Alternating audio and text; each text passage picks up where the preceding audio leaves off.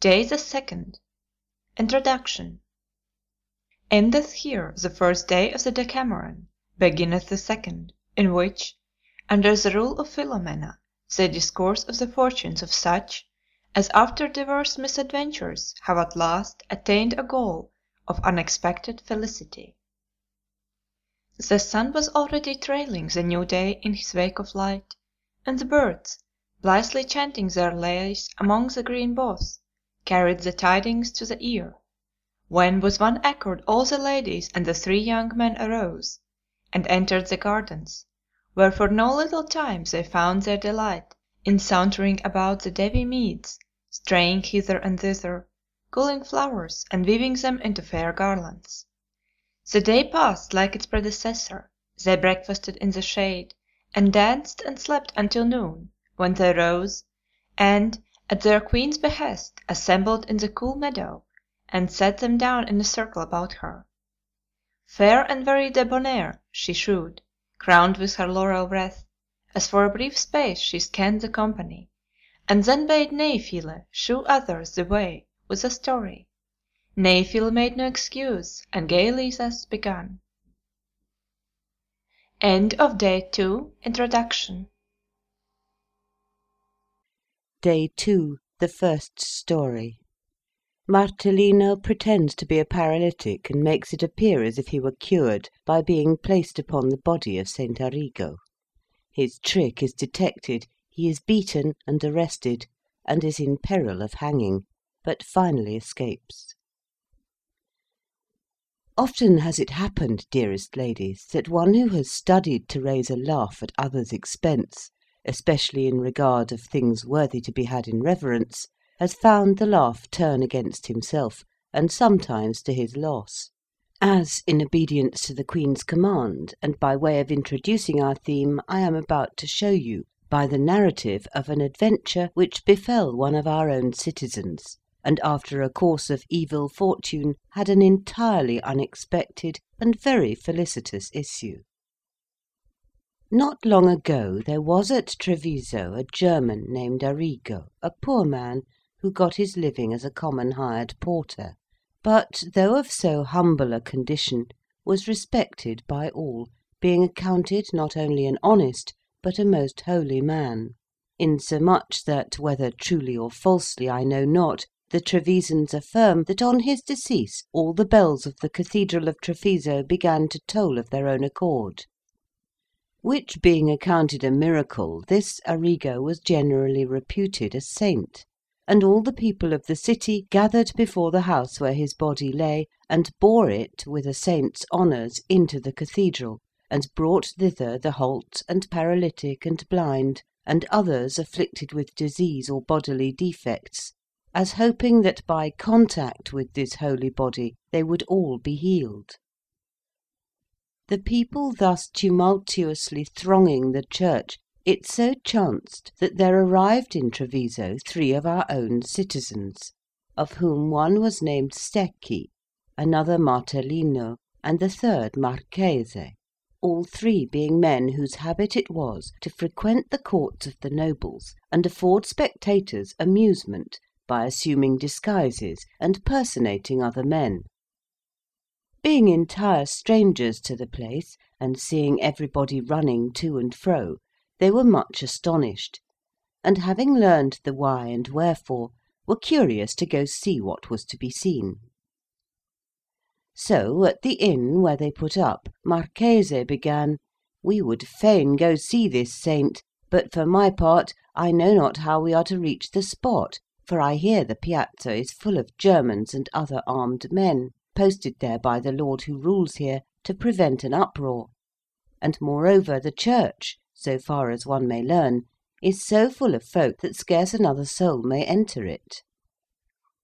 Whereupon Martellino, who was bent on seeing what was to be seen, said, "Let not this deter us. I will assuredly find a way of getting to the saint's body." "How?" rejoined Marchese. "I will tell you," replied Martellino. "I will counterfeit a paralytic, and thou wilt support me on one side, and Stecchi on the other, as if I were not able to go alone, and so you will enter the church, making it appear as if you were leading me up to the body of the saint, that he may heal me, and all that see will make way and give us free passage." Marchese and Stecchi approved the plan, so all three forthwith left the inn and repaired to a lonely place, where Martellino distorted his hands, his fingers, his arms, his legs, and also his mouth and eyes, and his entire face, in a manner horrible to contemplate, so that no stranger that saw him could have doubted that he was impotent and paralysed in every part of his body. In this guise Marchese and Stecchi laid hold of him and led him towards the church, assuming a most piteous air, and humbly beseeching everybody for God's sake to make way for them.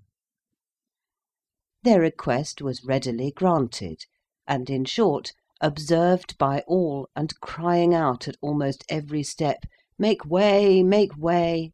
they reached the place where St. Arrigo's body was laid. Whereupon some gentlemen who stood by hoisted Martellino onto the saint's body, that thereby he might receive the boon of health. There he lay still for a while, the eyes of all in the church being riveted upon him in expectation of the result. Then, being a very practised performer, he stretched first one of his fingers, next a hand, afterwards an arm, and so forth, making as if he gradually recovered the use of all his natural powers, which the people observing raised such a clamour in honour of St. Arrigo that even thunder would have been inaudible. Now it chanced that hard by stood a Florentine who knew Martellino well, though he had failed to recognise him when in such strange guise he was led into the church.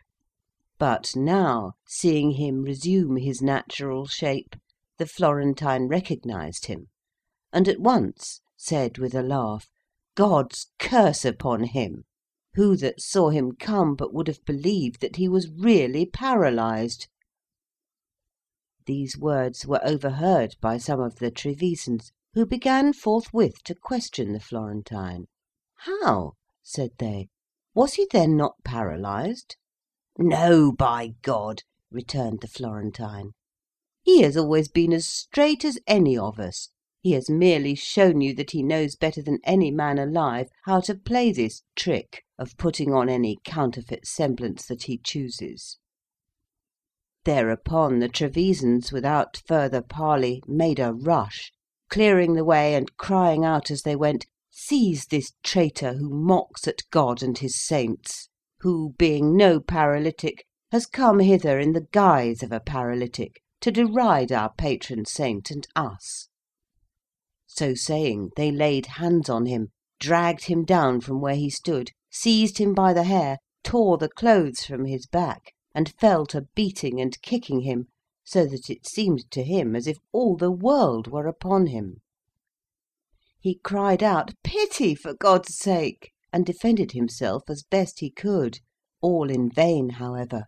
The press became thicker and thicker, moment by moment, which Stecchi and Marchese, observing, began to say one to the other that 'twas a bad business, yet, being apprehensive on their own account, they did not venture to come to his assistance, but cried out with the rest that he ought to die, at the same time, however, casting about how they might find the means to rescue him from the hands of the people, who would certainly have killed him but for a diversion which Marchese hastily effected.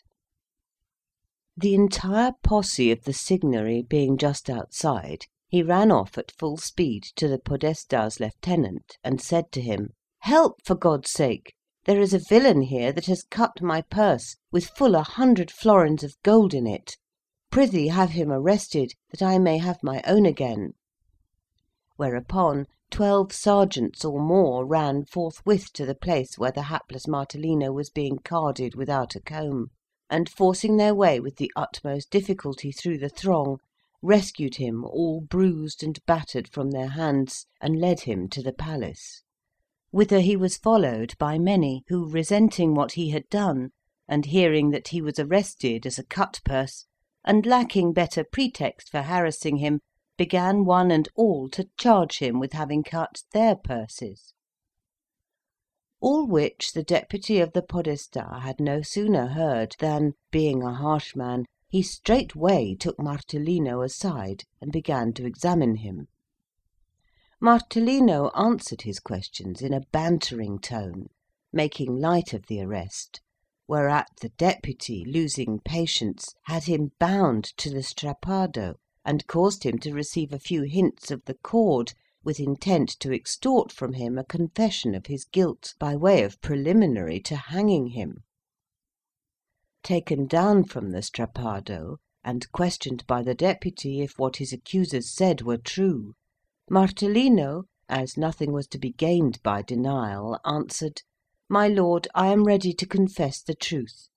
Let but my accusers say, each of them, when and where I cut his purse, and I will tell you what I have and what I have not done." "So be it," said the deputy, and caused a few of them to be summoned. Whereupon Martellino, being charged with having cut this, that, or the other man's purse 8, 6, or 4 days ago, while others averred that he had cut their purses that very day, answered thus: "My lord, these men lie in the throat, and for token that I speak true, I tell you that, so far from having been here as long as they make out, it is but very lately that I came into these parts, where I never was before. And no sooner was I come than, as my ill luck would have it, I went to see the body of this saint, and so have been carded as you see, and that what I say is true, his lordship's intendant of arrivals, and his book, and also my host, may certify. Wherefore, if you find that even so it is as I say, hearken not to these wicked men, and spare me the torture and death which they would have you inflict." In this posture of affairs, Marchese and Stecchi, learning that the podesta's deputy was dealing rigorously with Martellino, and had already put him to the strappado, grew mightily alarmed. "We have made a mess of it," they said to themselves. "We have only taken him out of the frying pan to toss him into the fire." So, hurrying hither and thither with the utmost zeal, they made diligent search until they found their host, and told him how matters stood. The host had his laugh over the affair, and then brought them to one Sandro Agalanti, who dwelt in Treviso, and had great interest with the lord of the place. The host laid the whole matter before Sandro, and, backed by Marchese and Stecchi, besought him to undertake Martellino's cause. Sandro, after many a hearty laugh, hied him to the lord, who at his instance sent for Martellino. The messengers found Martellino still in his shirt before the deputy, at his wits' end, and all but beside himself with fear, because the deputy would hear nothing that he said in his defence. Indeed, the deputy, having a spite against Florentines, had quite made up his mind to have him hanged. He was therefore in the last degree reluctant to surrender him to the lord, and only did so upon compulsion. Brought at length before the lord, Martellino detailed to him the whole affair, and prayed him as the greatest of favours to let him depart in peace. The lord had a hearty laugh over the adventure, and bestowed a tunic on each of the three. So, congratulating themselves on their unexpected deliverance from so great a peril, they returned home safe and sound. End of Day 2, the First Story. Day 2, the Second Story. Rinaldo de Asti is robbed, arrives at Castel Guglielmo, and is entertained by a widow lady. His property is restored to him, and he returns safe and sound. The ladies and the young men, especially Philostrato, laughed inordinately at Neiphile's narrative of Martellino's misadventures. Then Philostrato, who sate next Nephele, received the queen's command to follow her, and promptly thus began: Fair ladies, 'tis on my mind to tell you a story, in which are mingled things sacred and passages of adverse fortune and love, which to hear will perchance be not unprofitable, more especially to travellers in love's treacherous lands, of whom if any fail to say St. Julian's Paternoster, it often happens that, though he may have a good bed, he is ill lodged. Know then that in the time of the Marquis Azzo de Ferrara, a merchant, Rinaldo de Asti by name, having disposed of certain affairs which had brought him to Bologna, set his face homeward, and, having left Ferrara behind him, was on his way to Verona, when he fell in with some men that looked like merchants, but were in truth robbers, and men of evil life and condition, whose company he imprudently joined, riding and conversing with them. They, perceiving that he was a merchant, and judging that he must have money about him, complotted to rob him on the first opportunity, and to obviate suspicion they played the part of worthy and reputable men, their discourse of naught but what was seemly and honorable and leal, their demeanor at once as respectful and cordial as they could make it, so that he deemed himself very lucky to have met them, being otherwise alone save for the single mounted servant. Journeying thus, they conversed, after the desultory manner of travellers, of divers matters, till at last they fell a talking of the prayers which men address to God, and one of the robbers, there were three of them, said to Rinaldo, And you, gentle sir, what is your wonted orison when you are on your travels? Rinaldo answered, Why, to tell the truth, I am a man unskilled, unlearned in such matters, and few prayers have I at my command, being one that lives in the good old way, and lets 2 soldi count for 24 deniers. Nevertheless, it has always been my custom, in journeying, to say of a morning, as I leave the inn, a Paternoster and an Ave Maria for the souls of the father and mother of St. Julian, after which I pray God and St. Julian to provide me with a good inn for the night. And many a time in the course of my life I have met with great perils by the way, and evading them all, have found comfortable quarters for the night, whereby my faith is assured that St. Julian, in whose honor I say my Paternoster, has gotten me this favor of God, nor should I look for a prosperous journey and a safe arrival by night, if I had not said it in the morning. Then said his interrogator, And did you say it this morning? Whereto Rinaldo answered, Troth, did I. Which caused the other, who by this time knew by what course matters would take, to say to himself, 'Twill prove to have been said at a nick of time, for if we do not miscarry, I take it thou wilt have but a sorry lodging. Then, turning to Rinaldo, he said, I also have travelled much, and never a prayer have I said, though I have heard them much commended by many, nor has it ever been my lot to find other than good quarters for the night. It may be that this very evening you will be able to determine which of us has the better lodging, you that have said the Paternoster, or I that have not said it. True, however, that in its stead I am accustomed to say De Repusti, or Intermorata, or the De Profundis, which, if what my grandmother used to say is to be believed, are of the greatest efficacy.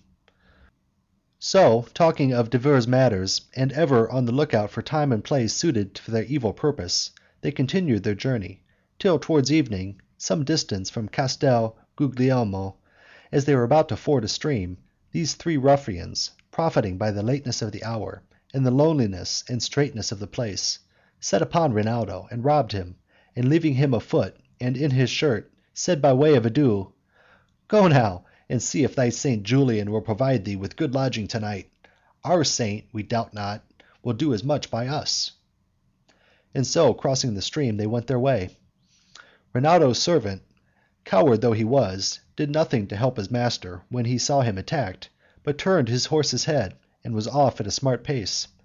Nor did he draw rein till he was come to Castel Guglielmo, which, it now being evening, he put up at an inn, and gave himself no further trouble.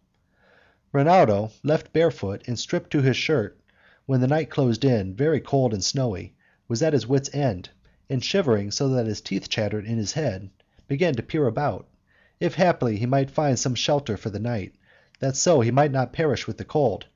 But seeing none, for during a recent war the whole country had been wasted by fire, he set off for Castel Guglielmo, quickening his pace by reason of the cold. Whether his servant had taken refuge in Castel Guglielmo or elsewhere he knew not, but he thought that, could he but enter the town, God would surely send him some succor. However, dark night overtook him while he was still about a mile from the castle, so that on his arrival he found the gates already locked and the bridges raised, and he could not pass in. Sick at heart, disconsolate, and bewailing his evil fortune, he looked about for some place where he might ensconce himself, and at any rate find shelter from the snow. By good luck he espied a house built with a balcony a little above the castle wall, under which balcony he proposed to shelter himself until daybreak. Arrived at the spot, he found beneath the balcony a postern, which however was locked, and having gathered some bits of straw that lay about, he placed them in front of the postern, and there in sad and sorrowful plight took up his quarters, with many a piteous appeal to St. Julian, whom he reproached for not better rewarding the faith which he reposed in him. St. Julian, however, had not abandoned him, and in due time provided him with a good lodging. There was in the castle a widow lady of extraordinary beauty, none fairer, whom Marquis Azzo loved as his own life, and kept there for his pleasure. She lived in that very same house beneath the balcony of which Rinaldo had posted himself. Now it chanced that that very day the Marquis had come to Castel Guglielmo to pass the night with her, and had privily caused a bath to be made ready, and a supper suited to his rank in the lady's own house. The arrangements were complete, and only the Marquis was stayed for, when a servant happened to present himself at the castle gate, bringing tidings for the Marquis, which obliged him suddenly to take horse.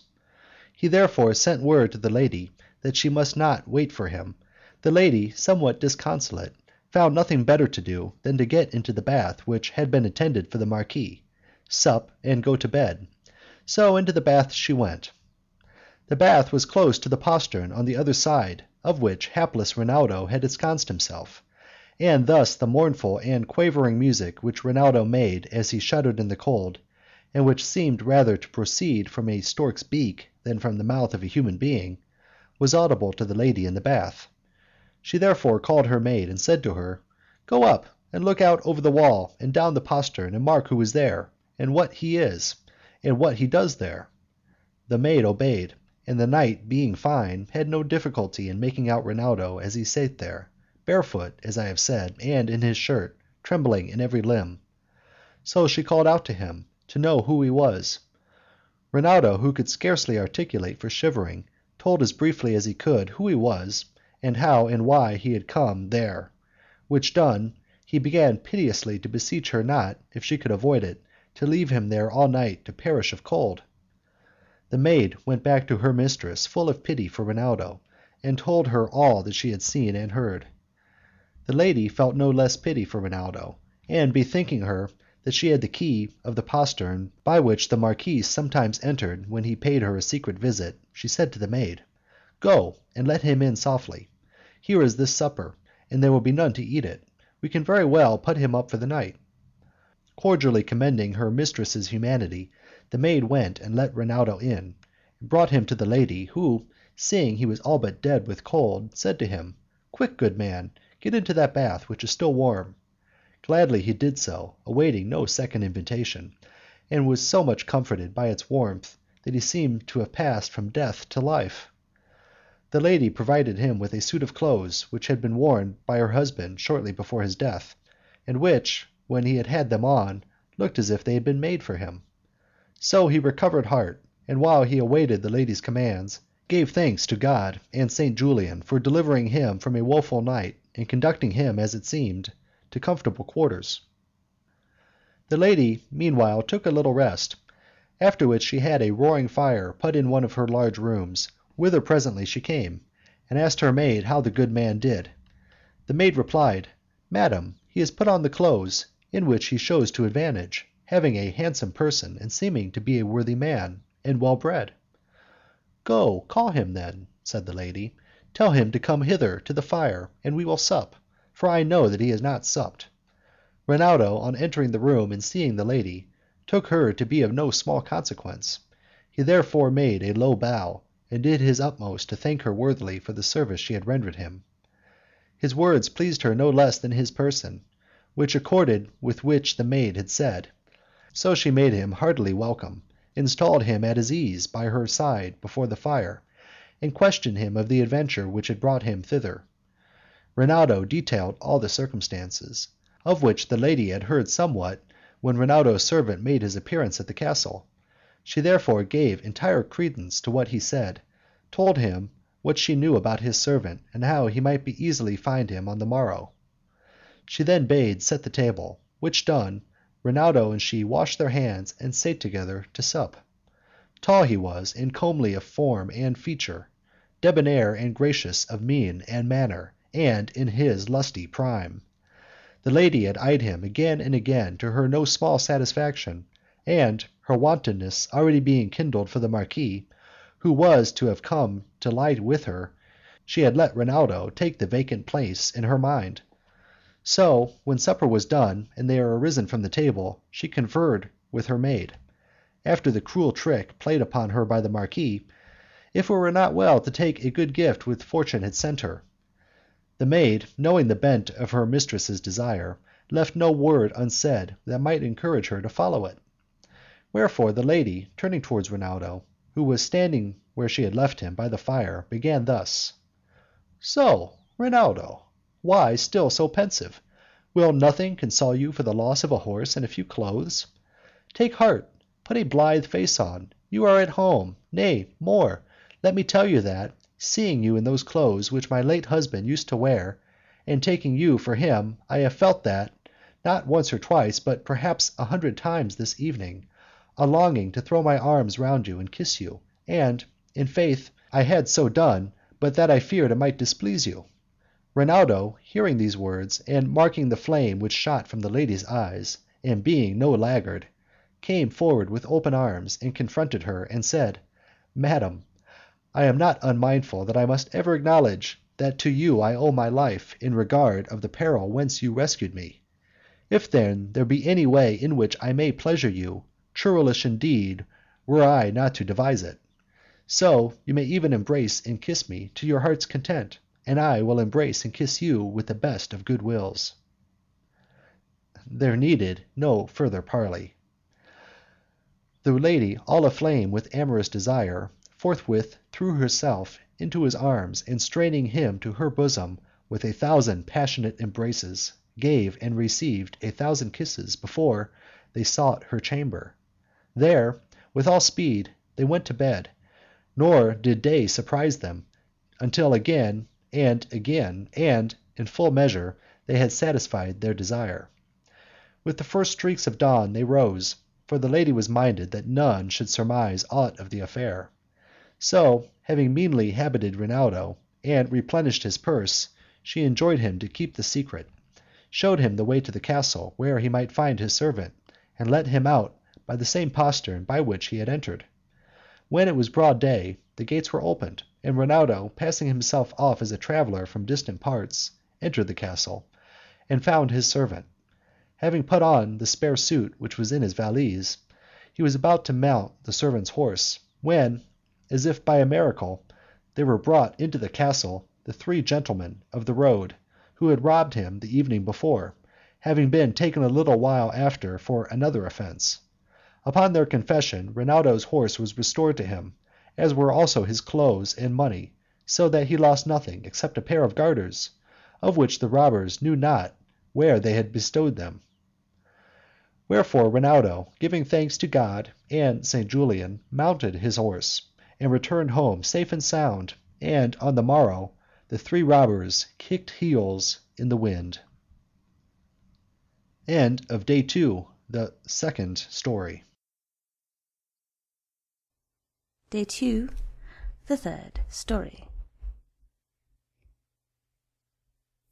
3 young men squander their substance and are reduced to poverty. Their nephew, returning home a desperate man falls in with an abbot, in whom he discovers the daughter of the King of England.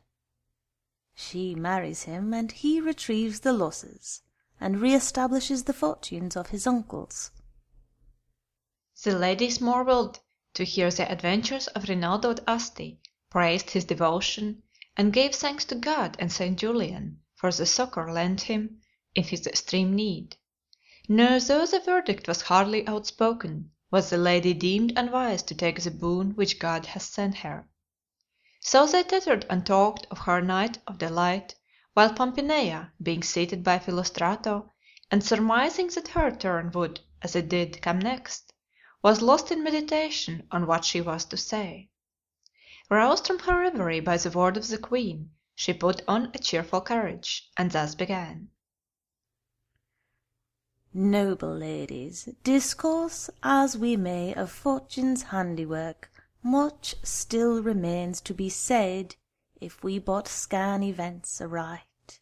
Nor need we marvel thereat, if we but duly consider that all matters, which we foolishly call our own, are in her hands, and therefore subject at her inscrutable will to every variety of chance and change without any order therein by us discernible, which is indeed signally manifest everywhere and all day long, yet as 'tis our Queen's will that we speak thereof, perhaps 'twill not be unprofitable to you, if, notwithstanding it has been the theme of some of the foregoing stories, I add to them another, which I believe should give you pleasure.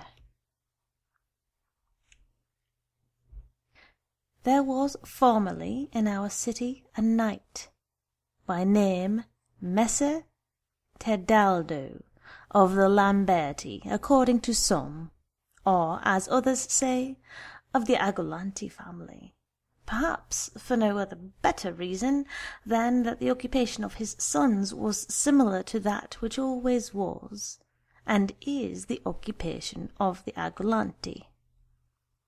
However, without professing to determine which of the two houses he belonged to, I say that he was in his day a very wealthy knight, and had 3 sons, the eldest being by name Lamberto, the second Tebaldo, and the third Agolante.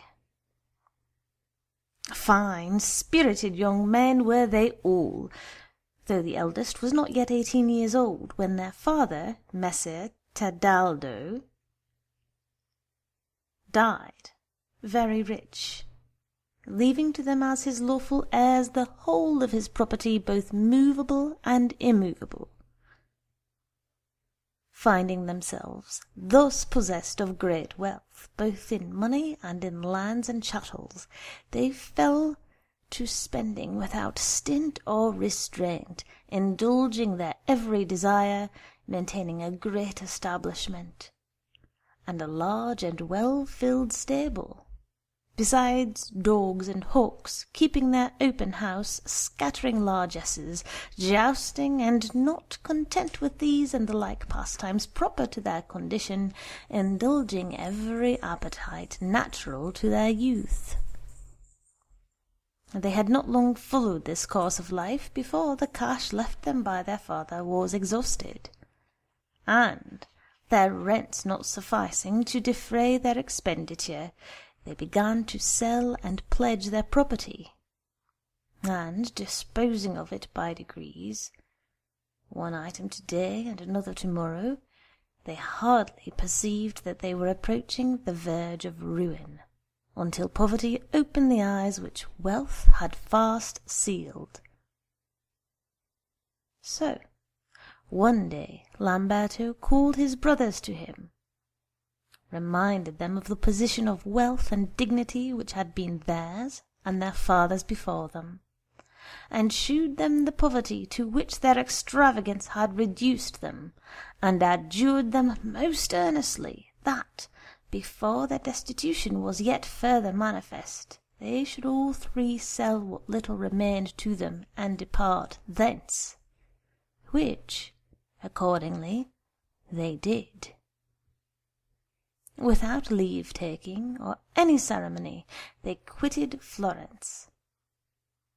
Nor did they rest until they had arrived in England and established themselves in a small house in London, where, by living with extreme parsimony, and lending at exorbitant usances, they prospered so well that in the course of a few years they amassed a fortune.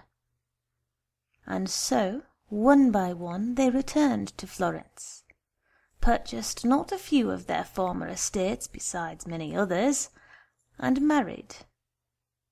The management of their affairs in England, where they continued their business as usurers, they left to a young nephew, Alessandro by name, while, heedless alike of the teaching of experience and of marital and parental duty, they all three launched out at Florence into more extravagant expenditure than before, and contracted debts on all hands and to large amounts.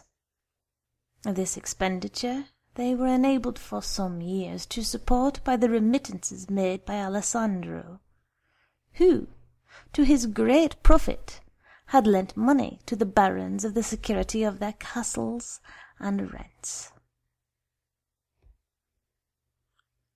While the three brothers thus continued to spend freely, and, when short of money, to borrow it, never doubting of help from England, it so happened that, to the surprise of everybody, there broke out in England a war between the king and his son, by which the whole island was divided into two camps, whereby Alessandro lost all his mortgages of the baronial castles and every other source of income whatsoever.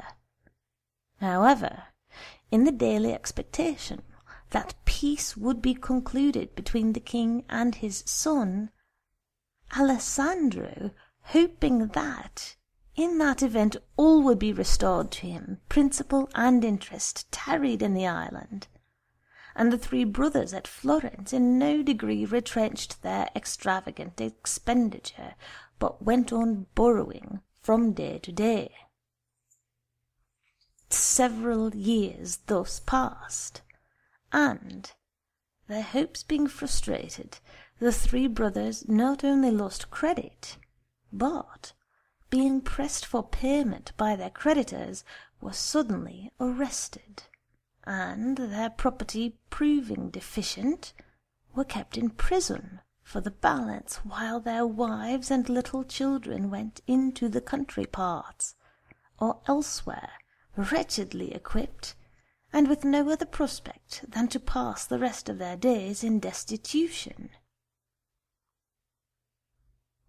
Alessandro, meanwhile, seeing that the peace which he had for several years awaited in England did not come, and deeming that he would hazard his life to no purpose by tarrying longer in the country, made up his mind to return to Italy.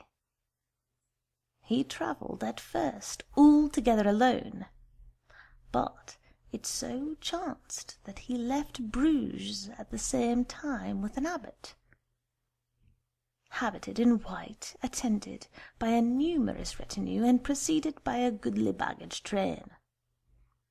Behind the abbot rode two grey-bearded knights, kinsmen of the king, in whom Alessandro recognized acquaintances, and, making himself known to them, was readily received into their company.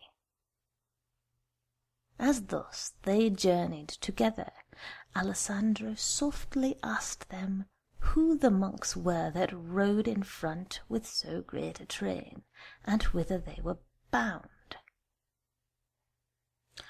"The foremost rider," replied one of the knights, "is a young kinsman of ours, the newly elected abbot of one of the greatest abbeys of England, and as he is not of legal age for such a dignity, we are going with him to Rome to obtain the Holy Father's dispensation and his confirmation in the office.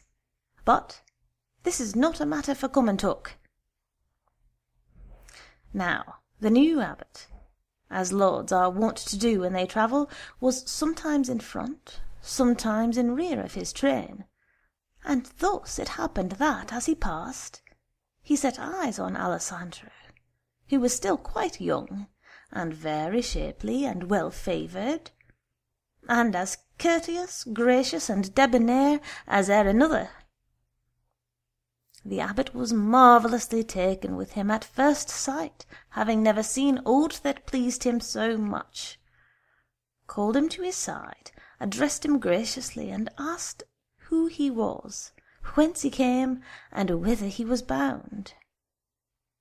Alessandro frankly told all about himself, and having thus answered the abbot's questions, placed himself at his service as far as his small ability might extend.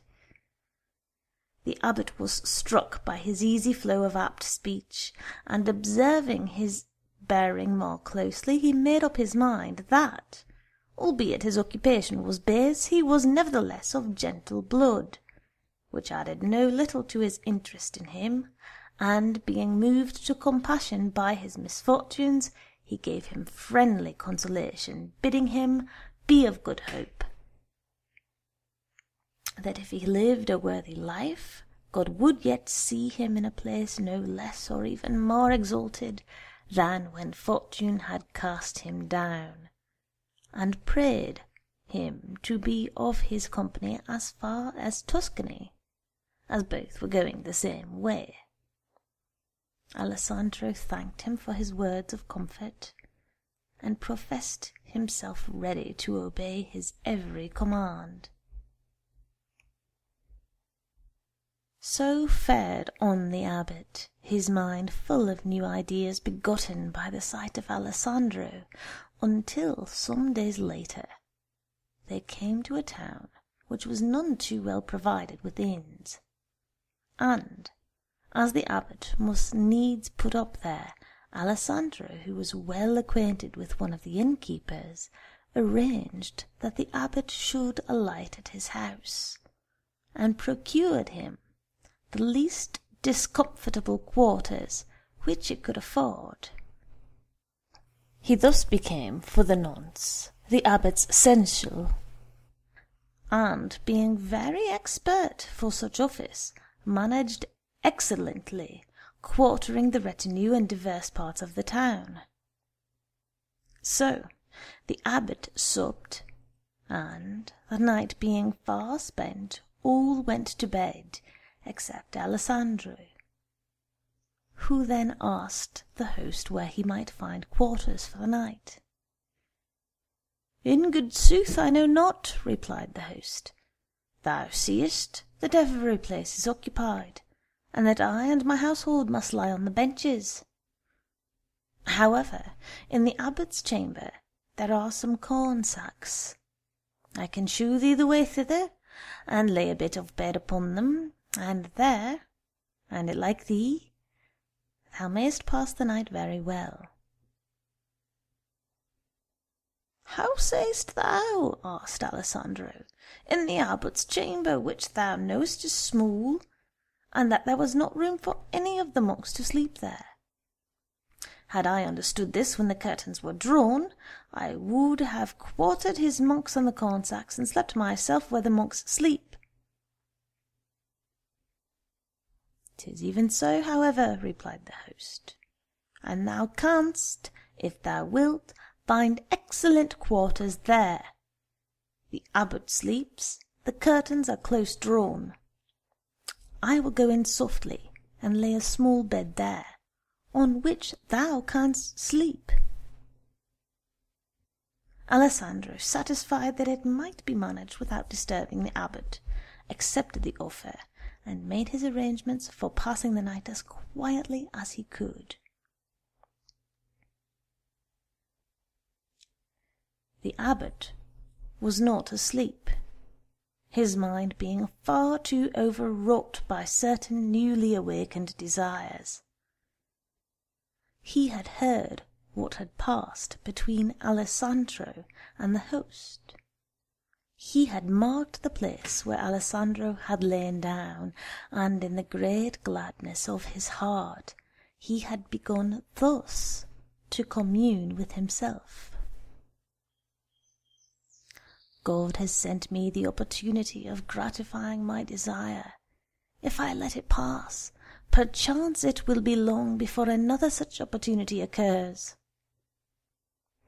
So, being minded by no means to let it slip, when all was quiet in the end, he softly called Alessandro, and bade him lie down by his side.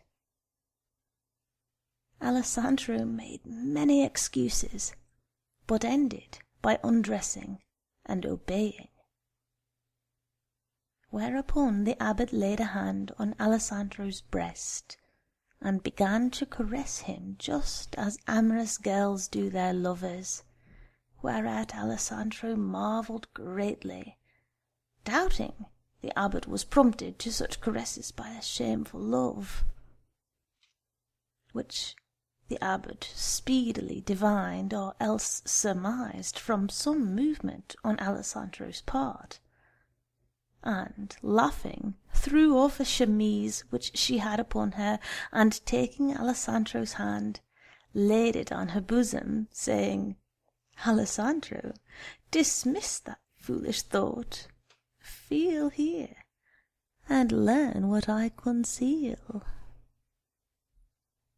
Alessandro obeyed, laying a hand upon the abbot's bosom, where he encountered 2 little teats, round, firm, and delicate, as they had been of ivory, whereby he at once knew that 'twas a woman, and without awaiting further encouragement, forthwith embraced her, and would have kissed her when she said, "Before thou art more familiar with me, hearken to what I have to say to thee. As thou mayst perceive, I am no man, but a woman. Virgin I left my home, and was going to the Pope to obtain his sanction for my marriage, when, as fortune willed, whether for thy gain or my loss, no sooner had I seen thee the other day than I burned for thee with such a flame of love as never yet had lady for any man. Wherefore I am minded to have thee for my husband rather than any other. So, if thou wilt not have me to wife, depart at once, and return to thine own place." Albeit he knew not who she was, Alessandro, by the retinue which attended her, conjectured that she must be noble and wealthy, and he saw that she was very fair. So it was not long before he answered that, if such were her pleasure, it would be very much to his liking. Whereupon she sat up, set a ring on his finger, and espoused him before a tiny picture of our Lord. After which they embraced, and to their no small mutual satisfaction solaced themselves for the rest of the night. At daybreak Alessandro rose, and, by preconcert with the lady, left the chamber as he had entered it, so that none knew where he had passed the night. Then, blithe at heart beyond measure, he rejoined the abbot and his train, and so, resuming their journey, they after many days arrived at Rome. They had not been there more than a few days when the abbot, attended by the 2 knights and Alessandro, waited on the Pope, whom, after making the due obeisance, he thus addressed: "Holy Father, as you must know better than any other, whoso intends to lead a true and honourable life ought, as far as may be, to shun all occasion of error, for which cause I, having a mind to live honourably, did, the better to accomplish my purpose, assume the habit in which you see me, and depart by stealth from the court of my father, the King of England, who was minded to marry me, young as you see me to be, to the aged King of Scotland, and, carrying with me not a little of his treasure, set my face hitherward, that your holiness might bestow me in marriage. Nor was it the age of the King of Scotland that moved me to flee so much, as fear lest the frailty of my youth should, were I married to him, betray me to commit some breach of divine law, and sully the honour of my father's royal blood. And, as in this frame of mind I journeyed, God, who knows best what is meet for every one, did, as I believe of his mercy, shew me him who he is pleased to appoint me for my husband. Even this young man, pointing to Alessandro, whom you see by my side, who for nobility of nature and bearing is a match for any great lady, though the strain of his blood perhaps be not of royal purity. Him, therefore, have I chosen, him will I have, and no other, no matter what my father or anyone else may think. And albeit the main purpose with which I started is fulfilled, yet I have thought good to continue my journey, that I may visit the holy and venerable places which abound in this city, and your holiness, and that so in your presence, and by consequence in the presence of others, I may renew my marriage vow with Alessandro, whereof God alone was witness. Wherefore I humbly pray you that God's will and mine may be also yours, and that you pronounce your benison thereon, that therewith, having the more firm assurance of the favour of him whose vicar you are, we may both live together, and, when the time comes, die to God's glory and yours. Alessandro was filled with wonder and secret delight when he heard that his wife was the daughter of the King of England, but greater still was the wonder of the two knights, and such their wrath, that, had they been anywhere else than in the Pope's presence, they would not have spared to affront Alessandro, and perhaps the lady too. The Pope, on his part, found matter enough for wonder as well in the lady's habit as in her choice. But, knowing that he could not refuse, he consented to grant her request. He therefore began by smoothing the ruffled tempers of the knights, and having reconciled with them the lady and Alessandro, proceeded to put matters in train for the marriage. When the day appointed was come, he gave a great reception, at which were assembled all the cardinals and many of the great lords, to whom he presented the lady royally robed, and looking so fair and so gracious that she won, as she deserved, the praise of all. And likewise Alessandro, splendidly arrayed, and bearing himself not a whit like the young usurer, but rather as one of royal blood, for which cause he received due honour from the knights. There, before the Pope himself, the marriage vows were solemnly renewed, and afterwards the marriage, which was accompanied by every circumstance that could add grace and splendour to the ceremony, received the sanction of his benediction. Alessandro and the lady, on leaving Rome, saw fit to visit Florence, whither fame had already wafted the news, so that they were received by the citizens with every token of honour. The lady set the three brothers at liberty, paying all their creditors, and reinstated them and their wives in their several properties. So, leaving gracious memories behind them, Alessandro and his lady, accompanied by Agolante, quitted Florence, and arriving at Paris were honourably received by the king. The two knights went before them to England, and by their influence induced the king to restore the lady to his favour, and receive her and his son-in-law with every circumstance of joy and honour. Alessandro he soon afterwards knighted with unwonted ceremony, and bestowed on him the earldom of Cornwall. And such was the earl's consequence and influence at court that he restored peace between father and son, thereby conferring a great boon on the island and gaining the love and esteem of all the people.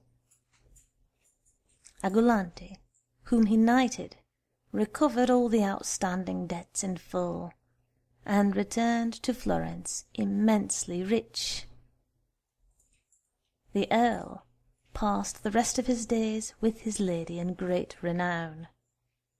Indeed, there are those who say that, with the help of his father-in-law, he effected by his policy and valour the conquest of Scotland, and was crowned king of that country. End of Day 2, the Third Story. Day 2, the Fourth Story.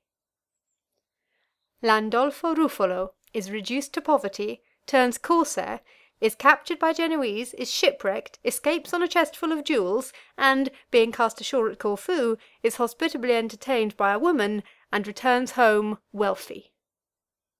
When Pampinea had brought her story to this glorious conclusion, Lauretta, who sate next to her, delayed not, but thus began. Most gracious ladies, the potency of fortune is never, methinks, more conspicuous than when she raises one, as in Pampinea's story we have seen her raise Alessandro from abject misery to regal state. And such being the limits which our theme henceforth imposes on our invention, I shall feel no shame to tell a story wherein reverses yet greater are compensated by a sequel somewhat less dazzling. Well I know that my story, being compared with its predecessor, will therefore be followed with the less interest, but, failing of necessity, I shall be excused. Scarce any part of Italy is reputed so delectable as the sea coast between Reggio and Gaeta, and in particular the slope which overlooks the sea by Salerno, and which the dwellers there call the slope of Amalfi, is studded with little towns, gardens, and fountains, and peopled by men as wealthy and enterprising in mercantile affairs as there are anywhere to be found, in one of which towns, to wit Ravello, rich as its inhabitants are today, there was formerly a merchant who surpassed them all in wealth, Landolfo Ruffolo by name, who yet not content with his wealth, but desiring to double it, came nigh to lose it all and his own life to boot. Know then, that this man, having made his calculations, as merchants are wont, bought a great ship, which entirely at his own expense he loaded with divers sorts of merchandise, and sailed to Cyprus. There he found several other ships, each laden with just such a cargo as his own, and was therefore fain to dispose of his goods at a very cheap rate, insomuch that he might almost as well have thrown them away, and was brought to the verge of ruin. Mortified beyond measure to find himself thus reduced in a short space of time from opulence to something like poverty, he was at his wits' end, and rather than go home poor, having left home rich, he was minded to retrieve his losses by piracy, or die in the attempt. So he sold his great ship, and with the price and the proceeds of the sale of his merchandise, bought a light bark such as corsairs use, and having excellently well equipped her with the armament and all things else meet for such service, took to scouring the seas as a rover, preying upon all folk alike, but more particularly upon the Turk. In this enterprise he was more favoured by fortune than in his trading adventures. A year had scarce gone by before he had taken so many ships from the Turk, that not only had he recovered the fortune which he had lost in trade, but was well on the way to doubling it. The bitter memory of his late losses taught him sobriety. He estimated his gains, and found them ample, and lest he should have a second fall, he schooled himself to rest content with them, and made up his mind to return home without attempting to add to them. Shy of adventuring once more in trade, he refrained from investing them in any way, but shaped his course for home, carrying them with him in the very same bark in which he had gotten them. He had already entered the archipelago when one evening a contrary wind sprang up from the southeast, bringing with it a very heavy sea in which his bark could not well have lived. He therefore steered her into a bay under the lee of one of the islets, and there determined to await better weather. As he lay there, 2 great carracks of Genoa, homeward bound from Constantinople, found, not without difficulty, shelter from the tempest in the same bay. The masters of the carracks espied the bark, and found out to whom she belonged. The fame of Landolfo and his vast wealth had already reached them, and had excited their natural cupidity and rapacity. They therefore determined to capture the bark, which lay without means of escape. Part of their men, well armed with crossbows and other weapons, they accordingly sent ashore, so posting them that no one could leave the bark without being exposed to the bolts. The rest took to their boats, and rowed up to the side of Landolfo's little craft, which in a little time, with little trouble and no loss or risk, they captured with all aboard her. They then cleared the bark of all she contained, allowing Landolfo, whom they set aboard one of the carracks, only a pitiful doublet, and sank her. Next day the wind shifted, and the carracks set sail on a westerly course, which they kept prosperously enough throughout the day. But towards evening a tempest arose, and the sea became very boisterous, so that the 2 ships were parted from one another.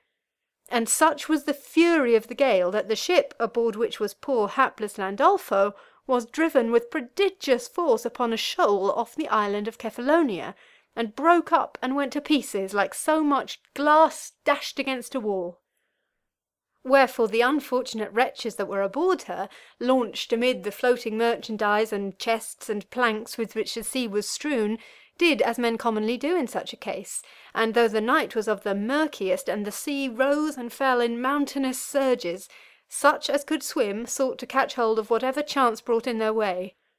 Among whom hapless Landolfo, who only the day before had again and again prayed for death rather than he should return home in such poverty, now, seeing death imminent, was afraid, and like the rest laid hold of the first plank that came to hand, in the hope that if he could but avoid immediate drowning, God would in some way aid his escape.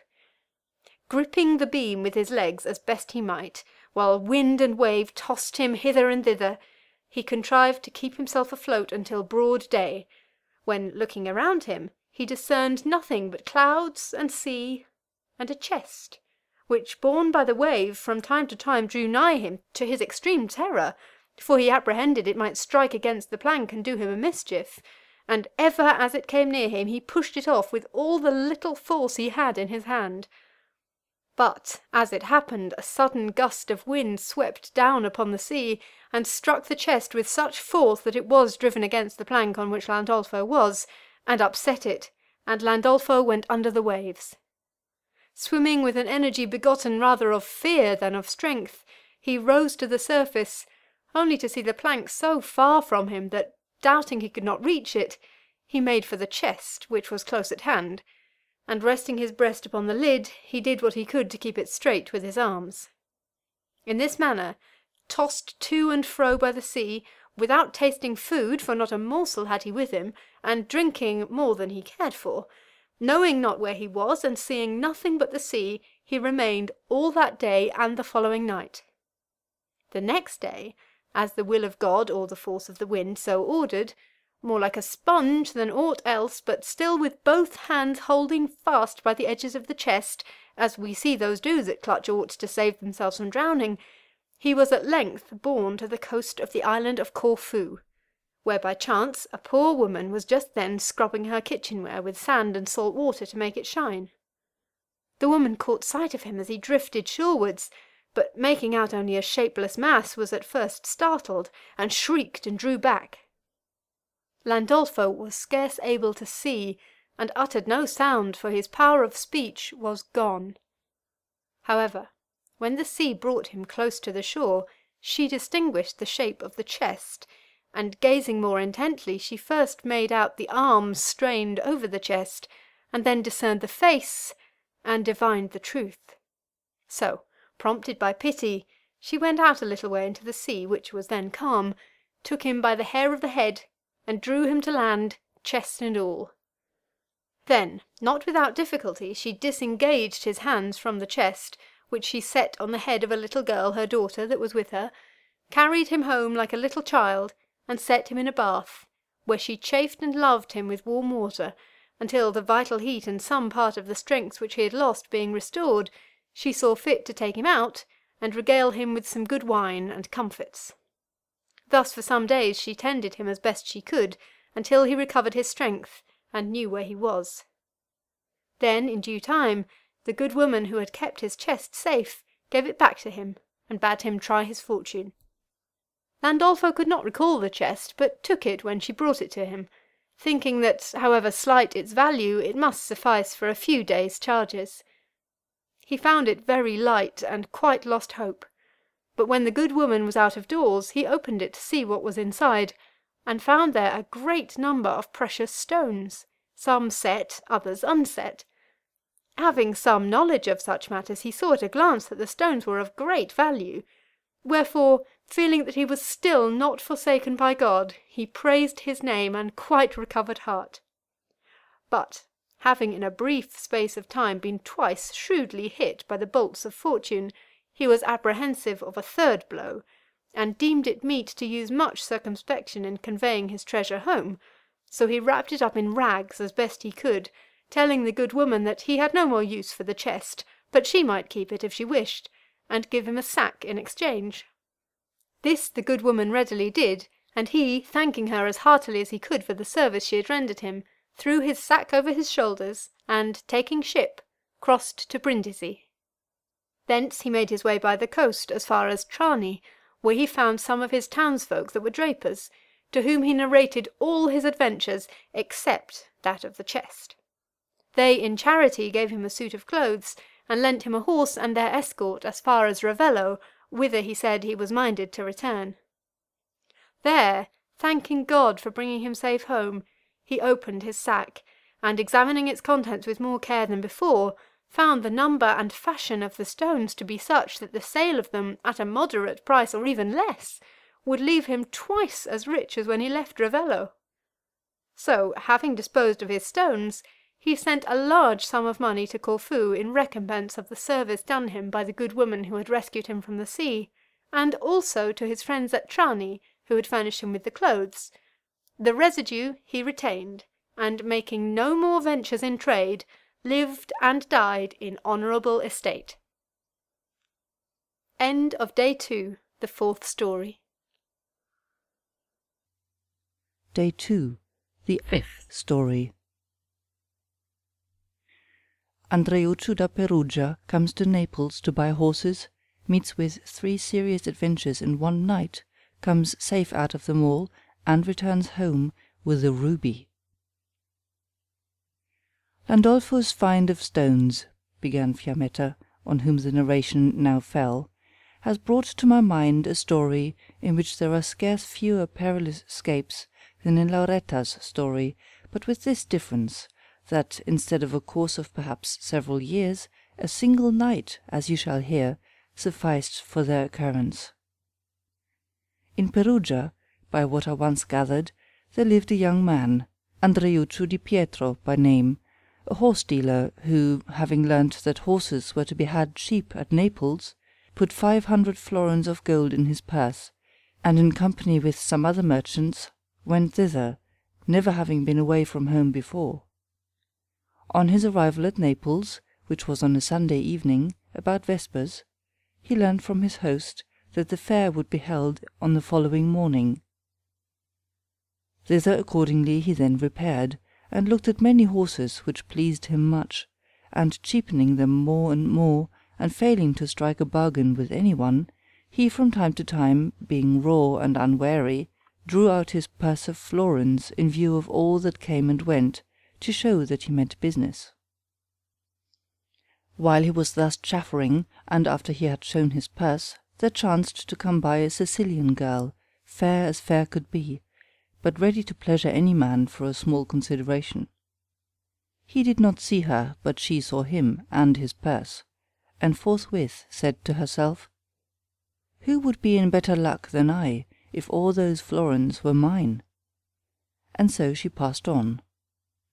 With the girl was an old woman, also a Sicilian, who, when she saw Andreuccio, dropped behind the girl and ran towards him, making as if she would tenderly embrace him. The girl, observing this, said nothing, but stopped and waited a little way off for the old woman to rejoin her.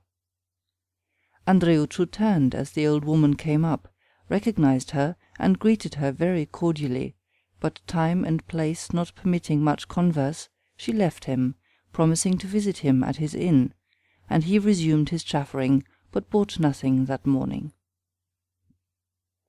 Her old woman's intimate acquaintance with Andreuccio had no more escaped the girl's notice than the contents of Andreuccio's purse, and with the view of devising, if possible, some way to make the money, either in whole or in part, her own, she began cautiously to ask the old woman who and whence he was, what he did there, and how she came to know him.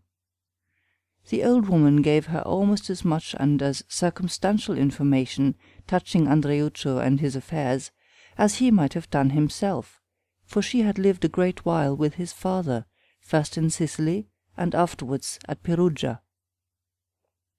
She likewise told the girl the name of his inn, and the purpose with which she had come to Naples. Thus fully armed with the names and all else that was needful for her to know touching Andreuccio's kith and kin, the girl founded thereon her hopes of gratifying her cupidity, and forthwith devised a cunning stratagem to effect her purpose. Home she went, and gave the old woman work enough to occupy her all day, that she might not be able to visit Andreuccio. Then, summoning to her aid a little girl whom she had well trained for such services, she sent her about vespers to the inn where Andreuccio lodged. Arrived there, the little girl asked for Andreuccio of Andreuccio himself, who chanced to be just outside the gate. On his answering that he was the man, she took him aside and said, "Sir, a lady of this country, so please you, would fain speak with you." Whereto he listened with all his ears, and having a great conceit of his person, made up his mind that the lady was in love with him, as if there were ne'er another handsome fellow in Naples but himself. So forthwith he replied that he would wait on the lady, and asked where and when it would be her pleasure to speak with him. "Sir," replied the little girl, "she expects you in her own house, please to come." "Lead on, then, I follow thee," said Andreuccio promptly, vouchsafing never a word to any in the inn. So the little girl guided him to her mistress's house, which was situated in a quarter the character of which may be inferred from its name, Evil Hole. Of this, however, he neither knew nor suspected aught, but, supposing that the quarter was perfectly reputable, and that he was going to see a sweet lady, strode carelessly behind the little girl into the house of her mistress, whom she summoned by calling out, "Andreuccio is here." And Andreuccio then saw her advance to the head of the stairs to await his ascent. She was tall, still in the freshness of her youth, very fair of face, and very richly and nobly clad. As Andreuccio approached, she descended 3 steps to meet him with open arms, and clasped him round the neck, but for a while stood silent, as if from excess of tenderness. Then, bursting into a flood of tears, she kissed his brow, and in slightly broken accents said, "O Andreuccio, welcome, welcome, my Andreuccio!" Quite lost in wonder to be the recipient of such caresses, Andreuccio could only answer, "Madam, well met." Whereupon she took him by the hand, led him up into her saloon, and thence without another word into her chamber, which exhaled through the blended fragrance of roses, orange blossoms, and other perfumes. He observed a handsome curtained bed, dresses in plenty hanging, as is customary in that country, on pegs, and other appointments very fair and sumptuous, which sights, being strange to him, confirmed his belief that he was in the house of no other than a great lady. They sat down side by side on a chest at the foot of the bed, and thus she began to speak. "Andriuccio, I cannot doubt that thou dost marvel both at the caresses which I bestow upon thee, and at my tears, seeing that thou knowest me not, and maybe hast never so much as heard my name. Wait but a moment, and thou shalt learn what perhaps will cause thee to marvel still more, to wit, that I am thy sister, and I tell thee that, since of God's especial grace it is granted me to see one, albeit I would fain see all, of my brothers before I die, I shall not meet death, when the hour comes, without consolation. But thou, perchance, hast never heard aught of this, wherefore listen to what I shall say to thee. Pietro, my father and thine, as I suppose thou mayest have heard, dwelt a long while at Palermo, where his good heart and gracious bearing caused him to be, as he still is, much beloved by all that knew him, but by none was he loved so much as by a gentlewoman, afterwards my mother, then a widow, who, casting aside all respect for her father and brothers, I, in her honour, grew so intimate with him that a child was born, which child am I, thy sister, whom thou seest before thee. Shortly after my birth it so befell that Pietro must needs leave Palermo and return to Perugia, and I, his little daughter, was left behind with my mother at Palermo, nor, so far as I have been able to learn, did he ever again bestow a thought upon either of us. Wherefore, to say nothing of the love which he should have borne me, his daughter, by no servant or woman of low degree, I should, were he not my father, gravely censure the ingratitude which he showed towards my mother, who, prompted by a most loyal love, committed her fortune and herself to his keeping, without so much as knowing who he was. But to what end? The wrongs of long ago are much more easily censured than redressed. Enough that so it was. He left me a little girl at Palermo, where, when I was grown to be almost as thou seest me, my mother, who was a rich lady, gave me in marriage to an honest gentleman, of the Girgenti family, who, for love of my mother and myself, settled in Palermo, and there, being a staunch Guelph, entered into correspondence with our King Charles, which being discovered by King Frederick before the time was ripe for action, we had perforce to flee from Sicily just when I was expecting to become the greatest lady that ever was in the island. So, taking with us such few things as we could, few, I say, in comparison of the abundance which we possessed, we bade adieu to our estates and palaces, and found a refuge in this country, and such favour with King Charles that, in partial compensation for the losses which we had sustained on his account, he has granted us estates and houses and an ample pension, which he regularly pays to my husband and thy brother-in-law, as thou mayest yet see. In this manner I live here, but that I am blessed with the sight of thee, I ascribe entirely to the mercy of God, and no thanks to thee, my sweet brother. So saying, she embraced him again, and melting anew into tears, kissed his brow. This story, so congruous, so consistent in every detail, came trippingly and without the least hesitancy from her tongue. Andreucci remembered that his father had indeed lived at Palermo. He knew by his own experience the ways of young folk, how prone they are to love. He saw her melt into tears, he felt her embraces and sisterly kisses, and he took all she said for gospel.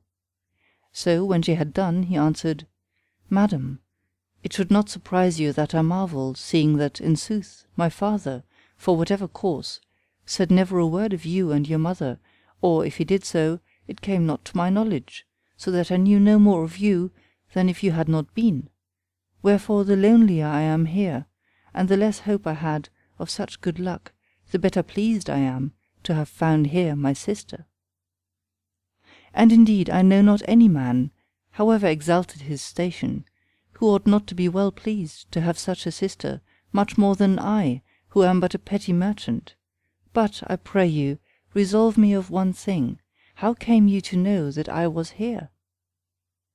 Then answered she, "'Twas told me this morning by a poor woman, who is much about the house, because, as she tells me, she was long in the service of our father, both at Palermo and at Perugia, and that it seemed more fitting that thou shouldst come to see me at home than that I should visit thee at an inn, I had long ago sought thee out. She then began to inquire particularly after all his kinsfolk by name, and Andreuccio, becoming ever more firmly persuaded of that which it was least for his good to believe, answered all her questions. Their conversation being thus prolonged, and the heat great, she had Greek wine and sweetmeats brought in, and gave Andreuccio to drink. And when towards supper time he made as if he would leave, she would in no wise suffer it, but feigning to be very much vexed, she embraced him, saying, Alas! now 'tis plain how little thou carest for me, to think that thou art with thy sister, whom thou seest for the first time, and in her own house, where thou shouldst have alighted on thine arrival, and thou wouldst fain depart hence to go to sup at an inn. Nay, but for certain thou shalt sup with me, and albeit to my great regret my husband is not here, thou shalt see that I can do a lady's part in showing thee honour. Andreuccio, not knowing what else to say, replied, Sister, I care for you with all a brother's affection, but if I go not, supper will await me all the evening at the inn, and I shall justly be taxed with discourtesy. Then said she, Blessed be God, there is even now in the house one by whom I can send word that they are not to expect thee at the inn, albeit thou wouldst far better discharge the debt of courtesy by sending word to thy friends, that they come here to sup, and then, if go thou must, you might all go in a body. Andreuccio replied that he would have none of his friends that evening, but since she would have him stay, he would even do her the pleasure. She then made a show of sending word to the inn that they should not expect him at dinner. Much more talk followed, and then they sat down to a supper of many courses, splendidly served, which she cunningly protracted until nightfall, nor when they were risen from table, and Andreuccio was about to take his departure, would she by any means suffer it, saying that Naples was no place to walk about in after dark, least of all for a stranger, and that as she had sent word to the inn that they were not to expect him at supper, so she had done the like in regard of his bed. Believing what she said, and being, in his false confidence, overjoyed to be with her, he stayed. After supper there was matter enough for talk both various and prolonged, and when the night was in a measure spent, she gave up her own chamber to Andreuccio, leaving him with a small boy to show him aught that he might have need of, while she retired with her women to another chamber. It was a very hot night, so no sooner was Andreuccio alone that he stripped himself to his doublet, and drew off his stockings and laid them on the bed's head, and nature demanding a discharge of the surplus weight which he carried within him, he asked the lad where this might be done, and was shown a door in a corner of the room, and told to go in there. Andreuccio, nothing doubting, did so, but by ill luck set his foot on a plank which was detached from the joist at the further end, whereby down it went, and he with it. By grace he took no hurt by the fall, though it was from some height, beyond sousing himself from head to foot in the ordure which filled the whole place, which, that you may the better understand what has been said, and that which is to follow, I will describe to you. A narrow and blind alley, such as we commonly see between two houses, was spanned by planks supported by joists on either side, and on the planks was the stool, of which planks that which fell with Andreuccio was one.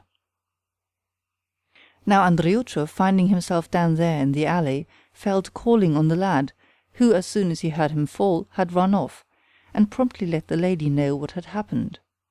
She hied forthwith to her chamber, and after a hasty search found Andreuccio's clothes and the money in them, for he foolishly thought to secure himself against risk by carrying it always on his person, and thus being possessed of the prize for which she had played her ruse, passing herself off as the sister of a man of Perugia, whereas she was really of Palermo, she concerned herself no further with Andreuccio, except to close with all speed the door by which she had gone out when he fell.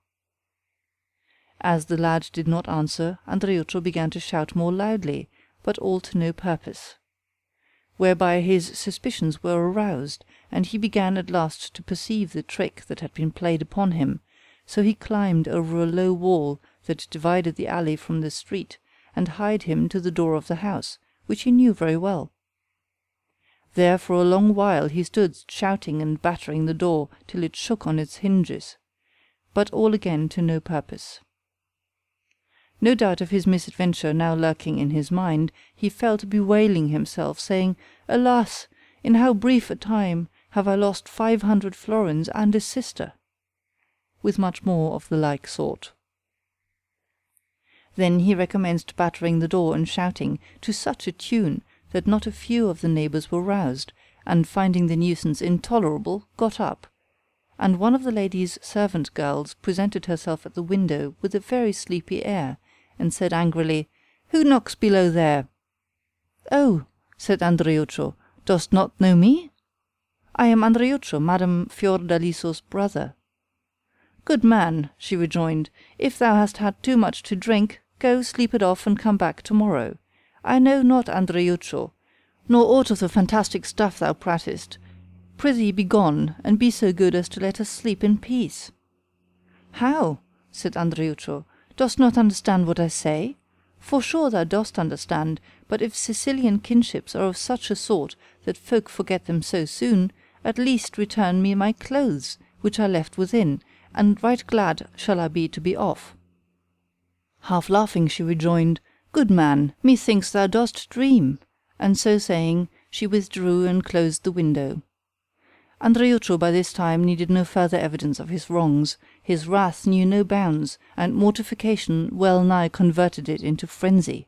He was minded to exact by force, which he had failed to obtain by entreaties, and so, arming himself with a large stone, he renewed his attack upon the door with fury, dealing much heavier blows than at first.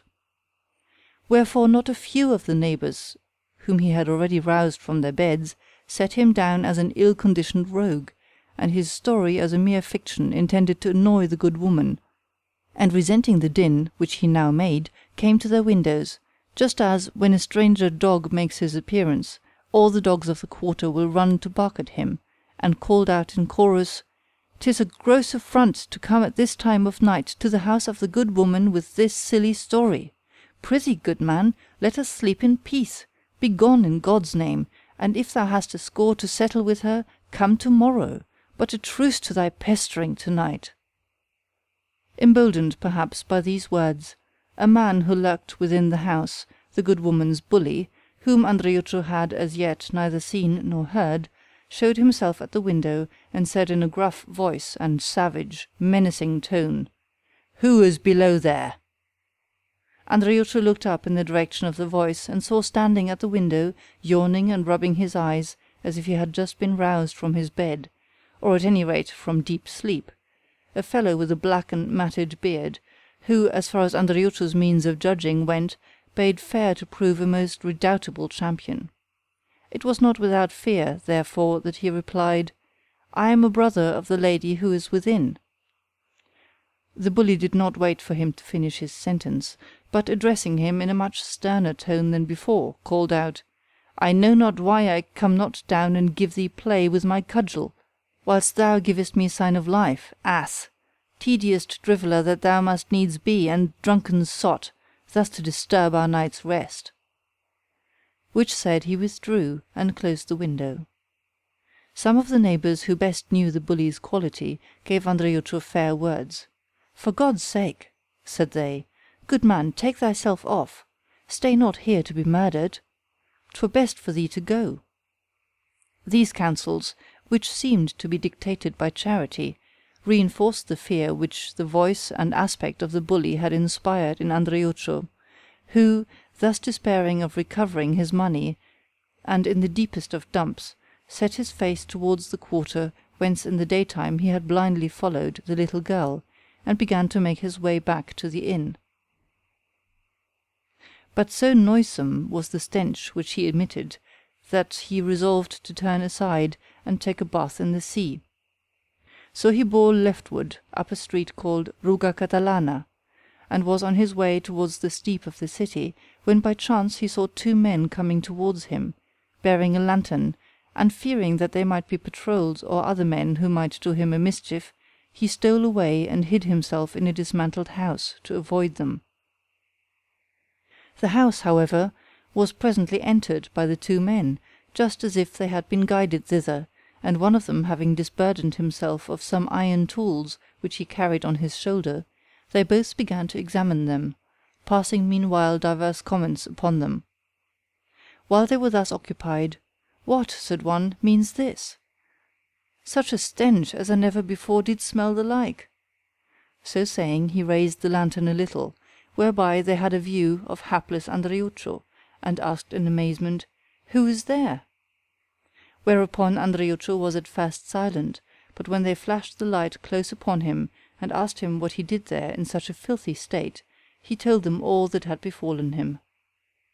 Casting about to fix the place where it occurred, they said one to another, "Of a surety 'twas the house of Scarabone Buttafuoco."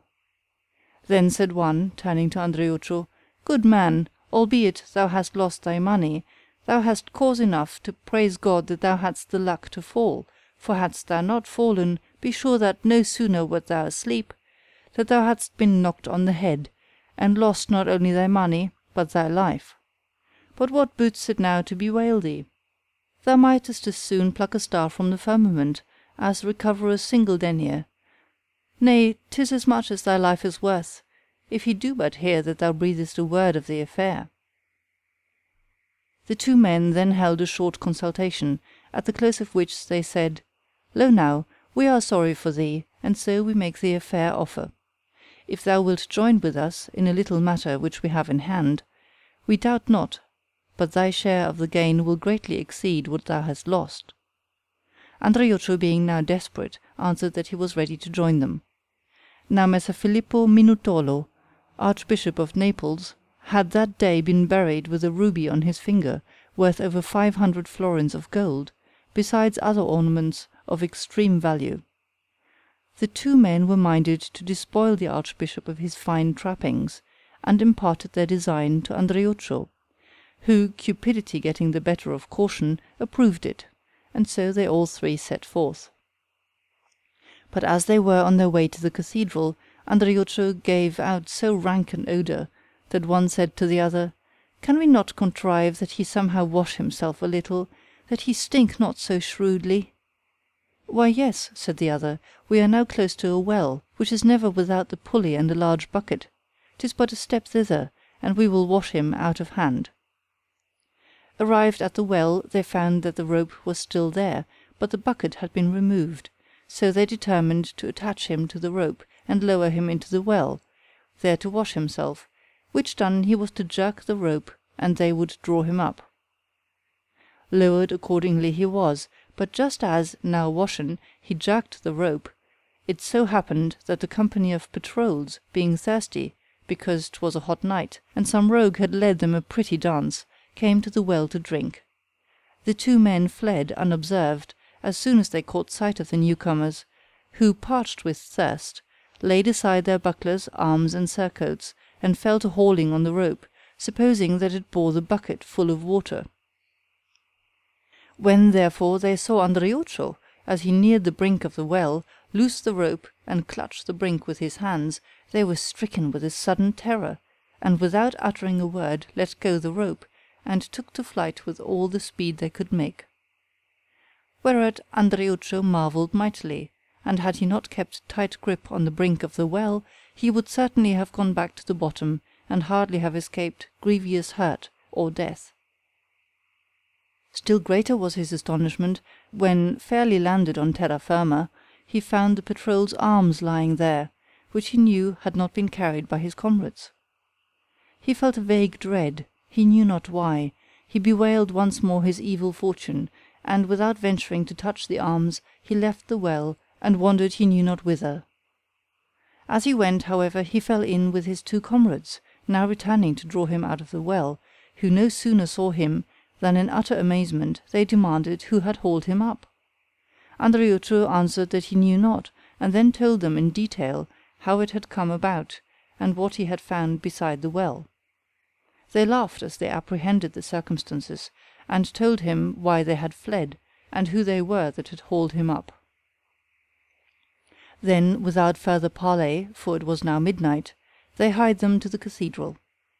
They had no difficulty in entering and finding the tomb, which was a magnificent structure of marble, and with their iron implements they raised the lid, albeit it was very heavy, to a height sufficient to allow a man to enter, and propped it up. This done, a dialogue ensued. "Who shall go in?" said one. "Not I," said the other. "Nor I," rejoined his companion. "Let Andriuccio go in." "That will not I," said Andriuccio. Whereupon both turned upon him and said, "How, thou wilt not go in? By God, if thou goest not in, we will give thee that over the pate with one of these iron crowbars, that thou shalt drop down dead." Terror-stricken, into the tomb Andriuccio went, saying to himself as he did so, "These men will have me go in, that they may play a trick upon me. When I have handed everything up to them, and am sweating myself to get out of the tomb, they will be off about their business, and I shall be left with nothing for my pains." So he determined to make sure of his own part first, and bethinking him of the precious ring of which he had heard them speak, as soon as he had completed the descent, he drew the ring off the Archbishop's finger and put it on his own. He then handed up, one by one, the crozier, mitre, and gloves, and other of the Archbishop's trappings, stripping him to his shirt. Which done, he told his comrades that there was nothing more. They insisted that the ring must be there, and bade him search everywhere. This he feigned to do, ejaculating from time to time that he found it not, and thus he kept them a little while in suspense. But they, who were in their way as cunning as he, kept on exhorting him to make a careful search, and seizing their opportunity, withdrew the prop that supported the lid of the tomb, and took to their heels, leaving him there a close prisoner. You will readily conceive how Andriuccio behaved when he understood his situation. More than once he applied his head and shoulders to the lid, and sought with might and main to heave it up, but all his efforts were fruitless, so that at last, overwhelmed with anguish, he fell in a swoon on the corpse of the Archbishop. And whether of the twain were the most lifeless, Andriuccio or the Archbishop, 'twould have puzzled an observer to determine. When he came to himself he burst into a torrent of tears, seeing now nothing in store for him but either to perish there of hunger and fetid odours, beside the corpse and among the worms, or, should the tomb be earlier opened, to be taken and hanged as a thief. These most lugubrious meditations were interrupted by a sound of persons walking and talking in the church. They were evidently a numerous company, and to their purpose, as Andriuccio surmised, was the very same with which he and his comrades had come thither, whereby his terror was mightily increased. Presently the folk opened the tomb, and propped up the lid, and then fell to disputing as to who should go in. None was willing, and the contention was protracted, but at length one, 'twas a priest, said, "Of what are ye afeard? Think ye to be eaten by him? Nay, the dead eat not the living. I will go in myself." So saying, he propped his breast upon the edge of the lid, threw his head back, and thrust his legs within, that he might go down feet foremost. On sight whereof, Andriuccio started to his feet, and seizing hold of one of the priest's legs, made as if he would drag him down, which caused the priest to utter a prodigious yell, and bundle himself out of the tomb with no small celerity. The rest took to flight in a panic, as if 100,000 devils were at their heels. The tomb being thus left open, Andriuccio, the ring still on his finger, sprang out. The way by which he had entered the church served him for egress, and roaming at random, he arrived towards daybreak at the coast. Diverging thence, he came by chance upon his inn, where he found that his host and his comrades had been anxious about him all night. When he told them all that had befallen him, they joined with the host in advising him to leave Naples at once. He accordingly did so, and returned to Perugia, having invested in a ring the money with which he had intended to buy horses. End of Day 2. The Fifth Story.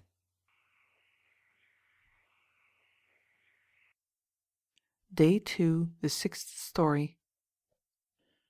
Madame Beritola loses 2 sons, is found with 2 kids on an island, goes thence to Luigina, where one of her sons takes service with her master and lies with his daughter, for which he is put in prison. Sicily rebels against King Charles, the son is recognized by the mother, marries the master's daughter, and, his brother being discovered, is reinstated in great honor. The ladies and the young men alike had many a hearty laugh over Fiammetta's narrative of Andreucci's adventures, which ended, Emilia, at the Queen's command, thus began. Grave and grievous are the vicissitudes with which fortune makes us acquainted, and as discourse of such matter serves to awaken our minds, which are so readily lulled to sleep by her flatteries, I deem it worthy of attentive hearing by all, whether they enjoy her favour or endure her frown, in that it ministers counsel to the one sort and consolation to the other.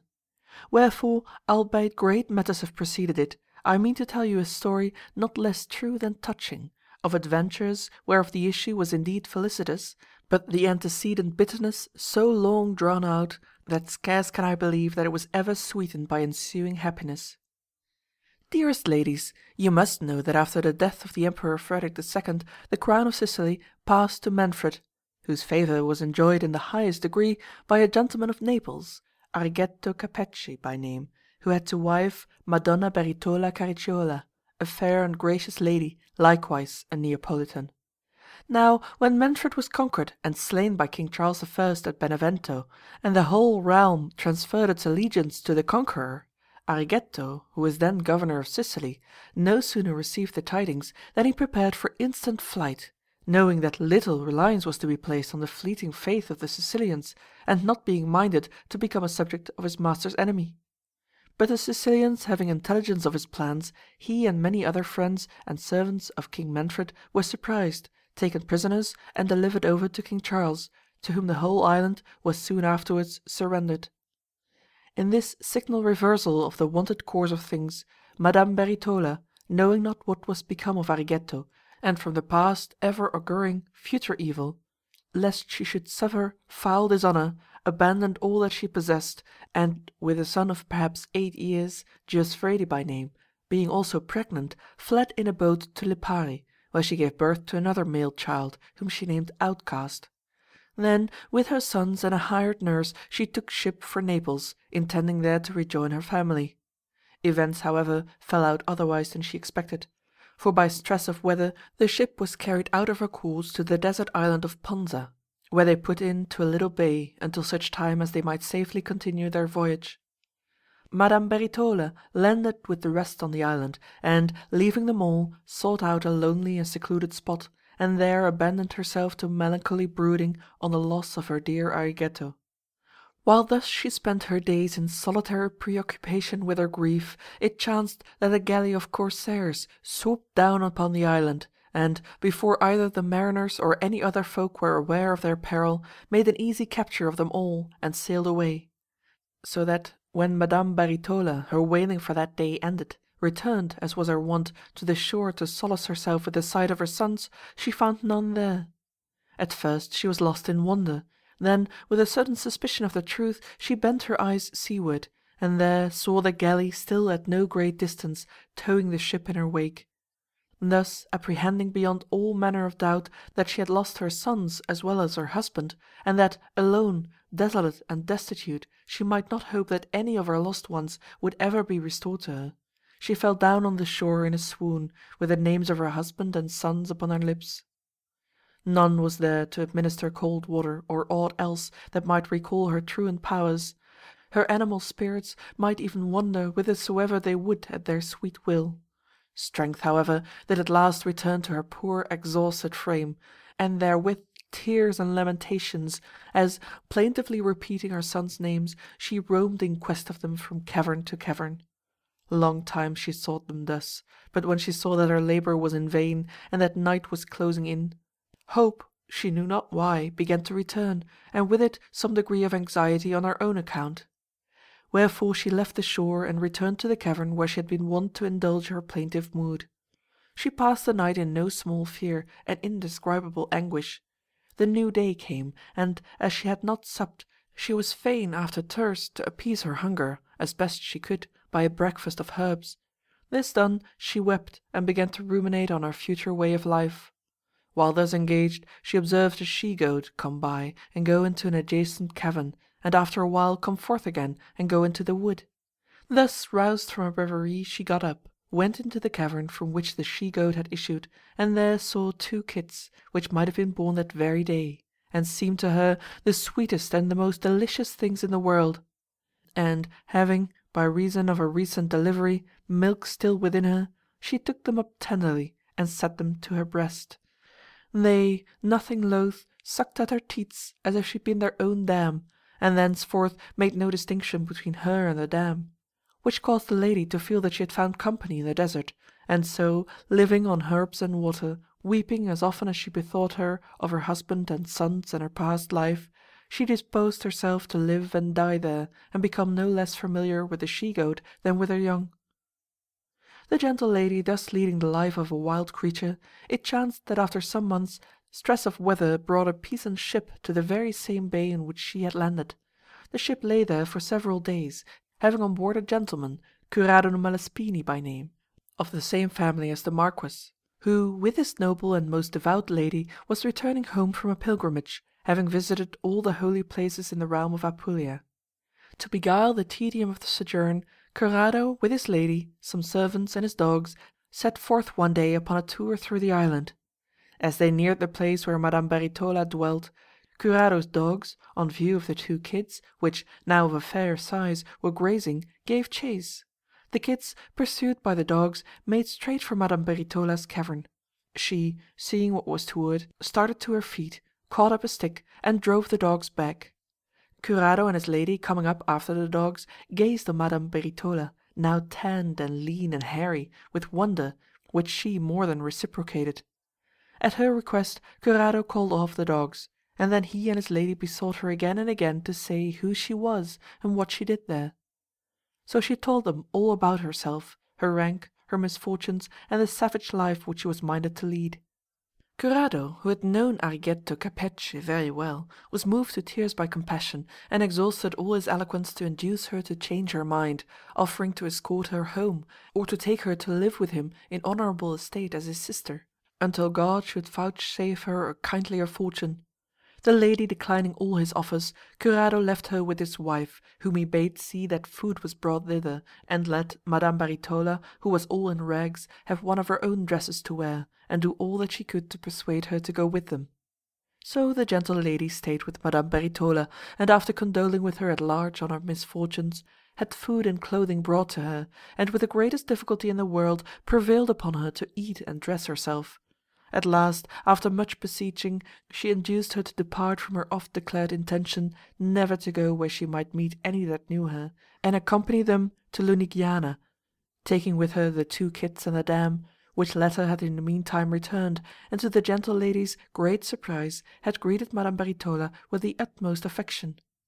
So, with the return of fair weather, Madame Baritola, taking with her the dam and the 2 kits, embarked with Curado and his lady on their ship, being called by them, for her true name was not to be known of all, Cavriola, and the wind holding fair, they speedily reached the mouth of the Magra, and landing, hied them to Curado's castle, where Madame Baritola abode with Curado's lady in the quality of her maid, serving her well and faithfully, wearing widow's weeds, and feeding and tending her kids with assiduous and loving care.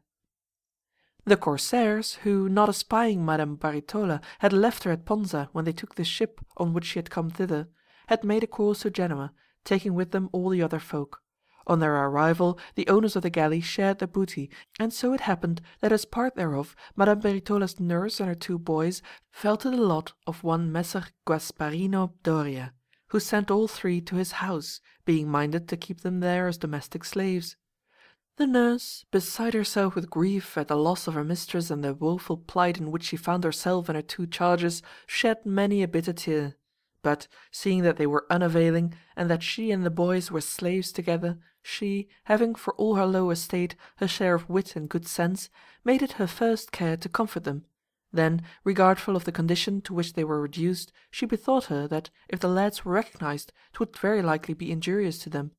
So, still hoping that some time or another fortune would change her mood, and they be able, if living, to regain their lost estate, she resolved to let none know who they were, until she saw a fitting occasion, and, accordingly, whenever she was questioned thereof by any, she gave them out as her own children. The name of the elder she changed from Giusfredi to Gianotto di Procida. The name of the younger she did not think it worth while to change. She spared no pains to make Giusfredi understand the reason why she had changed his name, and the risk which he might run if he were recognized. This she impressed upon him not once only but many times, and the boy, who was apt to learn, followed the instructions of the wise nurse with perfect exactitude. So the two boys, ill-clad and worse shod, continued with the nurse in Messer Gasparino's house for 2 years, patiently performing all kinds of menial offices. But Gianotto, being now 16 years old, and of a spirit that consorted ill with servitude, brooked not the baseness of his lot, and dismissed himself from Messer Gasparino's service by getting aboard a galley bound for Alexandria, and travelled far and wide, and fared never the better. In the course of his wanderings he learned that his father, whom he had supposed to be dead, was still living, but kept in prison under watch and ward by King Charles. He was grown a tall, handsome young man when, perhaps 3 or 4 years after he had given Messer Gasparino the slip, weary of roaming and all but despairing of his fortune, he came to Luigina, and by chance took service with Curado Malaspini, who found him handy and was well pleased with him. His mother, who was in attendance on Curado's lady, he seldom saw, and never recognized her, nor she him. So much had time changed both from their former aspect since they last met. While Gianotto was thus in the service of Curado, it fell out by the death of Niccolo da Grignano that his widow, Spina, Curado's daughter, returned to her father's house. Very fair she was, and lovable, her age not more than 16 years, and so it was that she saw Gianotto with favour, and he her, and both fell ardently in love with one another. Their passion was early gratified, but several months elapsed before any detected its existence, wherefore, growing overbold, they began to dispense with the precautions which such an affair demanded. So one day, as they walked with others through a wood, where the trees grew fair and close, the girl and Gianotto left the rest of the company some distance behind, and, thinking that they were well in advance, found a fair pleasance girt in with trees and carpeted with abundance of grass and flowers, and fell to solacing themselves after the manner of lovers. Long time they thus dallied, though such was their delight that all too brief it seemed to them, and so it befell that they were surprised first by the girl's mother and then by Curado. Pained beyond measure by what he had seen, Curado, without assigning any cause, had them both arrested by 3 of his servants and taken in chains to one of his castles, where in a frenzy of passionate wrath he left them, resolved to put them to an ignominious death. The girl's mother was also very angry, and deemed her daughter's fall deserving of the most rigorous chastisement, but when by one of Curado's chance words she divined the doom which he destined for the guilty pair, she could not reconcile herself to it, and hasted to intercede with her angry husband, beseeching him to refrain the impetuous wrath which would hurry him in his old age to murder his daughter and imbue his hands in the blood of his servant, and vent it in some other way, as by close confinement and duress, whereby the culprits should be brought to repent them of their fault in tears. Thus, and with much more to the like effect, the devout lady urged her suit, and at length prevailed upon her husband to abandon his murderous design.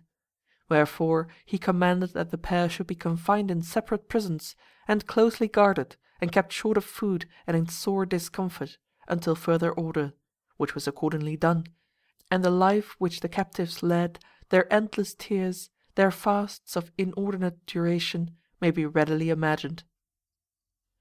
Gianotto and Spina had languished in this sorry plight for full a year, entirely ignored by Curado, when, in concert with Messer Gian di Procida, King Peter of Aragon raised a rebellion in the island of Sicily, and wrested it from King Charles, whereat Curado, being a Ghibelline, was overjoyed. Hearing the tidings from one of his warders, Gianotto heaved a great sigh, and said, "Alas! 14 years have I been a wanderer upon the face of the earth, looking for no other than this very event, and now that my hopes of happiness may be for ever frustrate, it has come to pass only to find me in prison, whence I may never think to issue alive." "How?" said the warder. "What signify to thee these doings of these mighty monarchs? What part hadst thou in Sicily?" Gianotto answered, "'Tis as if my heart were breaking, when I bethink me of my father, and what part he had in Sicily. I was but a little lad when I fled the island, but yet I remember him as its governor in the time of King Manfred." "And who then was thy father?" demanded the warder. "His name," rejoined Gianotto, "I need no longer scruple to disclose, seeing that I find myself in the very strait which I hope to avoid by concealing it. He was, and still is, if he live, Argetto Capece, and my name is not Gianotto but Giusfredi, and I doubt not but, were I once free and back in Sicily, I might yet hold a very honourable position in the island." The worthy man asked no more questions, but, as soon as he found opportunity, told what he had learned to Corrado, who, albeit he made light of it in the warder's presence, repaired to Madame Beritola, and asked her in a pleasant manner whether she had had by Argetto a son named Giusfredi. The lady answered in tears that if the elder of the two sons were living, such would be his name, and his age 22 years. This inclined Corrado to think that Gianotto and Giusfredi were indeed one and the same, and it occurred to him that, if so it were, he might at once show himself most merciful, and blot out his daughter's shame and his own by giving her to him in marriage. Wherefore he sent for Gianotto privily, and questioned him in detail touching his past life.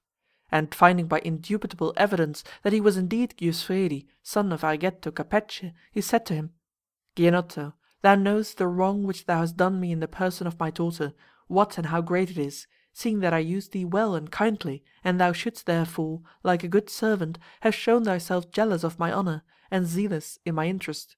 And many there are who, hadst thou treated them as thou hast treated me, would have caused thee to die an ignominious death, which my clemency would not brook. But now, as it is even so as thou sayest, and thou art of gentle blood by both thy parents, I am minded to put an end to thy sufferings as soon as thou wilt, releasing thee from the captivity in which thou languishest, and setting thee in a happy place, and reinstating at once thy honour and my own. Thy intimacy with Spina, albeit shameful to both, was yet prompted by love. Spina, as thou knowest, is a widow, and her dower is ample and secure. What her breeding is, and her father's and her mother's, thou knowest. Of thy present condition I say naught. Wherefore, when thou wilt, I am consenting that, having been with dishonour thy friend, she become with honour thy wife, and that, so long as it seem good to thee, thou tarry here with her and me as my son." Captivity had wasted Gianotto's flesh, but had in no degree impaired the generosity of spirit which he derived from his ancestry, or the whole-hearted love which he bore his lady. So, albeit he ardently desired that which Corrado offered, and knew that he was in Corrado's power, yet, even as his magnanimity prompted, so unswervingly he made answer, "Corrado, neither ambition nor cupidity nor aught else did ever beguile me to any treacherous machination against either thy person or thy property. Thy daughter I loved, and love and shall ever love, because I deem her worthy of my love, and if I dealt with her after a fashion which to the mechanic mind seems hardly honourable, I did but commit that fault which is ever congenial to youth, which can never be eradicated so long as youth continues, and which, if the aged would but remember that they were once young, and would measure the delinquencies of others by their own and their own by those of others, would not be deemed so grave as thou and many others depict it. And what I did as a friend, not as an enemy. That which thou offerest I have ever desired, and should long ago have sought, had I supposed that thou wouldst grant it, and 'twill be the more grateful to me in proportion to the depth of my despair.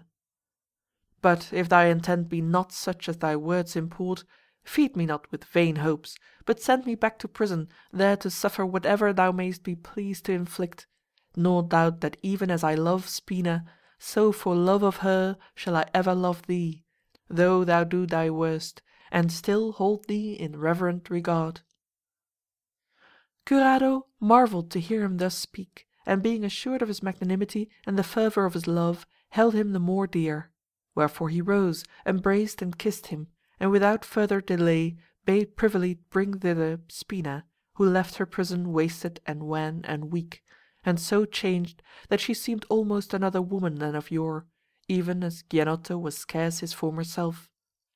Then and there in Curado's presence they plighted their troth, according to our custom of espousals, and some days afterwards Curado, having in the meantime provided all things meet for their convenience and solace, yet so as that none should surmise what had happened, deemed it now time to gladden their mothers with the news.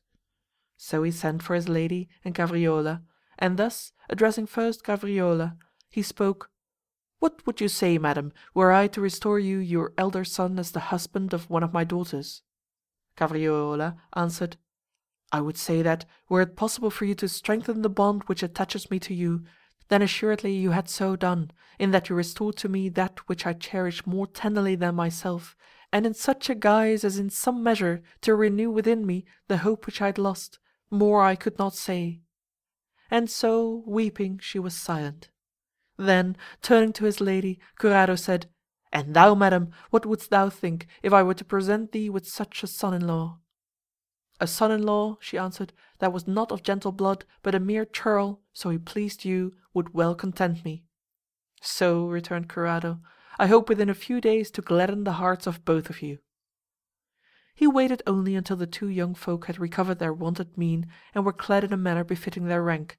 Then, addressing Gjusvredi, he said, "Would it not add to thy joy to see thy mother here?" "I dare not hope," returned Gjusvredi, "that she has survived calamities and sufferings such as hers. But were it so, great indeed would be my joy, and none the less that by her counsel I might be aided to the recovery, in great measure, of my lost heritage in Sicily." Whereupon Curado caused both the ladies to come thither, and presented to them the bride. The gladness with which they both greeted her was a wonder to behold, and no less great was their wonder at the benign inspiration that had prompted Curado to unite her in wedlock with Gianotto, whom Curado's words caused Madame Beritola to survey with some attention. A hidden spring of memory was thus touched. She recognized in the man the lineaments of her boy, and awaiting no further evidence, she ran with open arms and threw herself upon his neck. No word did she utter, for very excess of maternal tenderness and joy. But, every avenue of sense closed, she fell as if bereft of life within her son's embrace. Gianotto, who had often seen her in the castle, and never recognized her, marvelled not a little, but nevertheless it at once flashed upon him that 'twas his mother, and blaming himself for his past inadvertence, he took her in his arms, and wept, and tenderly kissed her.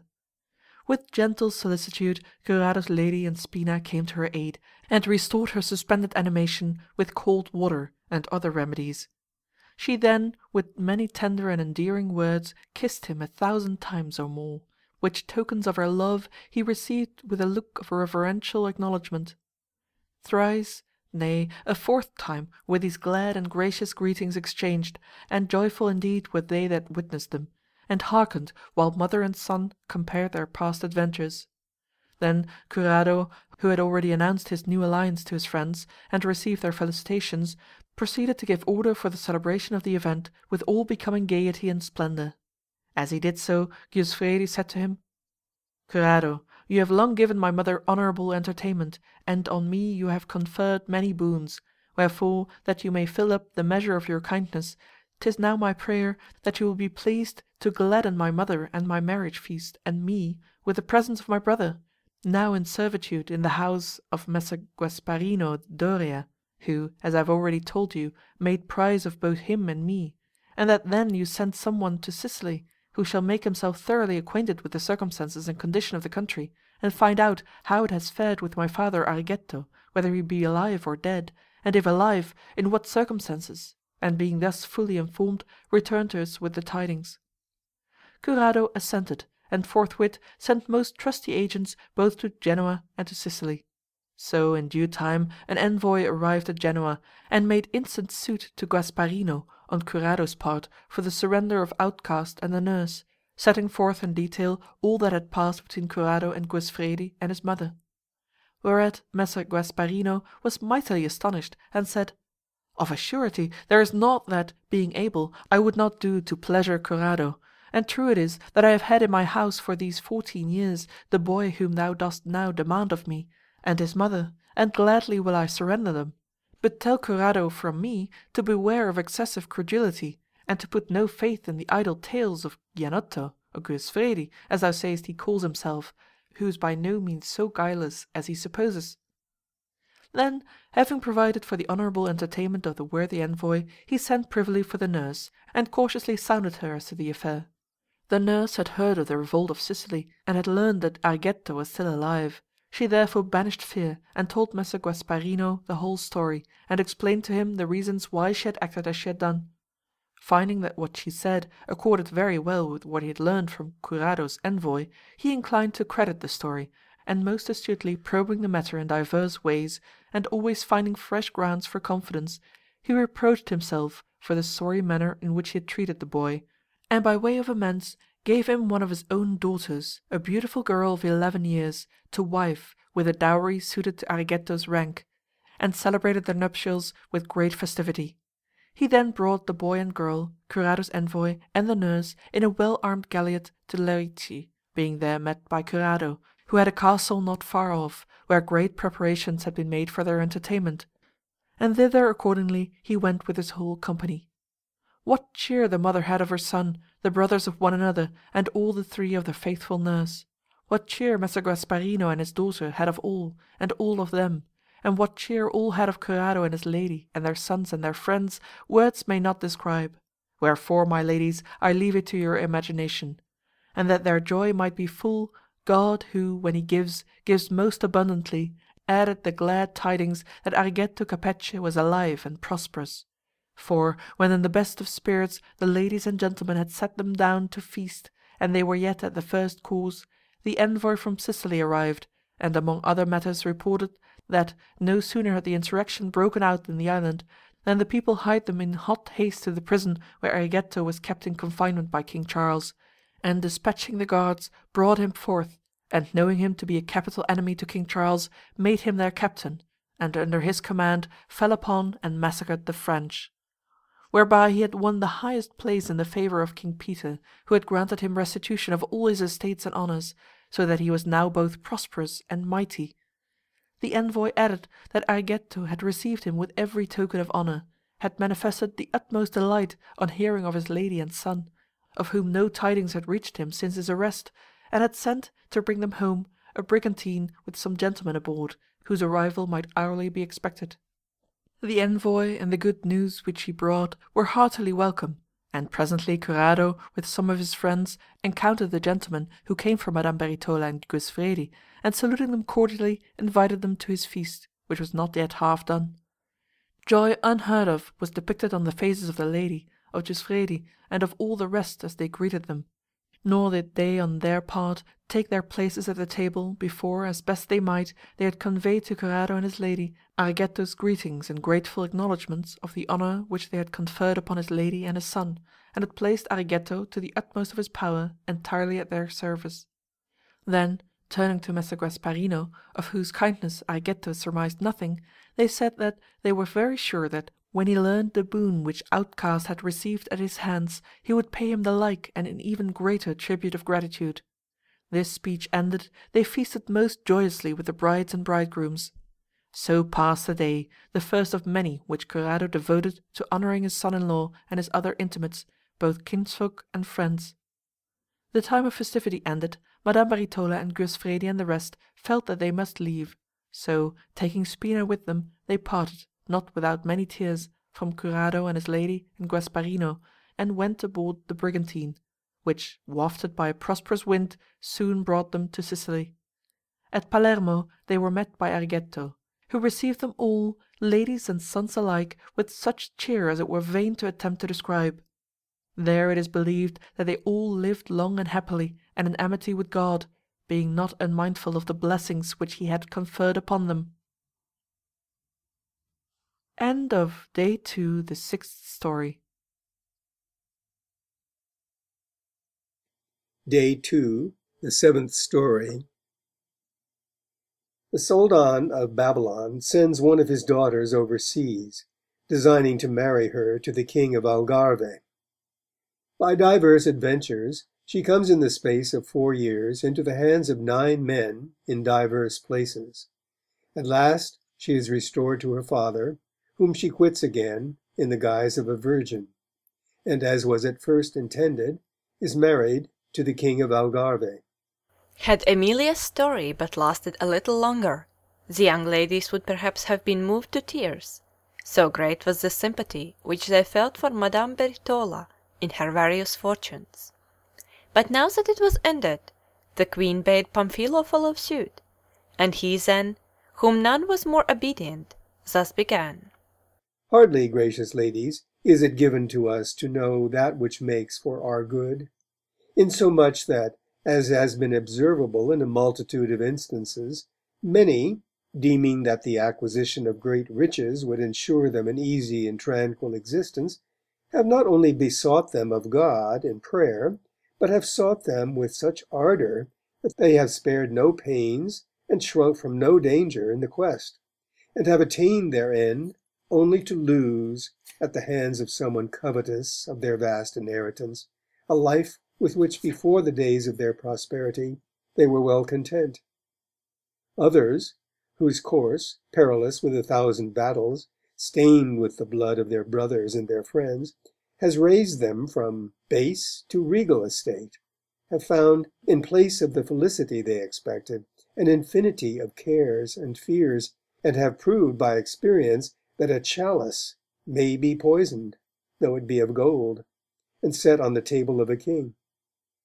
Many have most ardently desired beauty and strength and other advantages of person, and have only been taught their error by the death or dolorous life which these very advantages entailed upon them.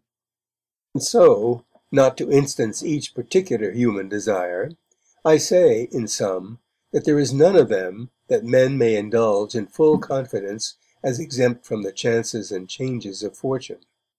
Wherefore, if we would act rightly, we ought to school ourselves to take and be content with that which he gives us, who alone knows and can afford us that of which we have need. But diverse as are the aberrations of desire to which men are prone, so, gracious ladies, there is one to which you are especially liable, in that you are unduly solicitous of beauty, insomuch that, not content with the charms which nature has allotted you, you endeavour to enhance them with wondrous ingenuity of art. Wherefore I am minded to make you acquainted with the coil of misadventures in which her beauty involved a fair Saracen, who, in the course of, perhaps, 4 years, was wedded 9 several times. There was of yore a Soldan of Babylon by the name of Beminadab, who in his day had cause enough to be well content with his luck. Many children, male and female, had he, and among them a daughter, Alatiel by name, who, by common consent of all that saw her, was the most beautiful woman then to be found in the world. Now the Soldan, having been signally aided by the king of Algarve in inflicting a great defeat upon a host of Arabs that had attacked him, had at his instance, and by way of special favour, given Alatiel to the king to wife. Wherefore, with an honourable escort of gentlemen and ladies most nobly and richly equipped, he placed her aboard a well-armed, well-furnished ship, and commending her to God, sped her on her journey. The mariners, as soon as the weather was favourable, hoisted sail, and for some days after their departure from Alexandria had a prosperous voyage. But when they had passed Sardinia, and were beginning to think that they were nearing their journey's end, they were caught one day between divers cross winds, each blowing with extreme fury, whereby the ship laboured so sorely that not only the lady, but the seamen, from time to time, gave themselves up for lost. But still, most manfully and skilfully, they struggled might and main with the tempest, which, ever waxing rather than waning, buffeted them for 2 days with immense unremittent surges. And being not far from the island of Majorca, as the third night began to close in, wrapped in clouds and mist and thick darkness, so that they saw neither the sky nor aught else, nor by any nautical skill might conjecture where they were, they felt the ship's timbers part. Wherefore, seeing no way to save the ship, each thought only how best to save himself, and a boat being thrown out, the masters first, and then the men one by one, though the first comers sought with knives in their hands to bar the passage of the rest, all, rather than remain in the leaky ship, crowded into it, and there found the death which they hoped to escape.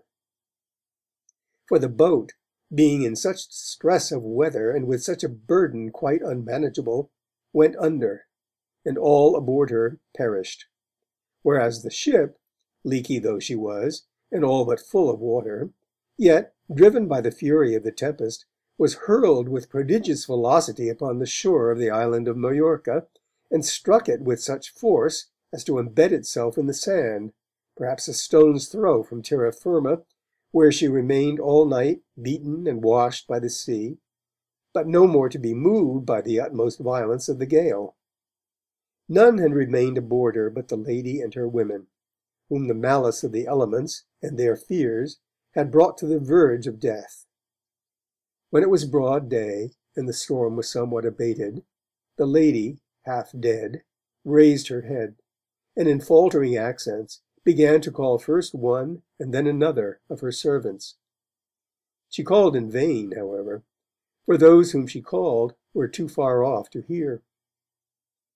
Great indeed was her wonder and fear to find herself thus without sight of human face or sound of other voice than her own. But, struggling to her feet as best she might, she looked about her, and saw the ladies that were of her escort, and the other women, all prostrate on the deck.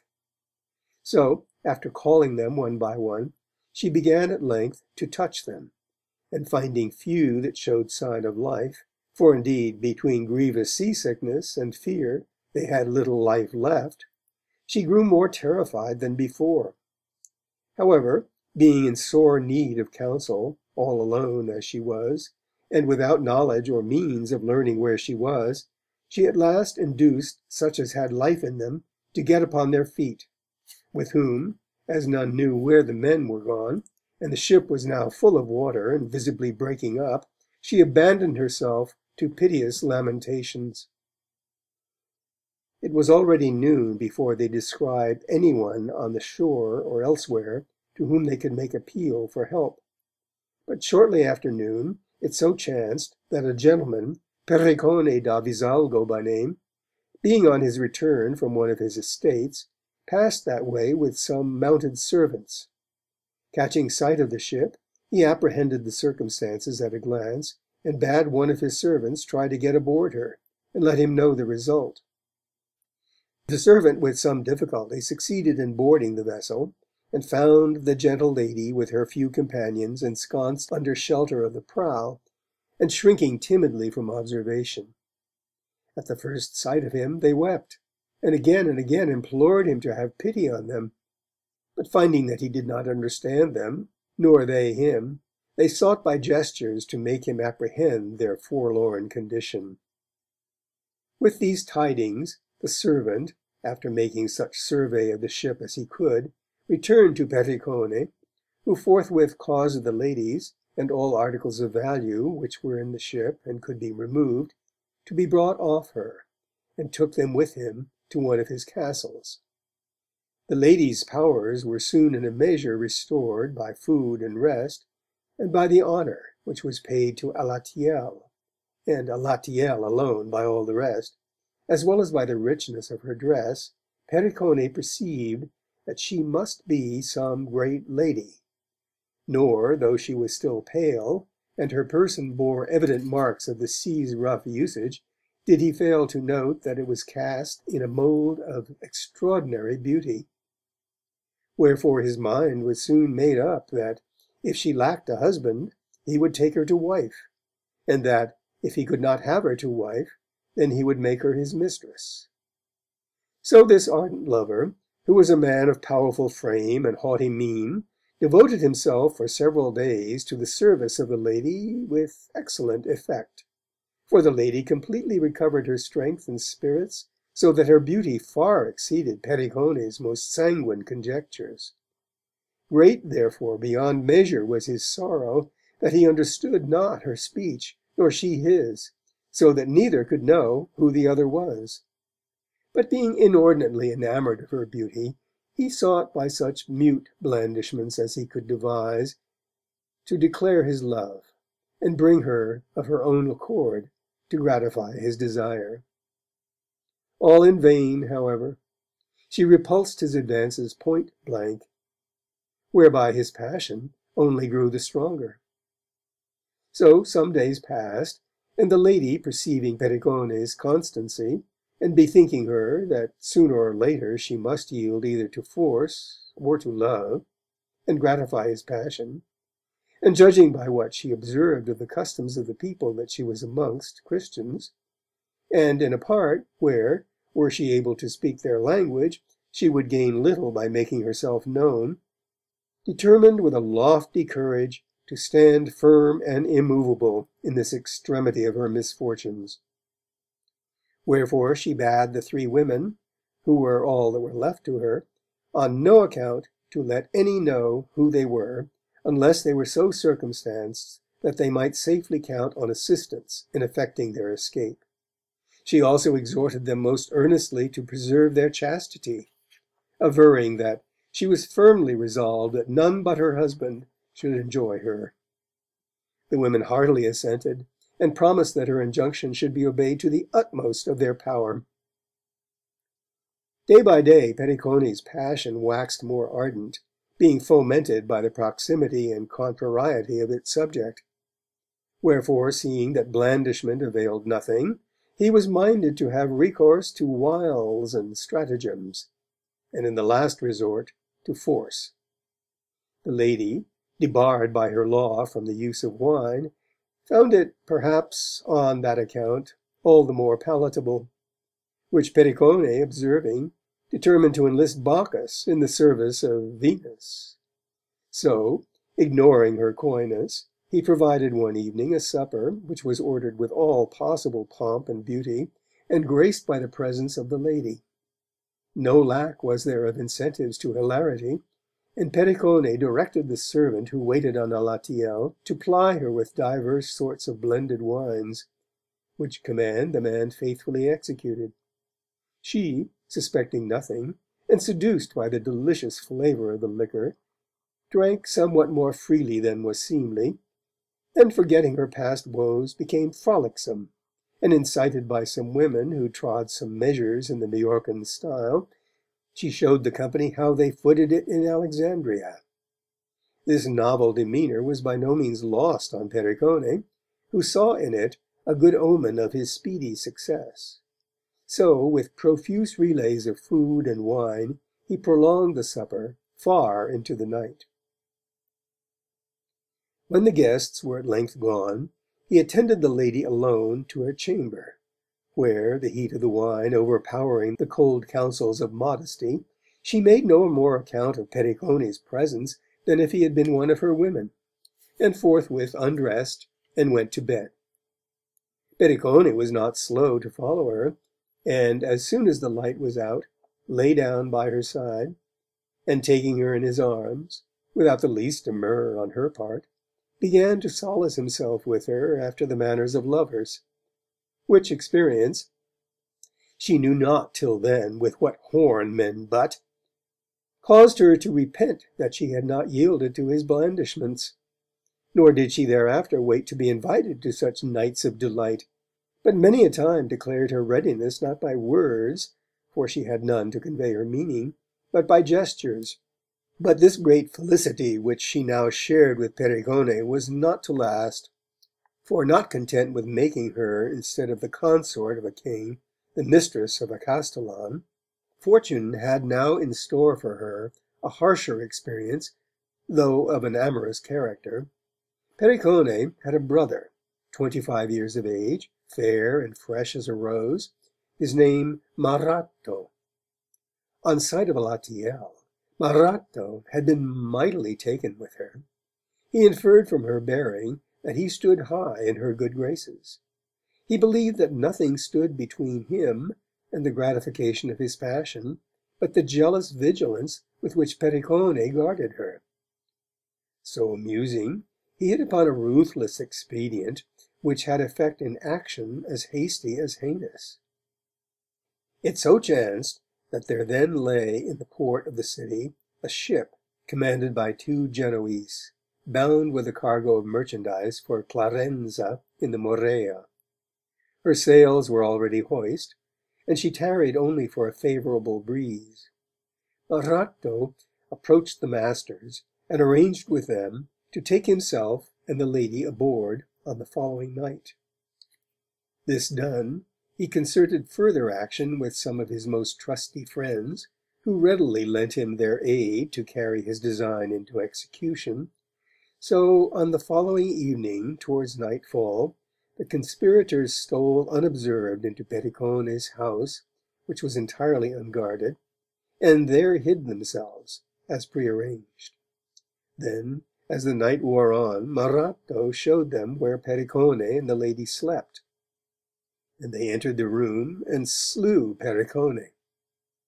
The lady, thus rudely roused, wept, but silencing her by menaces of death, they carried her off with the best part of Pericone's treasure, and hied them unobserved to the coast, where Maratto parted from his companions, and forthwith took the lady aboard the ship. The wind was now fair and fresh, the mariners spread the canvas, and the vessel sped on her course. This new misadventure, following so hard upon the former, caused the lady no small chagrin, but Maratto, with the aid of the good St. Crescent in hand that God has given us, found means to afford her such consolation that she was already grown so familiar with him as entirely to forget Pericone, when Fortune, not content with her former caprices, added a new dispensation of woe. For what with the beauty of her person, which, as we have often said, was extraordinary, and the exquisite charm of her manners, the 2 young men who commanded the ship fell so desperately in love with her that they thought of nothing but how they might best serve and please her. So only that Maratto should not discover the reason of their assiduous attentions, and neither being ignorant of the other's love, they held secret counsel together, and resolved to make conquest of the lady on joint account, as if love admitted of being held in partnership, like merchandise or money; which design being thwarted by the jealousy with which Latiel was guarded by Maratto, they chose a day and hour when the ship was speeding amain under canvas, and Maratto was on the poop, looking out over the sea, and quite off his guard, and going stealthily up behind him, they suddenly laid hands on him, and threw him into the sea, and were already more than a mile on their course before any perceived that Maratto was overboard. Which when the lady learned, and knew that he was irretrievably lost, she relapsed into her former plaintive mood. But the twain were forthwith by her side with soft speeches and profuse promises, which, however ill she understood them, were not altogether inapt to allay a grief which had in it more of concern for her own hapless self than of sorrow for her lost lover. So, in course of time, the lady beginning visibly to recover heart, they began privily to debate which of them should first take her to bed with him. And neither being willing to give way to the other, and no compromise being discoverable, high words passed between them, and the dispute grew so hot that they both waxed very wroth, drew their knives, and rushed madly at one another, and before they could be parted by their men, several stabs had been given and received on either side, whereby the one fell dead on the spot, and the other was severely wounded in divers parts of the body.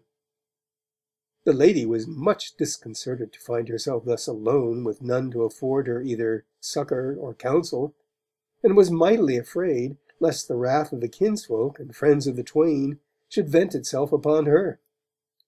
From this mortal peril she was, however, delivered by the intercessions of the wounded man and their speedy arrival at Clarenza. As there she tarried at the same inn with her wounded lover, the fame of her great beauty was speedily bruited abroad, and reached the ears of the Prince of the Morea, who was then staying there. The prince was curious to see her, and having so done, pronounced her even more beautiful than rumour had reported her. Nay, he fell in love with her in such a degree that he could think of naught else. And having heard in what guise she had come thither, he deemed that he might have her.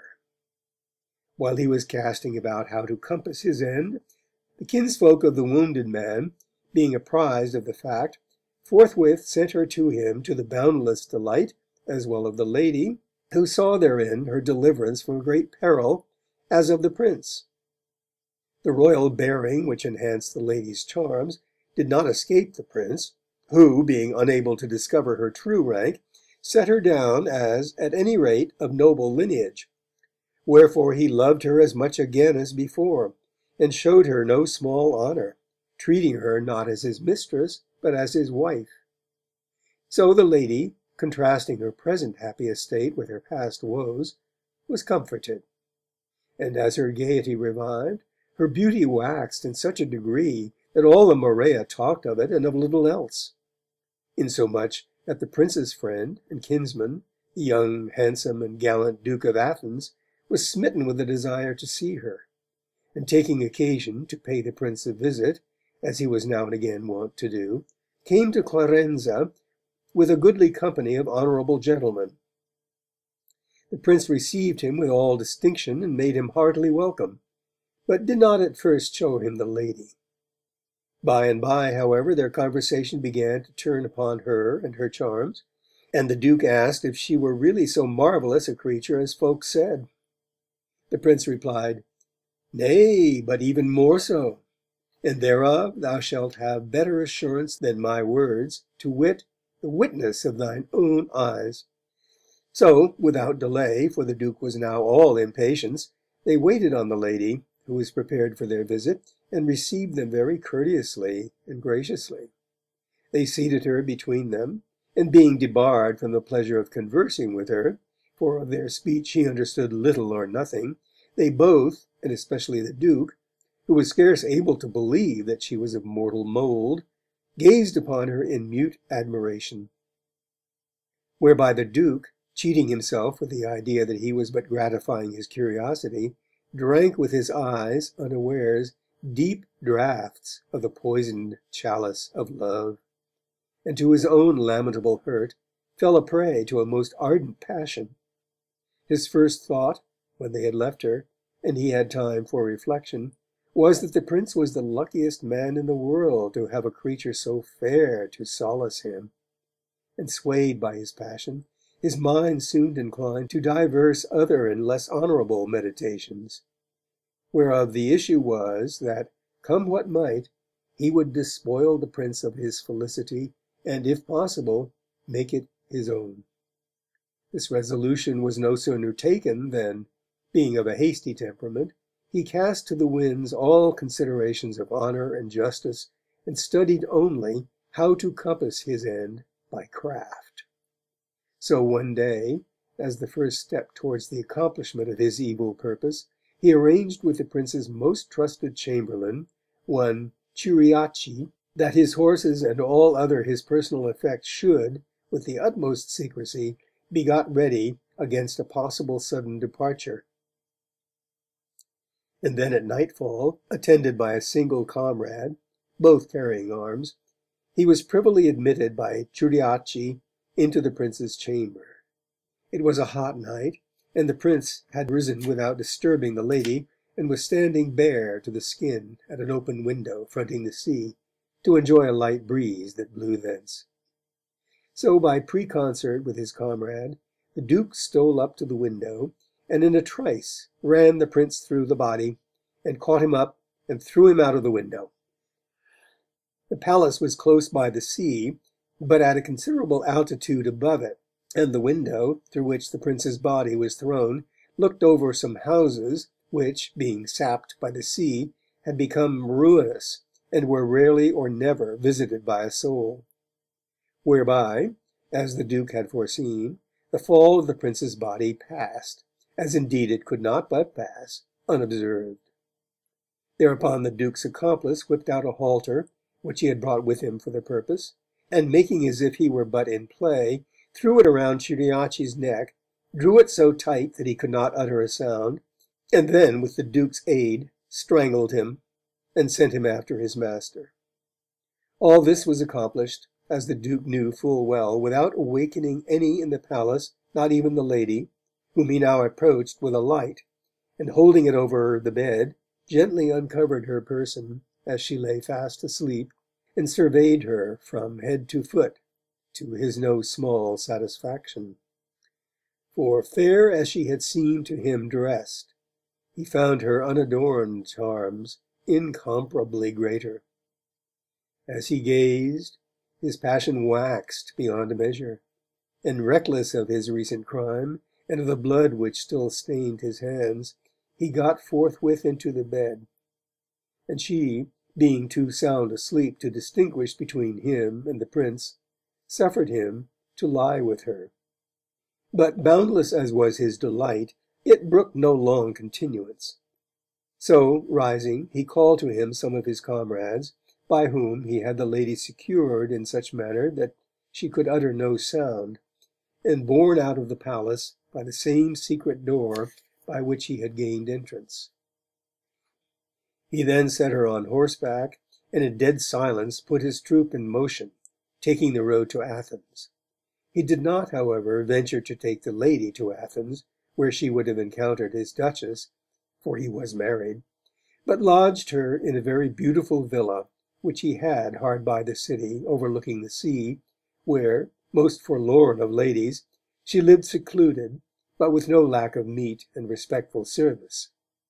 On the following morning the prince's courtiers awaited his rising until noon, but perceiving no sign of it, opened the doors, which had not been secured, and entered his bedroom. Finding it vacant, they supposed that the prince was gone off privily somewhere to have a few days of unbroken delight with his fair lady, and so they gave themselves no further trouble. But the next day it so chanced that an idiot, roaming about the ruins where lay the corpses of the prince and Ciuriaci, drew the latter out by the halter and went off dragging it after him. The corpse was soon recognized by not a few, who, at first struck dumb with amazement, soon recovered sense enough to cajole the idiot into retracing his steps and showing them the spot where he had found it. And having thus, to the immeasurable grief of all the citizens, discovered the prince's body, they buried it with all honour. Needless to say that no pains were spared to trace the perpetrators of so heinous a crime, and that the absence and evidently furtive departure of the Duke of Athens caused him to be suspected both of the murder and of the abduction of the lady. So the citizens were instant with one accord that the prince's brother, whom they chose as his successor, should exact the debt of vengeance, and he, having satisfied himself by further investigation that their suspicion was well founded, summoned to his aid his kinsfolk, friends, and divers vassals, and speedily gathered a large, powerful, and well-equipped army, with intent to make war upon the Duke of Athens. The Duke, being informed of his movements, made ready likewise to defend himself with all his power, nor had he any lack of allies, among whom the Emperor of Constantinople sent his son Constantine, and his nephew Manuel, with a great and goodly force. The two young men were honourably received by the Duke, and still more so by the Duchess, who was Constantine's sister. Day by day war grew more imminent, and at last the Duchess took occasion to call Constantine and Manuel into her private chamber, and with many tears told them the whole story at large, explaining the casus belli, dilating on the indignity which she suffered at the hands of the Duke, if, as was believed, he really kept a mistress in secret, and beseeching them in most piteous accents to do the best they could to devise some expedient whereby the Duke's honour might be cleared, and her own peace of mind assured. The young men knew exactly how matters stood, and so, without wearying the Duchess with many questions, they did their best to console her, and succeeded in raising her hopes. Before taking their leave, they learned from her where the lady was, whose marvellous beauty they had heard lauded so often, and being eager to see her, they besought the Duke to afford them an opportunity. Forgetful of what a light complaisance had cost the Prince, he consented, and next morning brought them to the villa where the lady lived, and with her, and a few of his boon companions, regaled them with a lordly breakfast, which was served in a most lovely garden. Constantine had no sooner seated himself and surveyed the lady than he was lost in admiration, inly affirming that he had never seen so beautiful a creature, and that for such a prize the Duke, or any other man, might well be pardoned treachery or any other crime. He scanned her again and again, and ever with more and more admiration, whereby it fared with him even as it had fared with the Duke.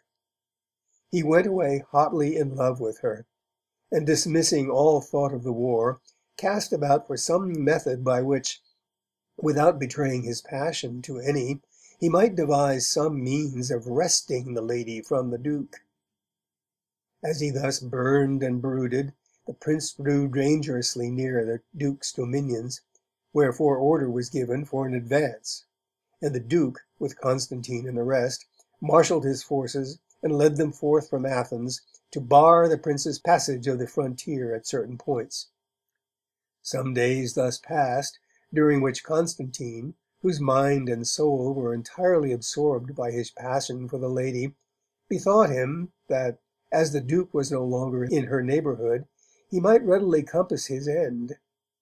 He therefore feigned to be seriously unwell, and having by this pretext obtained the Duke's leave, he ceded his command to Manuel, and returned to his sister at Athens.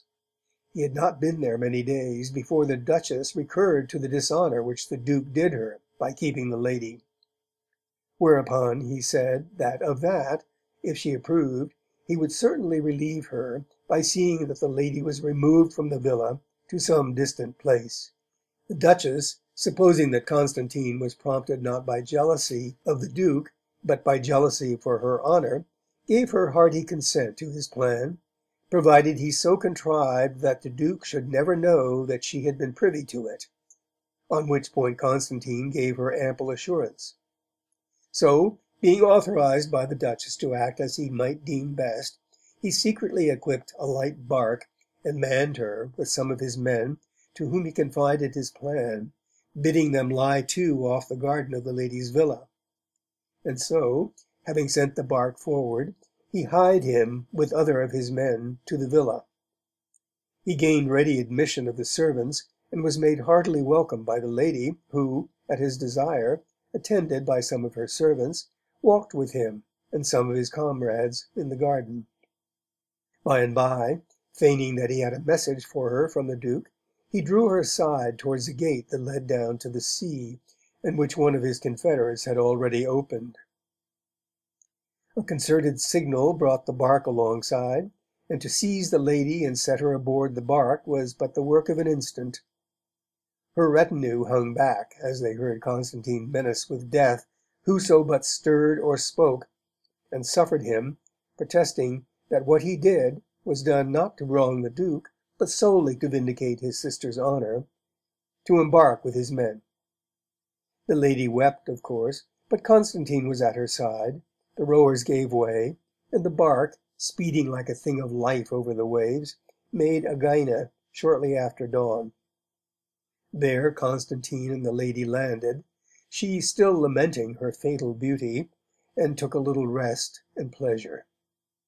Then, re-embarking, they continued their voyage, and in the course of a few days reached Chios, which Constantine, fearing paternal censure, and that he might be deprived of his fair booty, deemed a safe place of sojourn.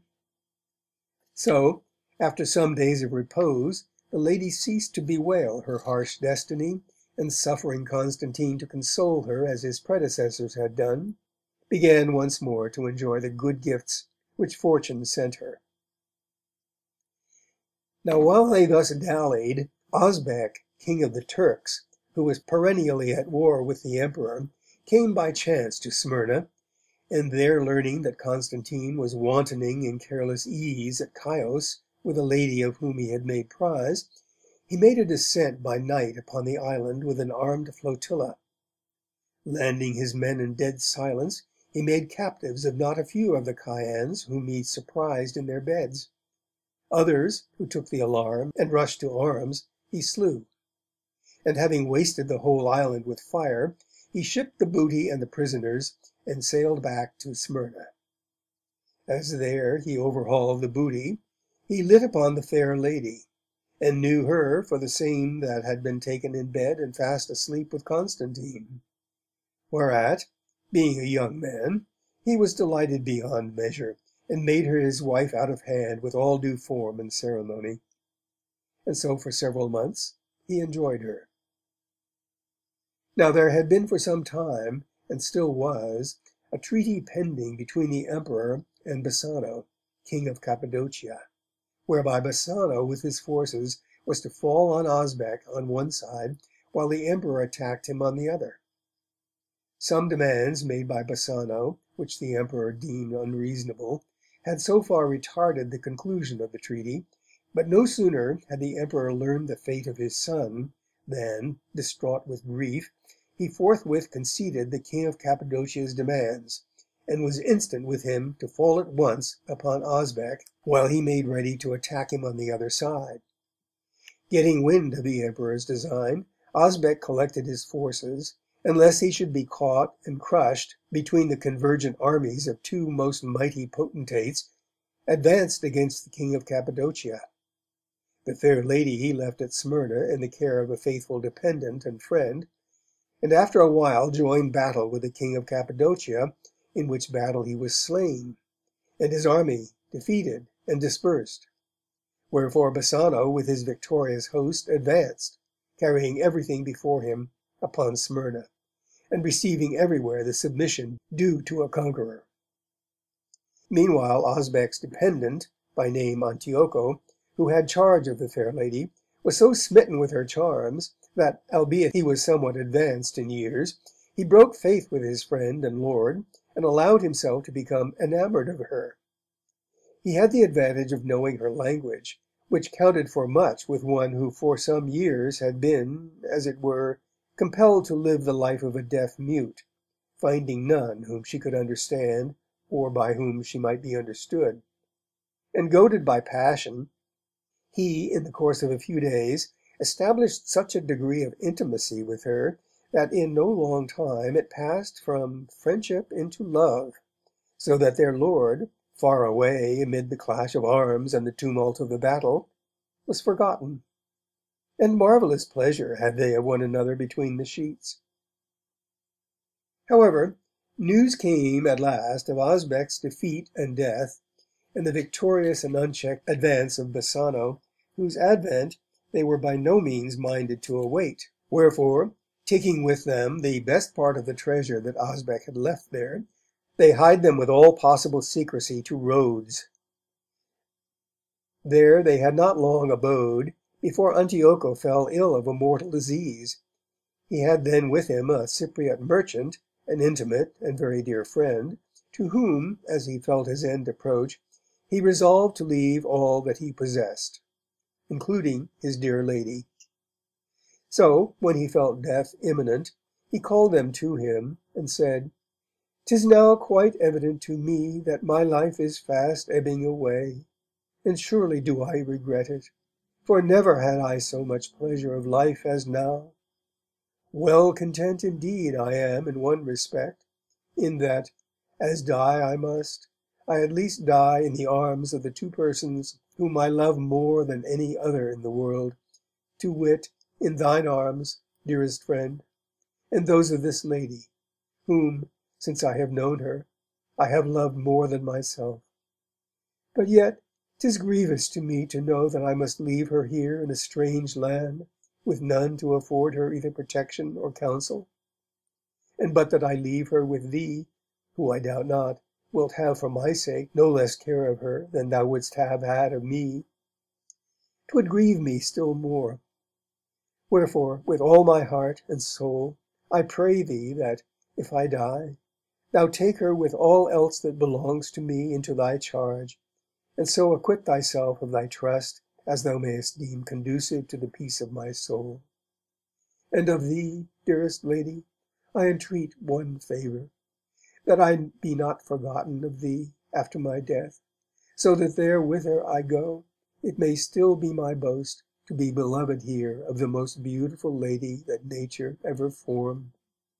Let me but die with these two hopes assured, and without doubt I shall depart in peace.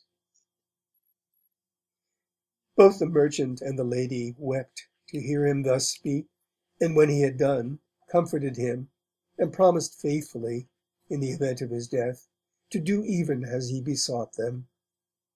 He died almost immediately afterwards, and was honourably buried by them.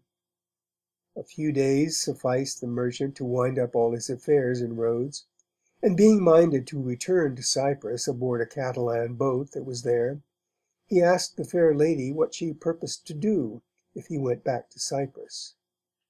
The lady answered that if it were agreeable to him, she would gladly accompany him, hoping that for love of Antioco he would treat and regard her as his sister. The merchant replied that it would afford him all the pleasure in the world, and to protect her from insult until their arrival in Cyprus, he gave her out as his wife, and, suiting action to word, slept with her on the boat in an alcove in a little cabin in the poop.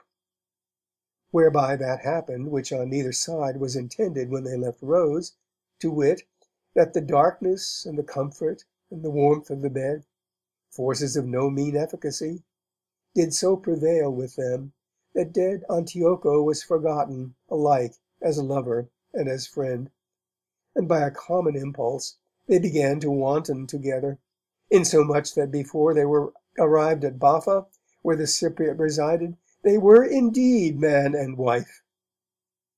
At Baffa the lady tarried with the merchant a good while, during which it so befell that a gentleman, Antigono by name, a man of ripe age and riper wisdom but no great wealth, being one that had vast and various experience of affairs in the service of the King of Cyprus, but had found fortune adverse to him, came to Baffa on business, and passing one day by the house where the fair lady was then living by herself, for the Cypriot merchant was gone to Armenia with some of his wares, he chanced to catch sight of the lady at one of the windows, and being struck by her extraordinary beauty, regarded her attentively, and began to have some vague recollection of having seen her before, but could by no means remember where.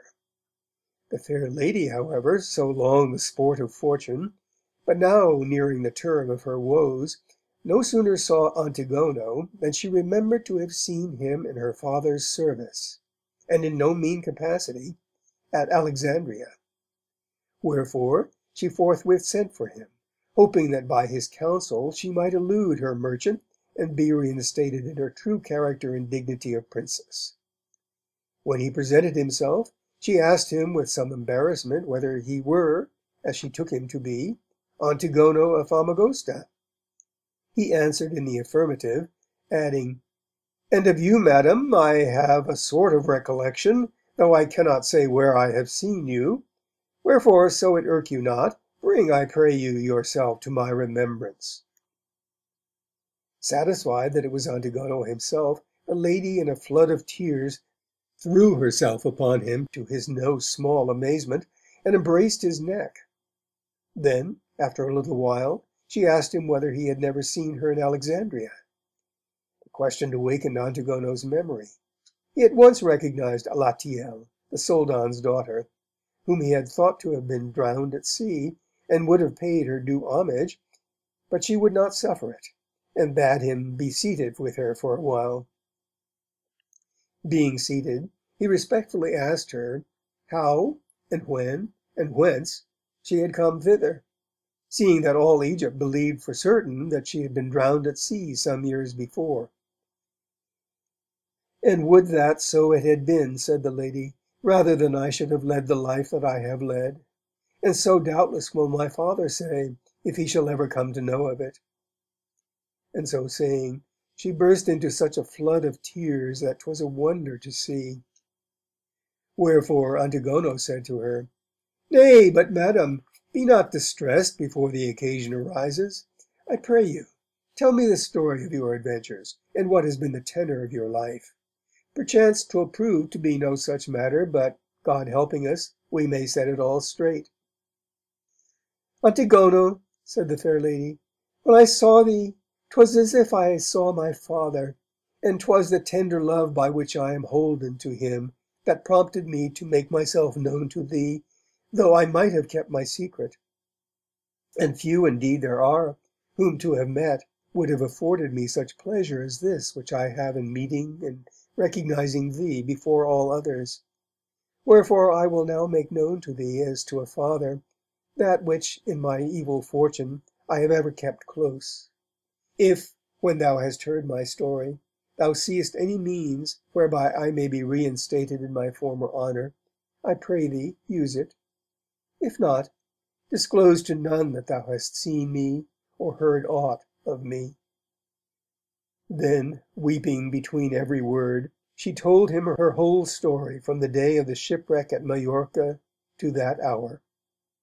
Antigono wept in sympathy, and then said, "Madam, as throughout this train of misfortunes you have happily escaped recognition, I undertake to restore you to your father in such sort that you shall be dearer to him than ever before, and be afterwards married to the King of Algarve." "How?" she asked. Whereupon he explained to her in detail how he meant to proceed, and, lest delay should give occasion to another to interfere, he went back at once to Famagosta, and having obtained audience of the king, thus he spoke: "Sire, so please you, you have it in your power at little cost to yourself to do a thing which will at once redound most signally to your honour, and confer a great boon on me, who have grown poor in your service." "How?" asked the king. Then said Antigono, "At Baffa is of late arrived a fair damsel, daughter of the Soldan, long thought to be drowned, who, to preserve her chastity, has suffered long and severe hardship. She is now reduced to poverty, and is desirous of returning to her father. If you should be pleased to send her back to him under my escort, your honour and my interest would be served in high and equal measure, nor do I think that such a service would ever be forgotten by the Soldan." With true royal generosity the king forthwith signified his approval, and had Alatiel brought under honourable escort to Famagosta, where, attended by his queen, he received her with every circumstance of festal pomp and courtly magnificence. Schooled by Antigono, she gave the king and queen such a version of her adventures as satisfied their inquiries in every particular. So, after a few days, the king sent her back to the Soldan under escort of Antigono, attended by a goodly company of honourable men and women. And of the cheer which the Soldan made her, and not her only, but Antigono and all his company, it boots not to ask. When she was somewhat rested, the Soldan inquired how it was that she was yet alive, and where she had been so long without letting him know how it fared with her.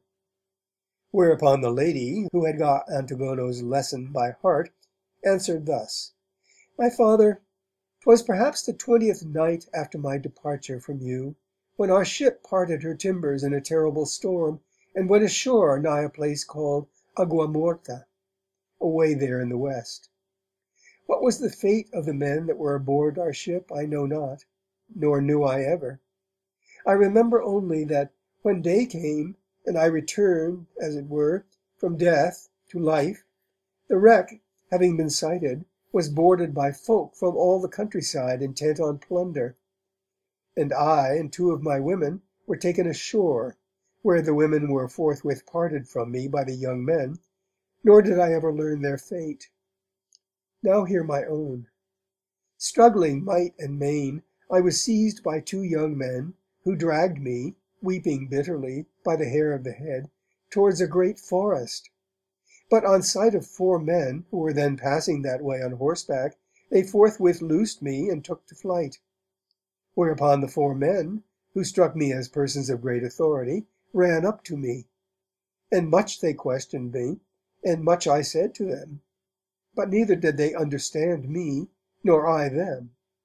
So, after long time conferring together, they set me on one side of their horses and brought me to a house, where dwelt a community of ladies, religious according to their law. And what the men may have said, I know not, but there I was kindly received, and ever honourably entreated by all. And with them I did afterwards most reverentially pay my devotions to St. Crescent in Hollow, who is held in great honour by the women of that country. When I had been some time with them, and had learned something of their language, they asked me who and whence I was, whereto I, knowing that I was in a convent, and fearing to be cast out as a foe to their law if I told the truth, answered that I was the daughter of a great gentleman of Cyprus, who had intended to marry me to a gentleman of Crete, but that on the voyage we had been driven out of our course and wrecked at Agua Morta. And so I continued, as occasion required, observing their usages with much assiduity, lest worse should befall me. But being one day asked by their superior, whom they call abbess, whether I was minded to go back to Cyprus, I answered that there was naught that I desired so much. However, so solicitous for my honour was the abbess, that there was none going to Cyprus to whom she would entrust me, until, 2 months or so ago, there arrived some worthy men from France, of whom one was a kinsman of the abbess, with their wives. They were on their way to visit the sepulchre, where he whom they hold to be God was buried after he had suffered death at the hands of the Jews. And the abbess, learning their destination, prayed them to take charge of me, and restore me to my father in Cyprus. With what cheer, with what honour, these gentlemen and their wives entertained me, for long to tell. But, in brief, we embarked, and in the course of a few days arrived at Baffa, where it was so ordered by the providence of God, who perchance took pity on me, that in the very hour of our disembarkation, I, not knowing a soul, and being at a loss how to answer the gentlemen, who would fain have discharged the trust laid upon them by the Reverend Abbess, and restored me to my father, fell in on the shore with Antigono, whom I forthwith called, and in our language, that I might be understood neither of the gentlemen nor of their wives, bade him acknowledge me as his daughter. He understood my case at once, made much of me, and to the utmost of his slender power honourably requited the gentleman. He then brought me to the King of Cyprus, who accorded me welcome there and conduct hither so honourable as words of mine can never describe. It aught remains to tell, you may best learn it from the lips of Antigono, who has often heard my story. Then Antigono, addressing the Soldan, said, Sire, what she has told you accords with what she has often told me, and with what I have learned from the gentlemen and ladies who accompanied her.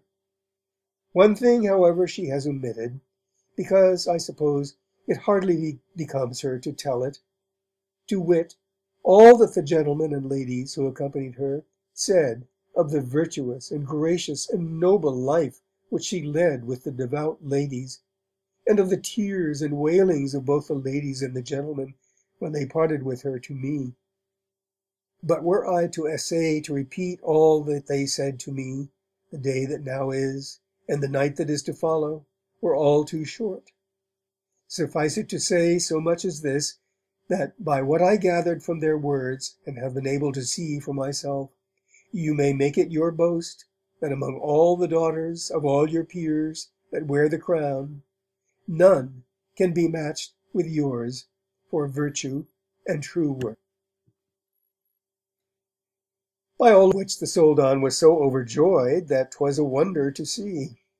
Again and again he made supplication to God, that of his grace power might be vouchsafed him adequately to recompense all who had done honour to his daughter, and most especially the King of Cyprus, for the honourable escort under which he had sent her thither. For Antigono he provided a magnificent guerdon, and some days later gave him his conge to return to Cyprus, at the same time by a special assemblage conveying to the king his grateful acknowledgments of the manner in which he had treated his daughter. Then, being minded that his first intent, to wit, that his daughter should be the bride of the king of Algarve, should not be frustrate, he wrote to the king, telling him all, and adding that, if he were still minded to have her, he might send for her. The king was overjoyed by these tidings, and having sent for her with great pomp, gave her on her arrival a hearty welcome. So she, who had lain with 8 men, in all perhaps 10,000 times, was bedded with him as a virgin, and made him believe that a virgin she was, and lived long and happily with him as his queen. Wherefore, 'twas said, mouth for kisses was never the worse, like as the moon reneweth her course. End of Day 2, Story number 7. Day 2, the 8th story of the Decameron. The Count of Antwerp, laboring under a false accusation, goes into exile. He leaves his 2 children in different places in England, and takes service in Ireland. Returning to England, an unknown man, he finds his sons prosperous. He serves as a groom in the army of the King of France. His innocence is established, and he is restored to his former honors. The ladies heaved many sighs over the various fortunes of the fair lady. But what prompted those sighs, who shall say? With some perchance it was as much envy as pity of one to whose lot fell so many nights of delight. But, however this may be, when Pamphilos's story was ended, and the laughter which greeted his last words had subsided, the queen turned to Eliza, and bade her follow suit with one of her stories. So Eliza with a cheerful courage thus began. Vast indeed is the field that lies before us, wherein to roam at large. 'Twould readily afford each of us not 1 course but 10, so richly has fortune diversified it with episodes both strange and sombre. Wherefore, selecting one such from this infinite store, I say, that after the transference of the Roman Empire from the Franks to the Germans, the greatest enmity prevailed between the 2 nations, with warfare perpetual and relentless.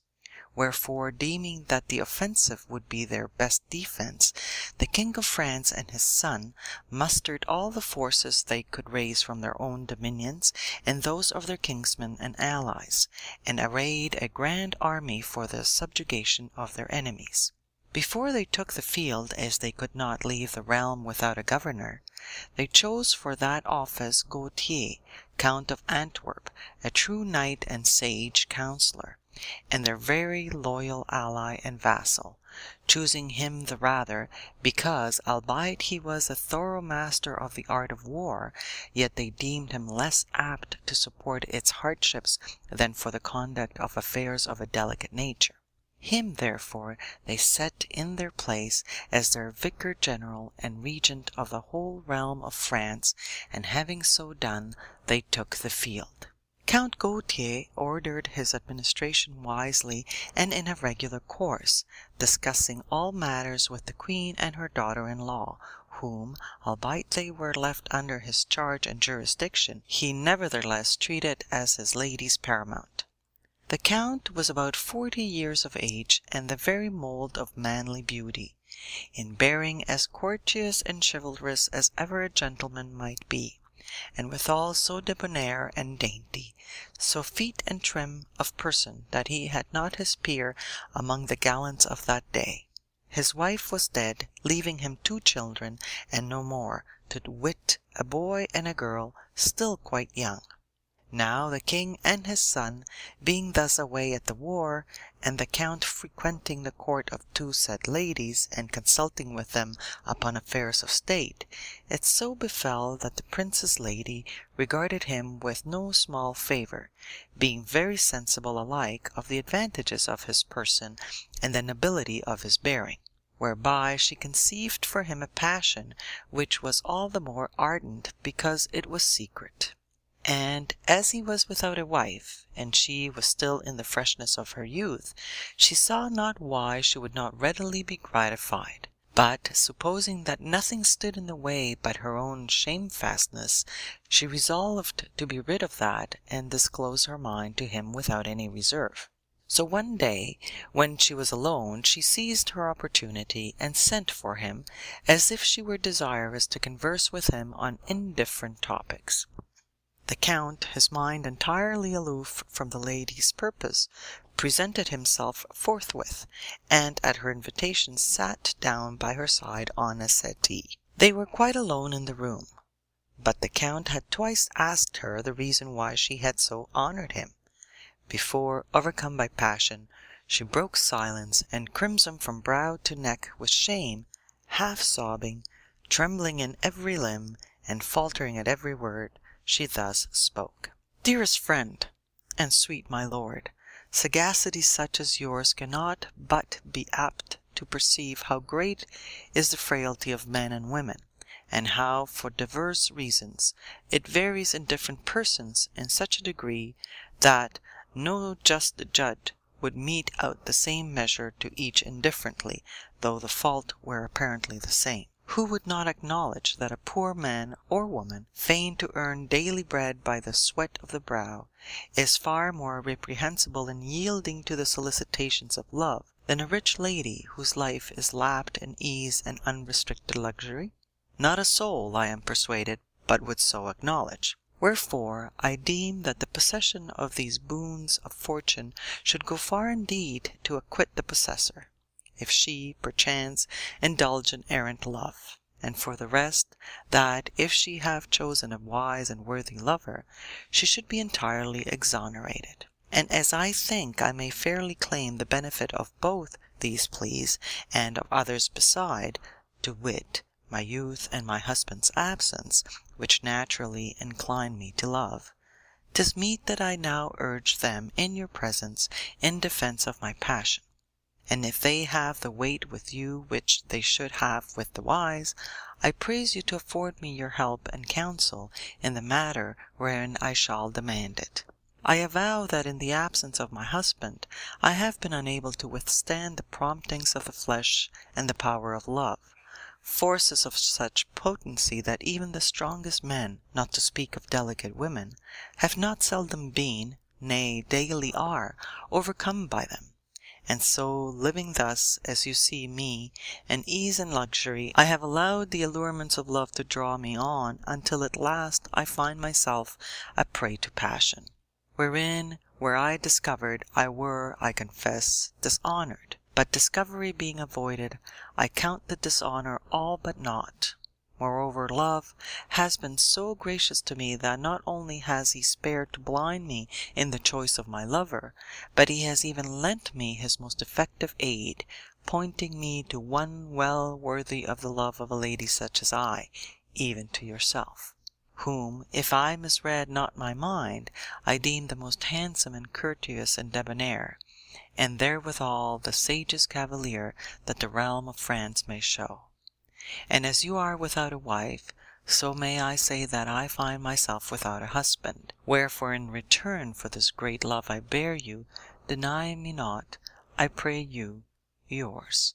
But have pity on my youth, which wastes away for you like ice before the fire." These words were followed by such a flood of tears that albeit she had intended yet further to press her suit, speech failed her. Her eyes drooped, and almost swooning with emotion, she let her head fall upon the count's breast. The count, who was the most loyal of knights, began with all severity to chide her mad passion, and to thrust her from him. But she was now making as if she would throw her arms around his neck, and to asseverate with oaths that he would rather be hewn in pieces than either commit or abet another in committing such an offence against the honour of his lord, when the lady, catching his drift, and forgetting all her love, in a sudden frenzy of rage, cried out, "So, unknightly knight, is it thus you flout my love? Now heaven forbid, but, as you would be the death of me, I either do you to death or drive you from the world." So saying, she dishevelled and tore her hair, and rent her garments to shreds about her bosom, which done, she began shrieking at the top of her voice, "Help, help! The Count of Antwerp threatens to violate me." Whereupon the Count, who knew that a clear conscience was no protection against the envy of courtiers, and doubted that his innocence would prove scarce a match for the cunning of the lady, started to his feet, and hied him with all speed out of the room, out of the palace, and back to his own house. Counsel of none he sought, but forthwith set his children on horseback, and taking horse himself, departed post-haste for Calais. The lady's cries brought not a few to her aid, who, observing her plight, not only gave entire credence to her story, but improved upon it, alleging that the debonair and accomplished Count had long employed all the arts of seduction to compass his end. So they rushed in hot haste to the Count's house, with intent to arrest him, and not finding him, sacked it and razed it to the ground. The news, as glossed and garbled, being carried to the king and prince in the field, they were mightily incensed, and offered a great reward for the Count, dead or alive, and condemned his posterity to perpetual banishment. Meanwhile the Count, sorely troubled that by his flight his innocence showed as guilt, pursued his journey, and concealing his identity, and being recognized by none, arrived with his 2 children at Calais. Thence he forthwith crossed to England, and manly clad, fared on for London, taking care as he went to school his children and all that belonged to their new way of life, and especially in 2 main articles, to wit, that they should bear with resignation the poverty to which, by no fault of theirs, but solely by one of fortune's caprices, they and he were reduced, and that they should be most sedulously on their guard to betray to none, as they valued their lives, whence they were, or who their father was.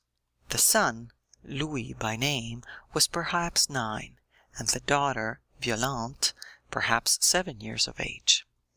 For years so tender they proved apt pupils, and afterwards showed by their conduct that they had well learned their father's lesson. He deemed it expedient to change their names, and accordingly called the boy Perrault and the girl Jeannette.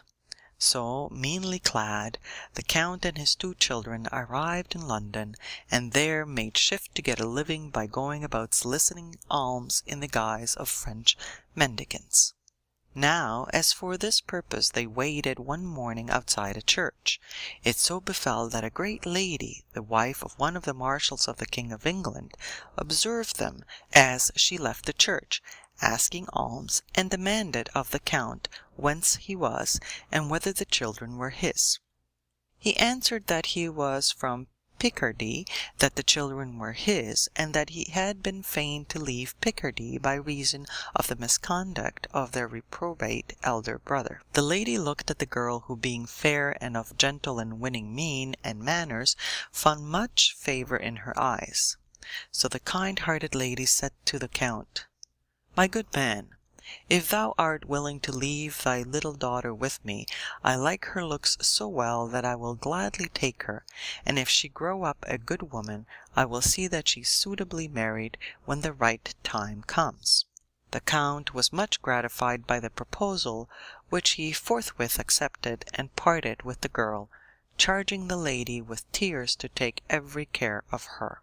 Having thus placed the girl with one in whom he felt sure that he might trust, he determined to tarry no longer in London, wherefore, taking Perrault with him, and begging as he went, he made his way to Wales, not without great suffering, being unused to go afoot. Now in Wales another of the king's marshals had his court, maintaining great state and a large number of retainers, to which court the count and his son frequently repaired, there to get food. And there Perrault find the marshal's son and other gentlemen's son vying with one another in boyish exercises, as running and leaping, little by little joined their company, and showed himself a match or more for them all in all their contests. The marshal's attention being thus drawn to him, he was well pleased with the boy's mien and bearing, and asked who he was. He was told that he was the son of a poor man who sometimes came there to solicit alms, whereupon he asked the count to let him have the boy, and the count, to whom God could have granted no greater boon, readily consented, albeit he was very loath to part with Perrault. Having thus provided for his son and daughter, the count resolved to quit the island, and did so, making his way as best he could to Stamford in Ireland, where he obtained a menial's place in the service of a knight, retainer to one of the earls of that country, and so abode there a long while, doing all the irksome and wearisome drudgery of a lackey or groom. Meanwhile, under the care of the gentle lady at London, Violante or Jeannette increased as in years and stature, so also in beauty, and in such favor with the lady and her husband and every other member of the household and all who knew her, that was a wonder to see. Nor was there any that, observing her bearing and manners, would not have said that at state or dignity there was none so high or honorable, but she was worthy of it. So the lady, who since she had received her from her father had been unable to learn aught else about him than what he had himself told, was minded to marry her honorably according to what she deemed to be her rank. But God, who justly apportions reward according to merit, having regard to her noble birth, her innocence, and the load of suffering which the sin of another had laid upon her, ordered otherwise, and in his good providence, lest the young gentlewoman should be mated with a churl, permitted, we must believe, events to take the course they did. The gentle lady with whom Jeannette lived had only one son, whom she and her husband loved most dearly, as well because he was a son as for his rare and noble qualities, for in truth there were few that compare with him in courtesy and courage and personal beauty. Now the young man marked the extraordinary beauty and grace of Jeannette, who was about 6 years his junior, and fell so desperately in love with her that he had no eyes for any other maiden. But deeming her to be of low degree, he not only hesitated to ask her of his parents in marriage, but fearing to incur reproof for indulging a passion for an inferior, he did his utmost to conceal his love, whereby it gave him far more disquietude than if he had avowed it, insomuch that, so extreme waxed the suffering, he fell ill, and that seriously. Divers physicians were called in, but, for all their scrutiny of his symptoms, they could not determine the nature of his malady, and one and all gave him up for lost. Nothing could exceed the sorrow and dejection of his father and mother, who again and again piteously implored him to discover to them the cause of his malady, and received no other answer than sighs or complaints that he seemed to be wasting away. Now, it so happened that one day Jeannette, who from regard for his mother was sedulously in waiting upon him, for some reason or another came into the room where he lay, while a very young but very skilful physician sate by him and held his pulse.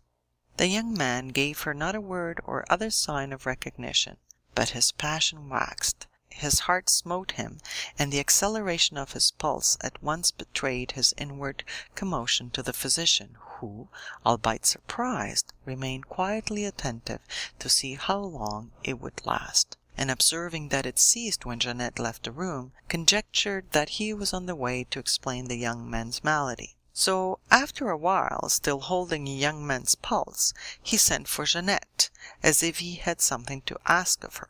She returned forthwith. The young man's pulse mounted as soon as she entered the room, and fell again as soon as she left it. Wherefore the physician no longer hesitated, but rose, and taking the young man's father and mother aside, said to them, "The restoration of your son's health rests not with medical skill, but solely with Jeanette, whom, as by unmistakable signs I have discovered, he ardently loves, though, so far I can see, she is not aware of it. So you know what you have to do, if you value his life." The prospect thus afforded of their son's deliverance from death reassured the gentleman and his lady, albeit they were troubled, misdoubting it must be by his marriage with Jeanette. So when the physician was gone, they went to the sick lad, and the lady thus spoke: "My son, never would I have believed that thou wouldst have concealed from me any desire of thine, least of all if such it were that privation should cause thee to languish. For well assured thou should have been and should be that I hold thee dear as my very self, and that whatever may be for thy contentment, even though it were scarce seemly, I would do it for thee. But for all thou hast so done, God has shown himself more merciful to thee ward than thyself, and lest thou die of this malady, has given me to know its cause, which is nothing else than the excessive love which thou bearest to a young woman, be she who she may, which love in good sooth thou needest not have been ashamed to declare, for it is but natural at thy age, and hadst thou no loved, I should have deemed thee of very little worth. So, my son, be not shy of me, but frankly discover to me thy whole heart, and away with this gloom and melancholy whereof thy sickness is engendered, and be comforted and assured thyself that there is naught that thou mayest require of me which I will not do to give thee ease, so far as my powers may reach, seeing that thou art dearer to me than my own life.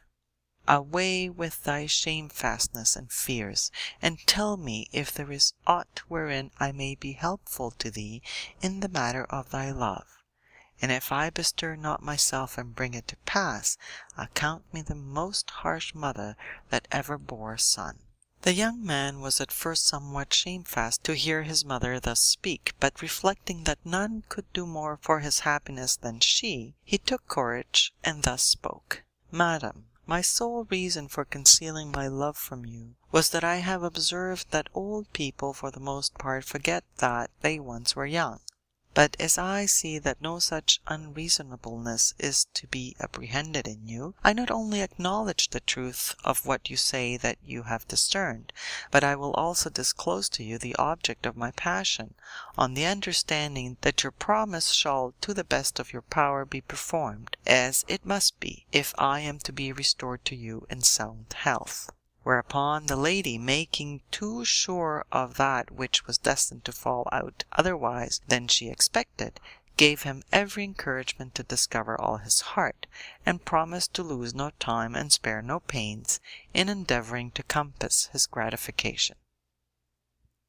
"Madam," said then the young man, "the rare beauty and exquisite manners of our Jeanette, my powerlessness to make her understand, I do not say commiserate, my love, and my reluctance to disclose it to any, have brought me to the condition in which you see me, and if your promise be not in one way or another performed, be sure that my life will be brief." The lady, deeming that the occasion called rather for comfort than for admonition, replied with a smile: "Ah, my son, was this then of all things the secret of thy suffering?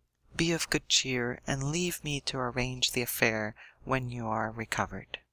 So, animated by a cheerful hope, the young man speedily gave sign of most marked improvement, which the lady observed with great satisfaction, and then began to cast about how she might keep her promise.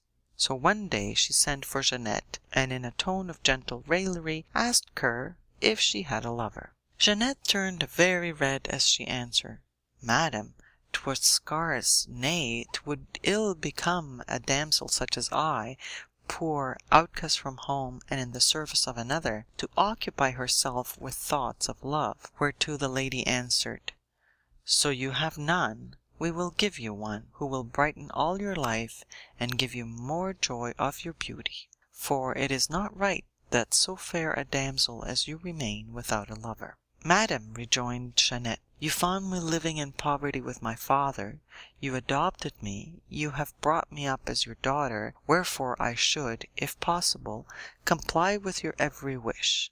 But in this matter I will render you no compliance, nor do I doubt that I do well. So you will give me a husband, I will love him, but no other will I love, for as patrimony I now have none save my honor, that I am minded to guard and preserve while my life shall last." Serious though the obstacle was which these words opposed to the plan by which the lady had intended to keep her promise to her son, her sound judgment could not but secretly acknowledge that the spirit which they evinced was much to be commended in the damsel. Wherefore she said, "Nay, but, Jeanette, suppose that our lord the king, who is a young knight as thou art a most fair damsel, craved some indulgence of thy love, wouldst thou deny him?" "The king," returned Jeanette without the least hesitation, "might constrain me, but with my consent he should never have aught of me that was not honorable." Whereto the lady made no answer, for she now understood the girl's temper, but being minded to put her to the proof, she told her son that, as soon as he was recovered, she would arrange that he should be closeted with her in the same room, and be thus able to use all his arts to bring her to his will, saying that it ill became her to play the part of procuress and urge her son's suit upon her own maid. But as the young man, by no means approving this idea, suddenly grew worse, the lady at length opened her mind to Jeanette, whom she found in the same frame as before, and indeed even more resolute. Wherefore she told her husband all that she had done, and as both preferred that their son should marry beneath him and live than he should remain single and die, they resolved, albeit much disconcerted, to give Jeanette to him to wife. And so after long debate they did, whereat Jeanette was overjoyed, and with devout heart gave thanks to God that he had not forgotten her. Nevertheless, she still gave no other account of herself than that she was the daughter of a Picard. So the young man recovered, and blithe at heart as never another, was married, and began to speed the time gaily with his bride. Meanwhile Perrault, left in Wales with the Marshal of the King of England, had likewise, with increase of years, increase of favour with his master, and grew up most shapely and well favoured, and of such prowess that in all the island at tourney or joust or any other passage of arms he had not his peer, being everywhere known and renowned as Perrault the Picard. And as God had not forgotten Jeanette, so likewise he made manifest by what follows that he had not forgotten Perrault. Well nigh half the population of those parts being swept off by a sudden visitation of deadly pestilence, most of the survivors fled therefrom in a panic, so that the country was to all appearance entirely deserted. Among those that died of the pest were the Marshal, his lady, and his son, besides brothers and nephews, and kinsfolk in great number, whereby of his entire household there were left only one of his daughters, now marriageable, and a few servants, among them Perrault. Now Perrault, being a man of such notable prowess, the damsel, soon after the pestilence had spent itself, took him, with the approval and by the advice of the few folk that survived, to be her husband, and made him lord of all that fell to her by inheritance. Nor was it long before the King of England, learning that the Marshal was dead, made Perrault the Picard, to those married he was no stranger, Marshal in the dead man's room. Such, in brief, was the history of two innocent children with whom the Count of Antwerp had parted, never expecting to see them again. 'Twas now the 18th year since the Count of Antwerp had taken flight from Paris, when, being still in Ireland, where he had led a very sorry and suffering sort of life, and feeling that age was now come upon him, he felt a longing to learn, if possible, what was become of his children. The fashion of his outward man was now completely changed, for long hardship had, as he well knew, given to his age a vigour which his youth, lapped in ease, had lacked. So he hesitated not to take his leave of the knight with whom he had so long resided, and poor and in sorry trim he crossed to England and made his way to the place where he had left Perrault, to find him a great lord and marshal of the king, and in good health, and withal a hardy man and very handsome. All which was very grateful to the old man, but he would not make himself known to his son until he had learned the fate of Jeannette.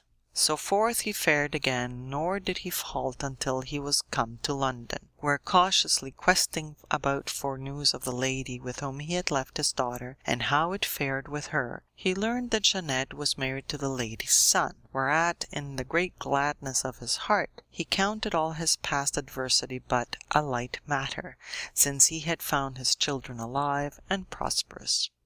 But sore he yearned to see Jeannette, wherefore he took to loitering, as poor folk are wont, in the neighbourhood of the house. And so one day Jacques Lamier, such was the name of Jeannette's husband, saw him and had pity on him, observing that he was poor and aged, and bade one of his servants took him indoors, and for God's sake give him something to eat. And nothing loath the servant did so. Now Jeannette had borne Jacques several children, the finest and the most winsome children in the world, the eldest no more than 8 years old, who gathered about the count as he ate, and as if by instinct, divining that he was their grandfather, began to make friends with him. He, knowing them for his grandchildren, could not conceal his love, and repaid them with caresses, insomuch that they would not hearken to their governor when he called them, but remained with the count. Which being reported to Jeannette, she came out of her room, crossed to where the count was sitting with the children, and bade them do as their master told them, or she would certainly have them whipped. The children began to cry, and to say that they would rather stay with the worthy man, whom they liked much better than their master, whereat both the lady and the count laughed in sympathy. The count had risen, with no other intention, for he was not minded to disclose his paternity, than to pay his daughter the respect due from his poverty to her rank, and the sight of her had thrilled his soul with such a wondrous delight. By her he was and remained unrecognized, utterly changed as he was from his former self, aged, grey-haired, bearded, lean and tanned, in short, to all appearance another man than the count. However, seeing that the children were unwilling to leave him, but wept when she made as if she would constrain them, she bade the master let them be for a time. So the children remained with the worthy man until the chance Jacques' father came home, and learned from the master what had happened, whereupon, having a grudge against Jeannette, he said, "Let them be, and God give them the ill luck which he owes them. Whence they sprang, thither they must needs return. They descend from a vagabond on a mother's side, and so 'tis no wonder that they consort readily with vagabonds." The count caught these words and was sorely pained, but shrugging his shoulders bore the affront silently, as he had borne many other. Jacques, who had noted his children's fondness for the worthy man, to wit, the count, was displeased, but nevertheless such was the love he bore them, that, rather than see them weep, he gave order that if the worthy man cared to stay there in his service, he should be received. The count answered that he would gladly do so, but that he was fit for nothing except to look after horses, to which he had been used all his life. So a horse was assigned him, and when he had groomed him, he occupied himself in playing with the children. While fortune thus shaped the destinies of the Count of Antwerp and his children, it so befell that after a long series of truces made with the Germans, the King of France died, and his crown passed to his son, whose wife had been the occasion of the Count's banishment. The new king, as soon as the last truce with the Germans was run out, renewed hostilities with extraordinary vigor, being aided by his brother of England, with a large army under the command of his marshal, Perrault, and his other marshal's sons, Jacques Lamier. With them went the worthy man, that is to say, the Count, who, unrecognized by any, served for a long while in the army in the capacity of groom, and acquitted himself both in council and in arms with a wisdom and valor unwonted in one of his supposed rank. The war was still raging when the Queen of France fell seriously ill, and, as she felt her end approach, made a humble and contrite confession of all her sins to the Archbishop of Rouen, who was universally reputed a good and most holy man. Among her other sins, she confessed the great wrong that she had done to the Count of Antwerp.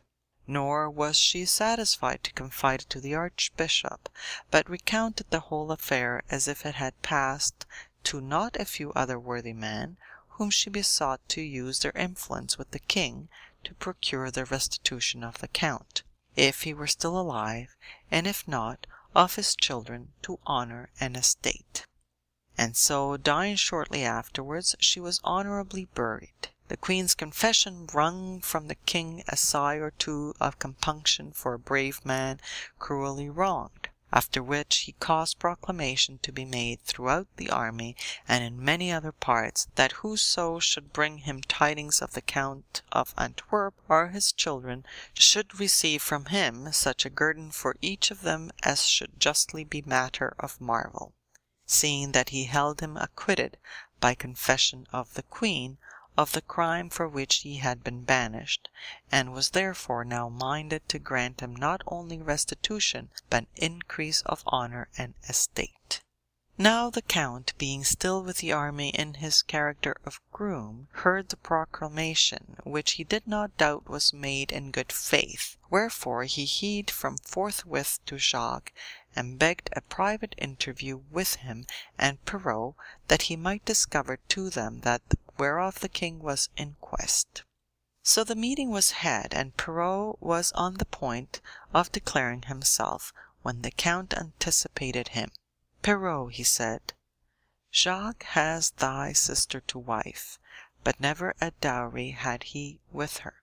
Wherefore, that thy sister be not dowerless, 'tis my will that he, and no other, have this great reward, which the king offers for thee, son, as he shall certify, of the Count of Antwerp, and for his wife, and thy sister Violante, and for me, Count of Antwerp, thy father." So hearing Perrault scanned the court closely, and forthwith, recognizing him, burst into tears, and throwing himself at his feet, embraced him, saying, "My father, welcome, welcome indeed art thou."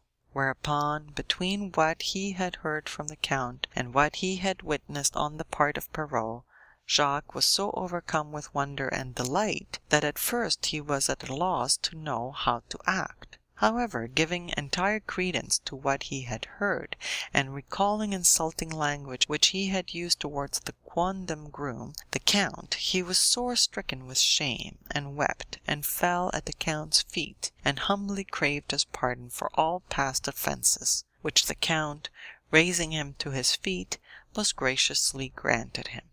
So with many a tear and many a hearty laugh the three men compared their several fortunes, which done, Perrault and Jacques would have arrayed the Count in manner befitting his rank, but he would by no means suffer it, being minded that Jacques, so soon as he was well assured that the guerdon was forthcoming, should present him to the king in his garb of groom, that thereby the king might be more ashamed.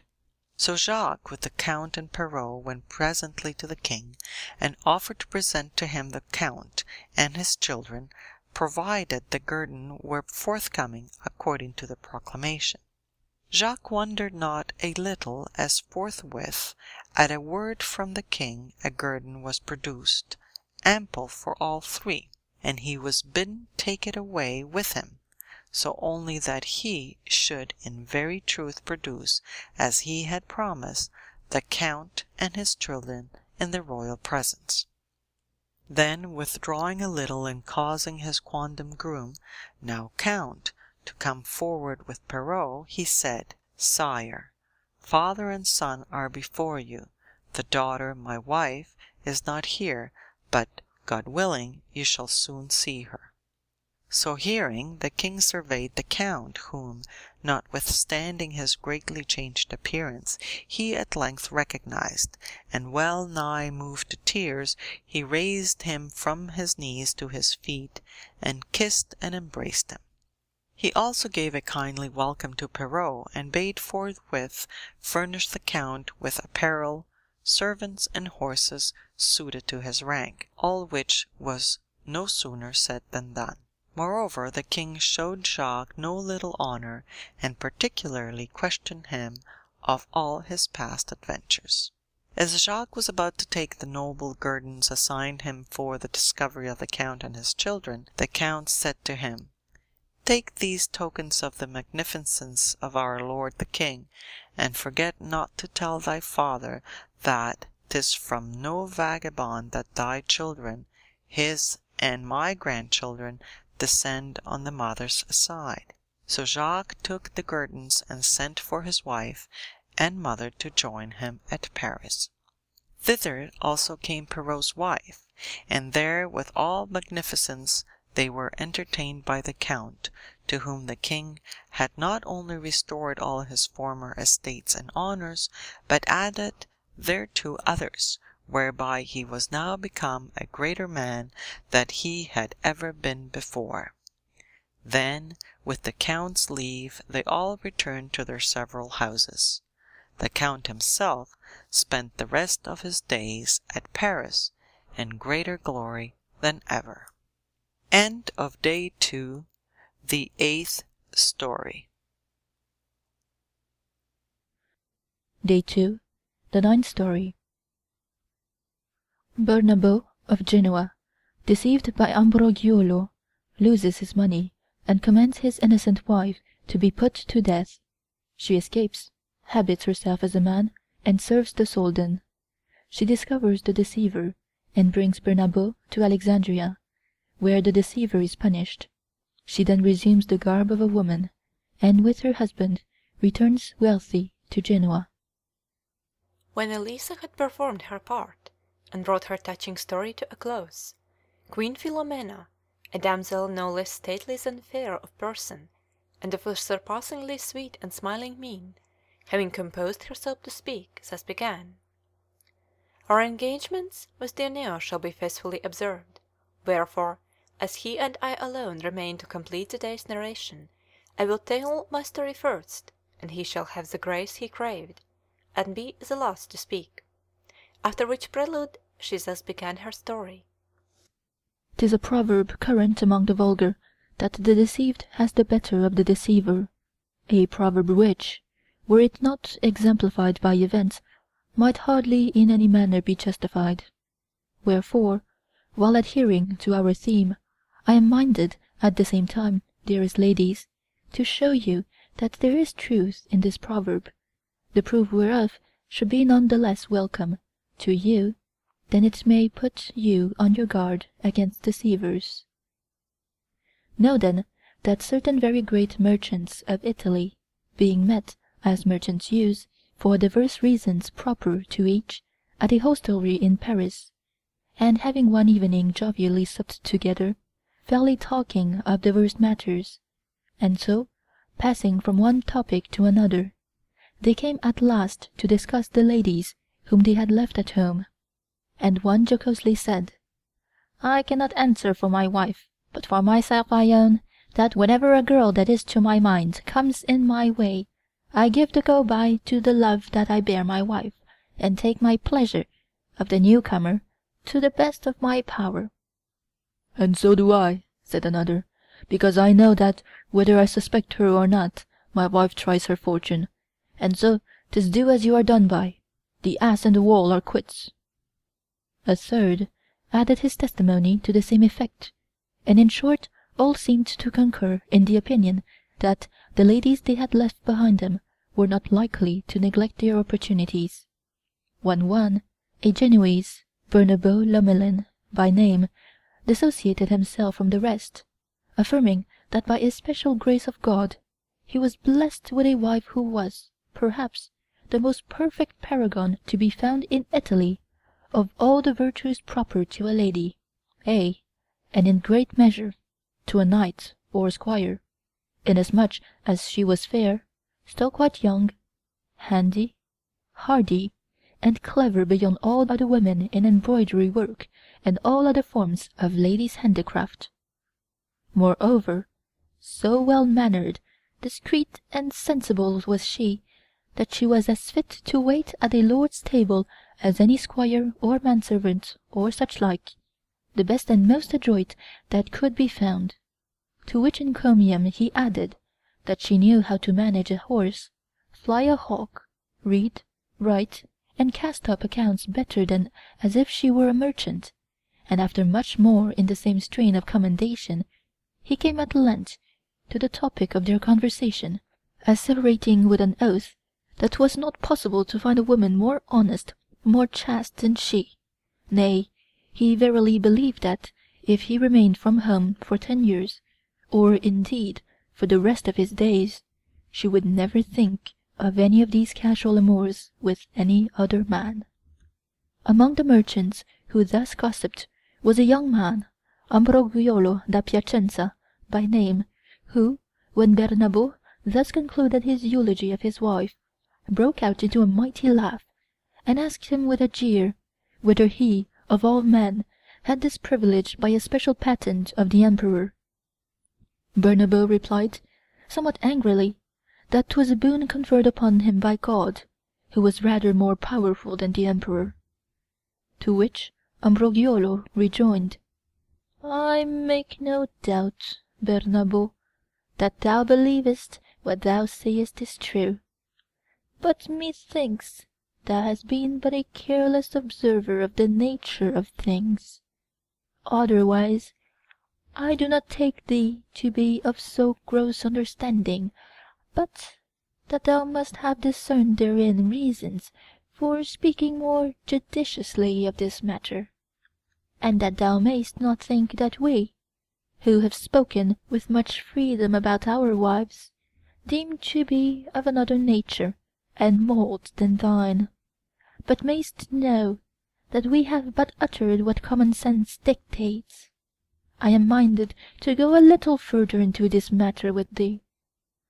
I have always understood that of all mortal beings created by God, man is the most noble, and next after him woman, man then being, as is universally believed, and is indeed apparent by his works, more perfect than woman, must without doubt be endowed with more firmness and constancy, women being one and all more mobile, for reasons not a few and founded in nature, which I might adduce, but mean for the present to pass over.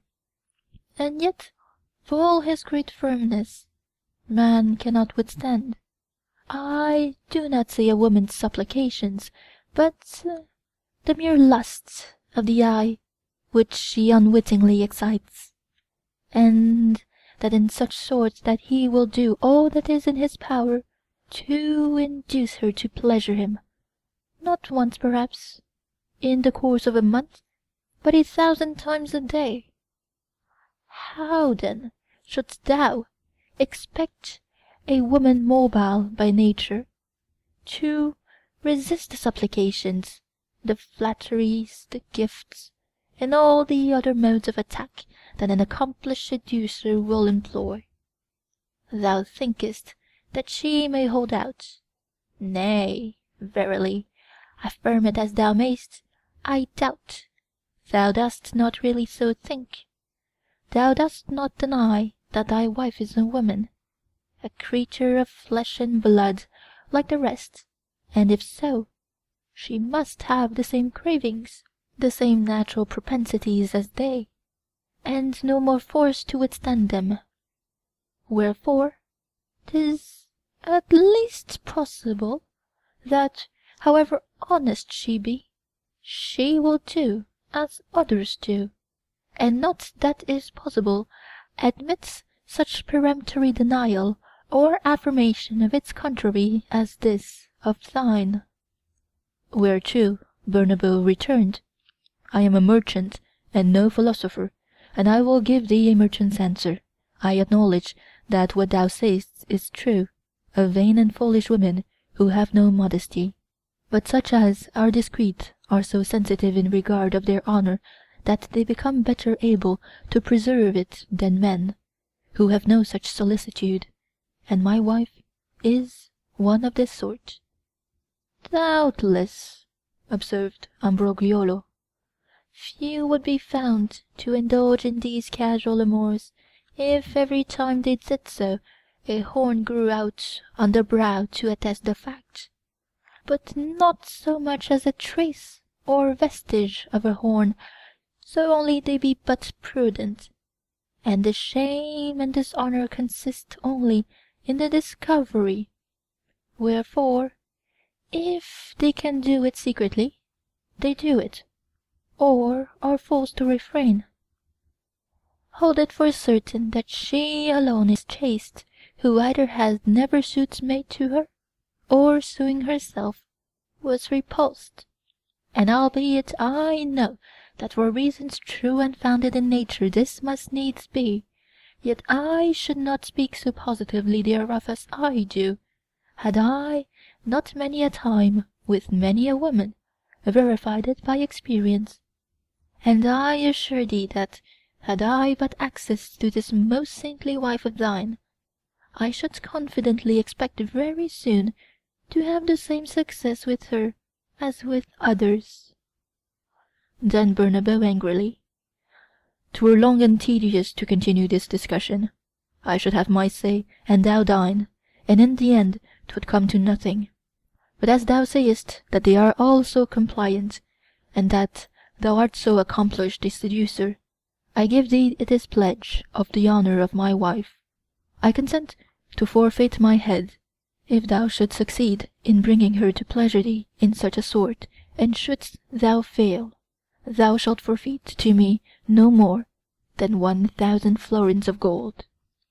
Elated by this unexpected offer, Ambrogiolo replied, I know not what I should do with thy blood, Barnabo, if I won the wager.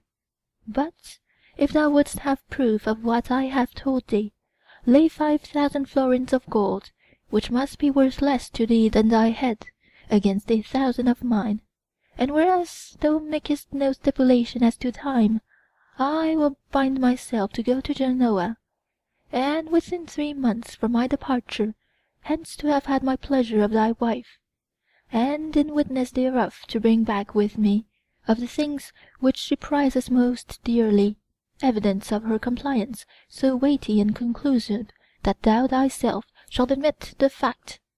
Nor do I require aught of thee but that thou pledge thy faith, neither to come to Genoa, nor to write word to her of this matter during the said 3 months. Barnabo professed himself well content, and though the rest of the company, seeing that the compact might well have very evil consequences, did all that they could to frustrate it, yet the 2 men were now so heated that, against the will of the others, they set it down fairly in writing, and signed it each with his own hand. This done, Ambrogiolo, leaving Barnabo at Paris, posted with all speed for Genoa. Arrived there, he set to work with great caution, and having found out the quarter in which the lady resided, he learned in the course of a few days enough about her habits of life and her character to know what Barnabo had told him was rather less than the truth. So, recognizing that his enterprise was hopeless, he cast about for some device whereby he might cover his defeat, and having got speech of a poor woman, who was much in the lady's house, as also in her favour, he bribed her, other means failing, to convey him in a chest, which he had made for the purpose, not only into the house, but into the bedroom of the lady, whom the good woman, following Ambrogiolo's instructions, induced to take charge of it for some days, during which she said she would be away. So the lady suffered the chest to remain in the room, and when the night was so far spent that Ambrogiolo thought she must be asleep, he opened it with some tools with which he had provided himself, and stole softly out. There was a light in the room, so that he was able to form an idea of its situation, to take note of the pictures and everything else of consequence that it contained, and to commit the whole to memory. This done, he approached the bed, and observing that the lady and a little girl that was with her were fast asleep, he gently uncovered her, and saw that nude she was not a whit less lovely than when dressed. He looked about for some mark that might serve him as evidence that he had seen her in this state, but found nothing except a mole, which she had under the left breast, and which was fringed with a few hairs that shone like gold. So beautiful was she that he was tempted, at the hazard of his life, to take his place by her side in the bed. But, remembering what he had heard of her inflexible obduracy in such affairs, he did not venture, but quietly replaced the bedclothes, and having passed the best part of the night very much at his ease in her room, he took from one of the lady's boxes a purse, a gown, a ring, and a girdle, and with these tokens returned to the chest, and locked himself in as before. In dinner he passed 2 nights, nor did the lady in the least suspect his presence. On the 3rd day the good woman came by, preconcert to fetch her chest, and took it back to the place whence she had brought it. So Ambrogiolo got out, paid her the stipulated sum, and hied him back with all speed to Paris, where he arrived within the appointed time.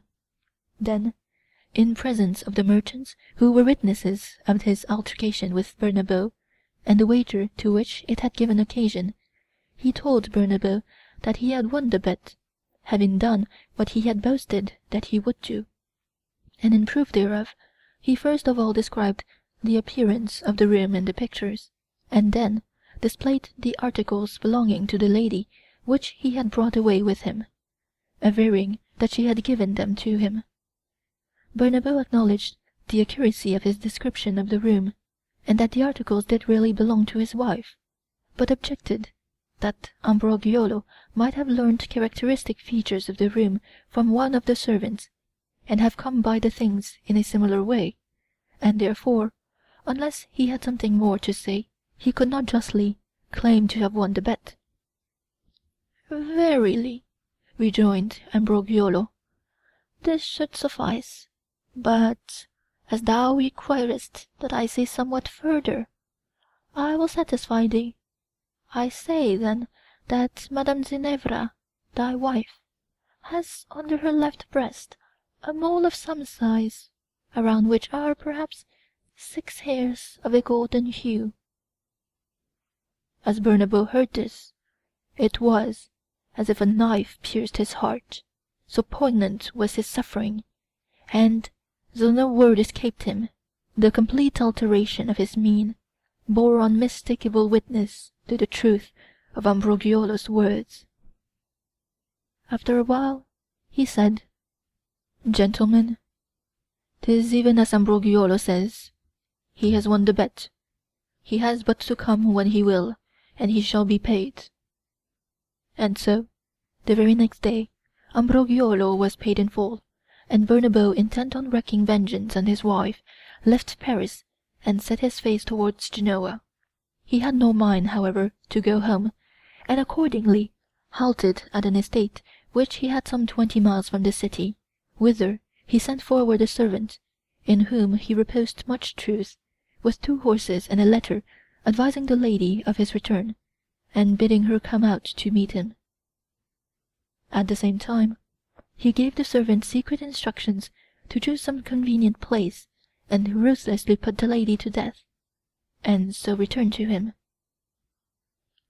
On his arrival at Genoa, the servant delivered his message and the letter to the lady, who received him with great cheer, and next morning got on horseback and set forth with him for her husband's estate.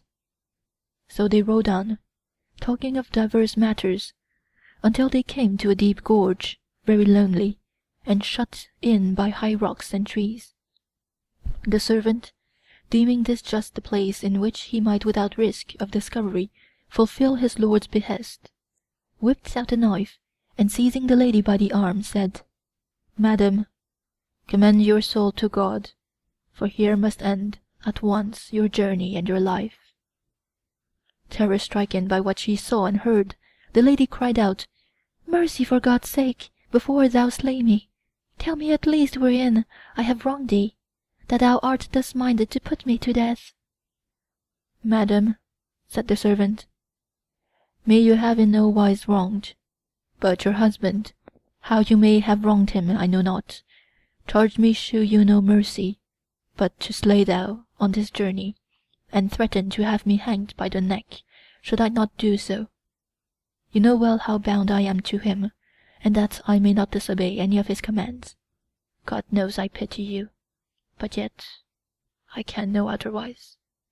Whereat the lady burst into tears, saying, "Mercy, for God's sake, make not thyself the murderer of one that has done thee no wrong, and at the behest of another. The all-seeing God knows that I never did aught to merit such requital at my husband's hands. But enough of this for the present. There is a way in which thou canst serve at once God and thy master and myself, if thou wilt do as I bid thee. Take, then, these clothes of mine, and give me in exchange just thy doublet and a hood, and carry the clothes with thee to my lord and thine, and tell him that thou hast slain me, and I swear to thee by the life which I shall receive at thy hands, that thou wilt get me gone, and there abide, whence news of me shall never reach either him or thee, or these parts." The servant, being loath to put her to death, soon yielded to pity, and so he took her clothes, allowing her to retain a little money that she had, and gave her one of his worsted doublets and a hood. Then, praying her to depart the country, he left her afoot in the gorge, and returned to his master, whom he gave to understand that he had not only carried out his orders, but had left the lady's body a prey to wolves. But Nebo, after a while, returned to Genoa, where the supposed murder being bruited abroad, he was severely censured. Alone and disconsolate, the lady, as night fell, disguised herself as best she could, and hied her to a neighbouring village, where, having procured what was needful from an old woman, she shortened her doublet and fitted it to her figure, converted her chemise into a pair of breeches, cut her hair close, and, in short, completely disguised herself as a sailor. She then made her way to the coast, where by chance she encountered a Catalan gentleman, by name Signer Encarach, who had landed from one of his ships, which lay in the offing, to recreate himself at Alba, where there was a fountain. So she made overture to him of her services, was engaged, and taken aboard the ship, assuming the name Sicurano da Finale. The gentleman put her in better trim as to clothes, and found her so apt and handy at service that he was exceedingly well pleased with her. Not long afterwards the Catalan sailed one of his carracks to Alexandria. He took with him some peregrine falcons, which he presented to the Soldan, who feasted him once or twice, and noting with approbation the behaviour of Sicurano, who always attended his master, he craved him of the Catalan, which request the Catalan reluctantly granted. Sicurano proved so apt for his new service that he was soon as high in grace and favour with the Soldan as he had been with the Catalan, wherefore, when the time of year came at which there was wont to be held at Acre, then under the Soldan's sway, a great fair, much frequented by merchants, Christian and Saracen alike, and to which, for the security of the merchants and their goods, the Soldan always sent one of his great officers of state with the other officers and a guard to attend upon him, he determined to send Securano, who by this time knew the language very well. So Securano was sent to Acre as governor and captain of the guard for the protection of the merchants and merchandise. Arrived there, he bestirred himself with great zeal in all matters appertaining to his office, and as he went his rounds of inspection, he espied among the merchants not a few from Italy, Sicilian, Pisans, Genoese, Venetians, and so forth, with whom he consorted the more readily because they reminded him of his native land. And so it befell that, alighting once at a shop belonging to some Venetian merchants, he saw there, among other trinkets, a purse and a girdle, which he forthwith recognized as having once been his own. Concealing his surprise, he blandly asked whose they were, and if they were for sale. He was answered by Ambrogiolo da Piacenza, who had come thither with much merchandise aboard a Venetian ship, and hearing that the captain of the guard was asking about the ownership of the purse and girdle, came forward, and said with a smile, "The things are mine, sir, and I am not disposed to sell them, but if they take your fancy, I would gladly give them to you." Observing the smile, Securano misdoubted that something had escaped him by which Ambrogiolo had recognized him, but he answered with a composed air, "Thou dost smile, perchance, to see me, a soldier, come asking about this woman's gear?" "Not so, sir," returned Ambrogiolo. "I smile to think of the manner in which I came by it." "And pray," said Securano, "if thou hast no reason to conceal it, tell me, in God's name, how thou didst come by the things." "Why, sir," said Ambrogiolo, "they were given me by a Genoese lady, with whom I once spent a night, Madame Ginevra by name, wife of Barnabo Lomelin, who prayed me to keep them as a token of her love. I smiled, just now, to think of the folly of Barnabo, who was so mad as to stake 5,000 florins of gold against my 1,000, that I could not bring his wife to surrender to me, which I did. I won the bet, and he, who should rather have been punished for his insensate folly than she for doing what all women do, had her put to death, as I afterwards gathered, on his way back from Paris to Genoa." Ambrogiolo had not done speaking before Securano had discerned in him the evident cause of her husband's animosity against her, and all her woe, and had made up her mind that he should not escape with impunity. She therefore feigned to be much interested by this story, consorted frequently and very familiarly with Ambrogiolo, and insidiously captured his confidence, insomuch that at her suggestion, when the fair was done, he, taking with him all his ware, accompanied her to Alexandria, where she provided him with a shop, and put no little of her own money in his hands, so that he, finding it very profitable, was glad enough to stay. Anxious to make her innocence manifest to Barnabo, Securano did not rest until, with the help of some great Genoese merchants that were in Alexandria, she had devised an expedient to draw him thither. Her plan succeeded. Barnabo arrived, and as he was now very poor, she privately arranged that he should be entertained by one of her friends, until occasion should serve to carry out her design. She had already introduced Ambrogiolo to tell his story to the Soldan, and the Soldan to interest himself in the matter. So Barnabo being come, and further delay inexpedient, she seized her opportunity, and persuaded the Soldan to cite Ambrogiolo and Bernabo before him, that in Bernabo's presence Ambrogiolo might be examined of his boast touching Bernabo's wife, and the truth thereof, if not to be had from him by gentle means, be elicited by torture. So the Soldan, having Ambrogiolo and Bernabo before him, amid a great concourse of the people questioned Ambrogiolo of the 5,000 florins of gold that he had won from Bernabo, and sternly bade him tell the truth. Still more harsh was the aspect of Sicurano, in whom Ambrogiolo had placed his chief reliance, but who now threatened him with the direst torments if the truth were not forthcoming. Thus hard-bested on this side and on that, and in a manner coerced, Ambrogiolo, thinking he had but to refund, in presence of Bernabo and many others, accurately recounted the affair as it had happened. When he had done, Sicurano, as minister of the Soldan for the time being, turned to Bernabo and said, "And thy wife, thus falsely accused, what treatment did she meet with at thy hands?" "Mortified," said Bernabo, "by the loss of my money, and the dishonour which I deemed to have been done me by my wife, I was so overcome by wrath that I had her put to death by one of my servants, who brought me word that her corpse had been instantly devoured by a pack of wolves."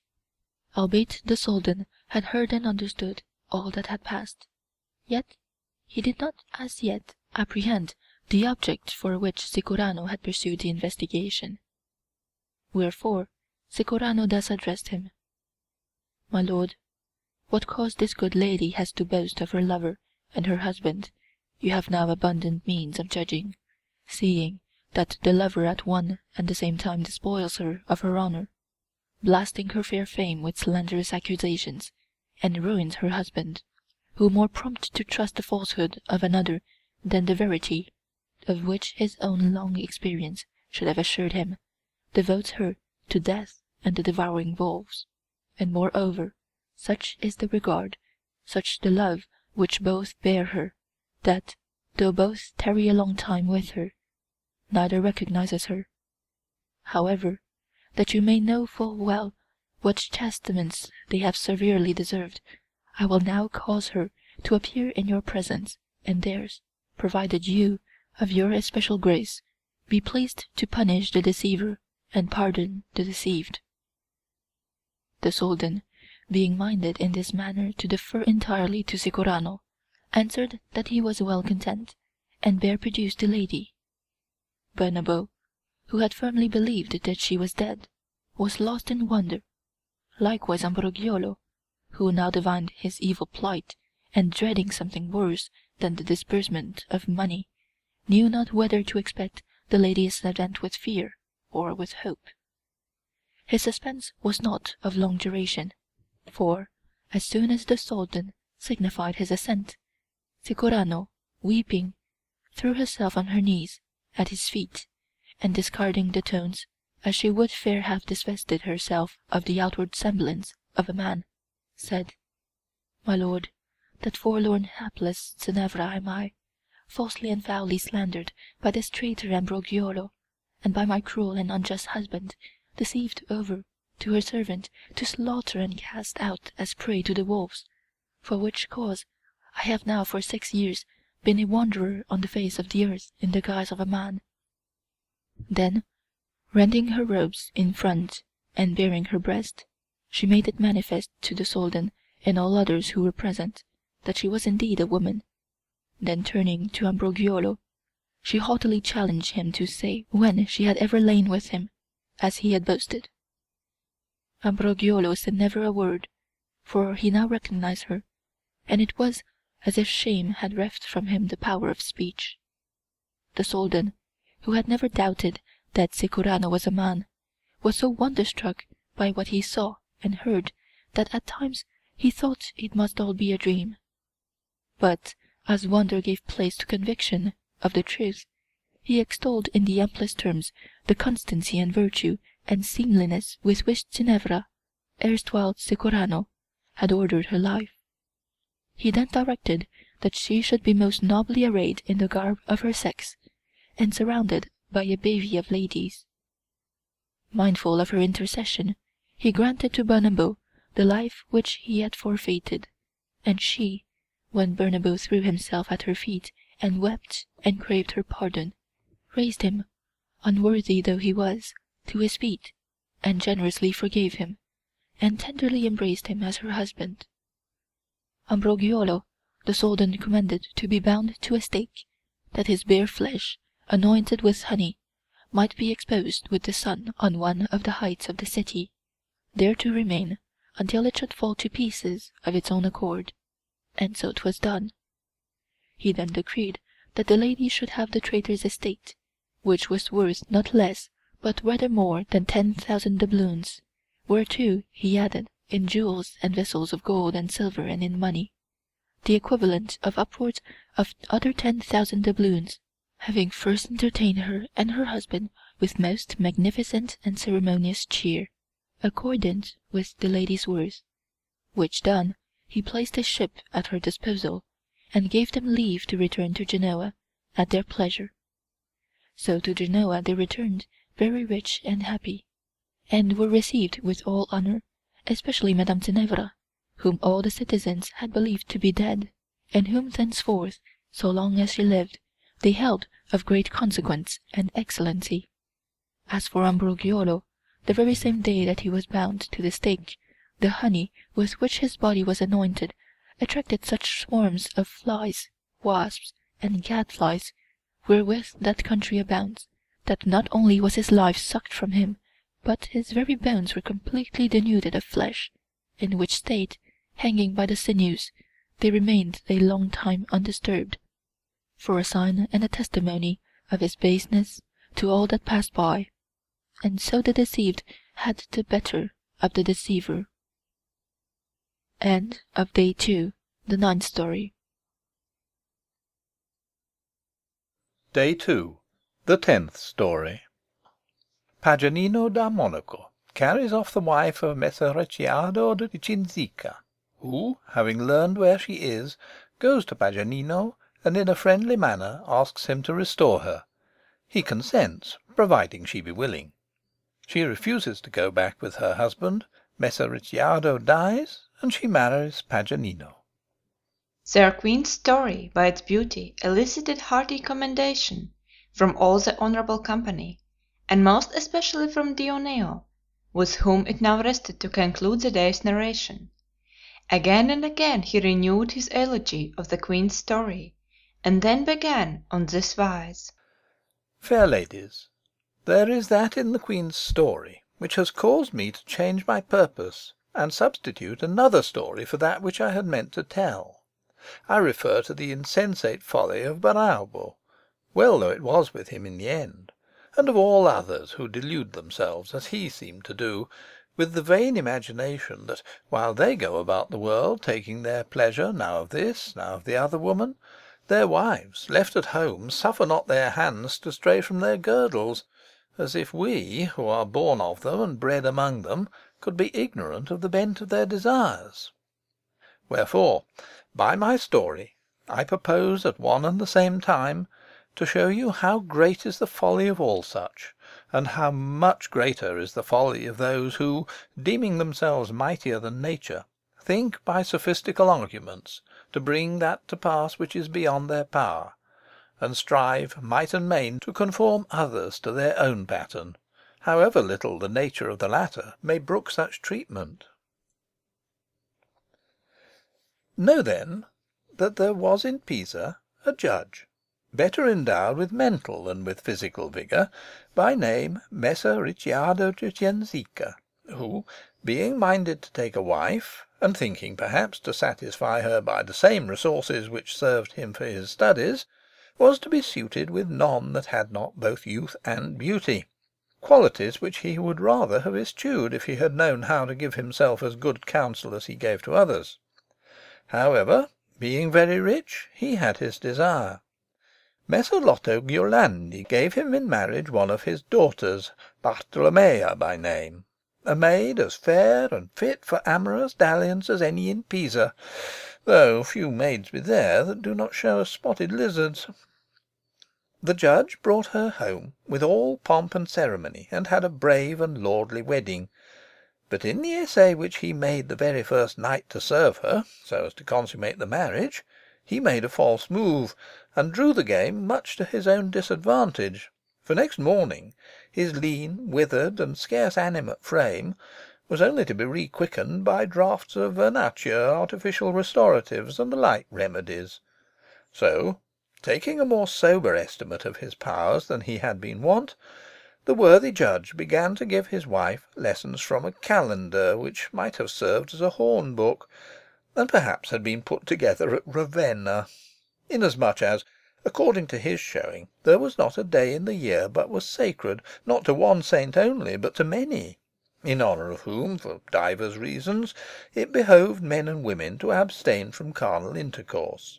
Whereto he added fast days, ember days, vigils of apostles and other saints, Friday, Saturday, Sunday, the whole of Lent, certain lunar mansions, and many other exceptions, arguing perchance that the practice of men with women abed should have its times of vacation no less than the administration of the law.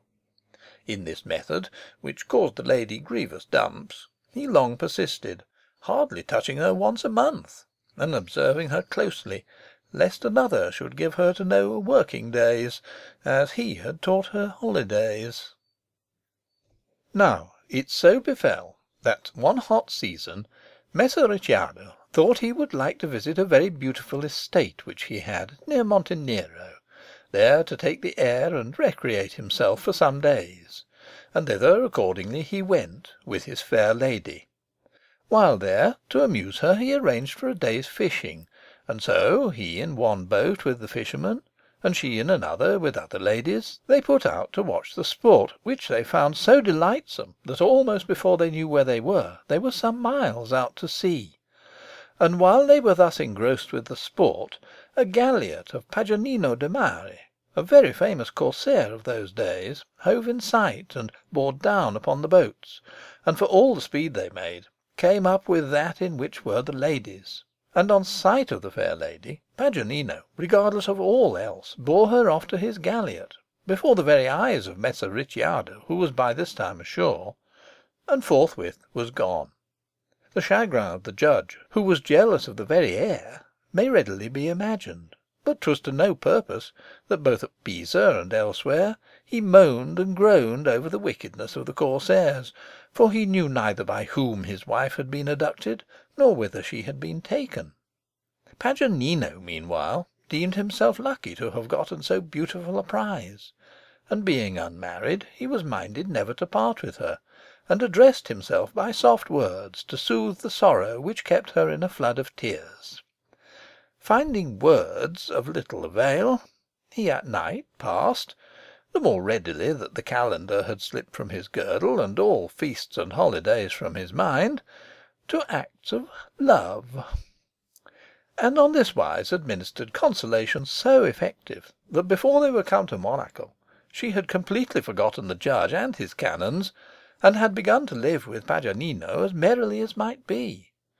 So he brought her to Monaco, where, besides the daily and the nightly solace which he gave her, he honourably entreated her as his wife. Not long afterwards, Messer Ricciardo, coming to know where his wife was, and being most ardently desirous to have her back, and thinking none but he would understand exactly what to do in the circumstances, determined to go and fetch her himself, being prepared to spend any sum of money that might be demanded by way of ransom. So he took ship, and being come to Monaco, he both saw her and was seen by her, which news she communicated to Paganino in the evening, and told him how she was minded to behave. Next morning, Messer Ricciardo, encountering Paganino, made up to him, and soon assumed a very familiar and friendly air, while Paganino pretended not to know him, being on his guard to see what he would be at. So Messer Ricciardo, as soon as he deemed the time ripe, as best and most delicately he was able, disclosed to Paganino the business on which he had come, praying him to take whatever in the way of ransom he chose, and restore him the lady. Paganino replied cheerily, "Right glad I am to see you here, sir, and briefly thus I answer you. True it is that I have here a young woman, whether she be your wife or another man's I know not, for you are none of my acquaintance, nor is she, except for the short time that she has been with me. If, as you say, you are her husband, why, as you seem to me to be a pleasant gentleman, I will even take you to her, and I doubt not she will know you well. If she says that it is even as you say, and is minded to go with you, you shall give me just what you like by way of ransom, so pleasant have I found you. Otherwise 'twill be churlish in you to think of taking her from me, who am a young man, and as fit to keep a woman as another, and moreover never knew any woman so agreeable." "My wife," said Ricciardo, "she is, beyond all manner of doubt, as you shall see, for as soon as thou bringest me to her, she will throw her arms about my neck. Wherefore, as thou art minded, even so be it. I ask no more." "Go we then," said Paganino, and forthwith they went into the house, and Paganino sent for the lady, while they waited in one of the halls. By and by she entered from one of the adjoining rooms, all trim and tricked out, and advanced to the place where Paganino and Messer Ricciardo were standing. But never a word did she vouchsafe to her husband, any more than if he had been some stranger whom Paganino had brought into the house. Whereat the judge was mightily amazed, having expected to be greeted by her with the heartiest of cheer, and began to ruminate thus: "Perhaps I am so changed by the melancholy and prolonged heartache to which I have been a prey since I lost her, that she does not recognize me." Wherefore he said, "Madam, cause enough have I to rue it that I took thee a fishing, for never yet was known such grief as has been mine since I lost thee. And now it seems as if thou dost not recognize me, so scant of courtesy is thy greeting.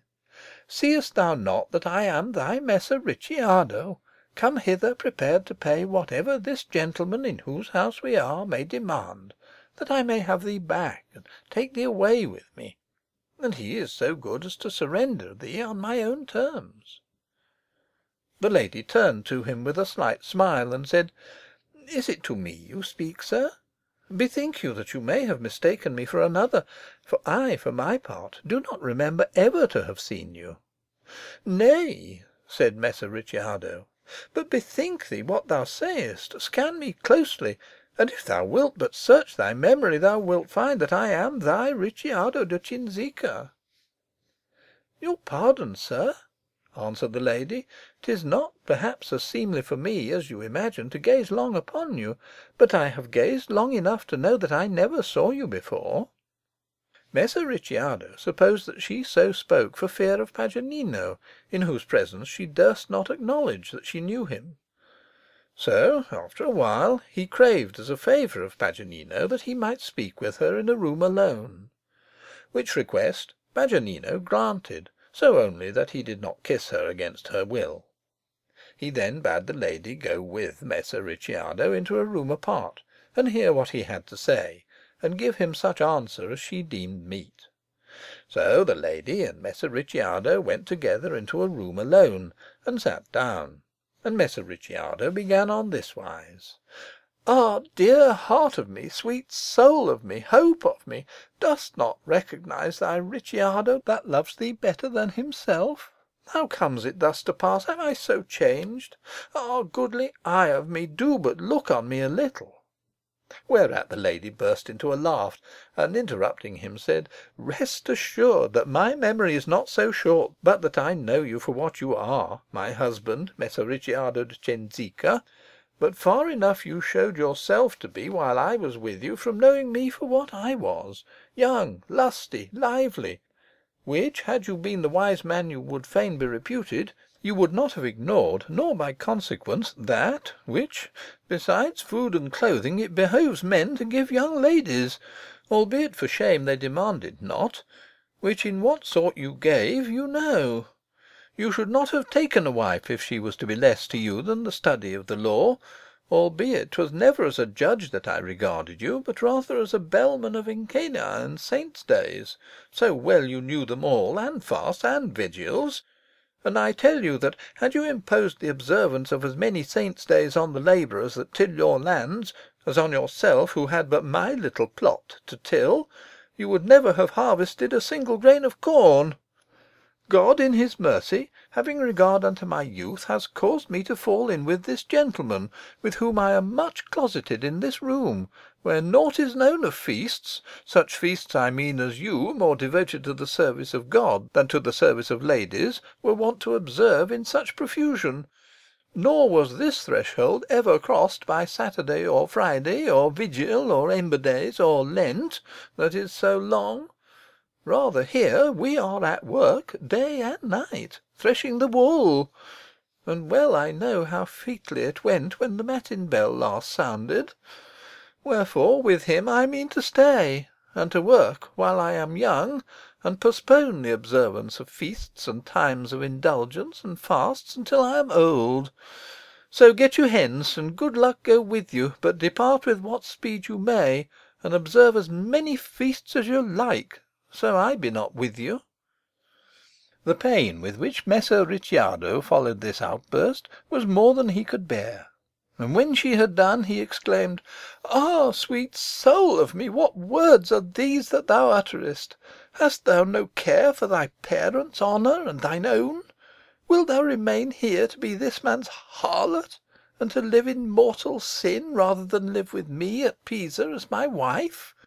Why, when he is tired of thee, he will cast thee out to thy most grievous dishonour. I will ever cherish thee, and ever, willy-nilly, thou wilt be the mistress of my house. Wouldst thou, to gratify this unbridled and unseemly passion, part at once with thy honour and with me, who love thee more dearly than my very life? Ah, cherished hope of me, say not so again. Make up thy mind to come with me. As I now know thy bent, I will henceforth constrain myself to pleasure thee. Wherefore, sweet my treasure, think better of it, and come with me, who have never known a happy hour since thou wert reft from me." The lady answered, "I expect not, nor is it possible that another should be more tender of my honour than I am myself. Were my parents so when they gave me to you? I trow not, nor mean I to be more tender of their honour now than they were then of mine. And if now I live in mortar sin, I will ever abide there until it be pestle sin. Concern yourself no further on my account. Moreover, let me tell you, that whereas at Pisa 'twas as if I were your harlot, seeing that the planets in conjunction, according to lunar mansion and geometric square, intervene between you and me, here with Paganino I deem myself a wife, for he holds me in his arms all night long, and hugs and bites me, and how he serves me, God be my witness. Ah, but you say you will constrain yourself to serve me. To what end? To do it on the third essay, and raise it by a stroke of baton? I doubt not you are become a perfect knight since I last saw you. Begone, and constrain yourself to live, for here, methinks, your tenure is but precarious, so hectic and wasted is your appearance. Nay, more, I tell you this, that should Paganino desert me, which he does not seem disposed to do so long as I am willing to stay with him, never will I return to your house, where for one while I stayed to my most grievous loss and prejudice, but will seek my commodity elsewhere than with one from whose whole body I could not wring a single cupful of sap. So again I tell you that here is neither feast nor vigil, wherefore here I mean to abide. And you, get you gone in God's name with what speed you may, lest I raise the cry that you threaten to violate me." Messer Ricciardo felt himself hard bested, but he could not but recognise that, worn out as he was, he had been foolish to take a young wife. So, sad and woebegone, he quitted the room, and after expending on Paganino a wealth of words which signified nothing, he at last gave up his bootless enterprise, and leaving the lady to her own devices, returned to Pisa, where, for very grief, he lapsed into such utter imbecility that when he was met by any with greeting or question in the street, he made no other answer than, "The evil hole brooks no holiday." and soon afterwards died. Which when Paganino learned, being well assured of the love the lady bore him, he made her his lawful wife. And so, keeping neither feast, nor vigil, nor Lent, they worked as hard as their legs permitted, and had a good time. Wherefore, dear my ladies, I am of opinion that Messer Barnabo, in his altercation with Ambrogiolo, rode the goat downhill. End of Day 2, the 10th story. Second day, the conclusion. This story provoked so much laughter that the jaws of every one in the company ached, and all the ladies by common consent acknowledged that Dioneo was right, and pronounced Bernabo a blockhead. But when the story was ended and the laughter had subsided, the queen, observing that the hour was now late, and that with the completion of the day's story-telling the end of her sovereignty was come, followed the example of her predecessor, and took off her wreath and set it on Neiphile's brow, saying with gladsome mien, "Now, dear gossip, thine be the sovereignty of this little people." And so she resumed her seat. Neifile coloured somewhat to receive such honour, showing of aspect even as the fresh-blown rose of April or May in the radiance of the dawn, her eyes rather downcast, and glowing with love's fire, like the morning star. But when the respectful murmur, by which the rest of the company gave blithe token of the favour in which they held their queen, was hushed, and her courage revived, she raised herself somewhat more in her seat than she was wont, and thus spoke: "As so it is that I am your queen, I purpose not to depart from the usage observed by my predecessors, whose rule had commanded not only your obedience but your approbation.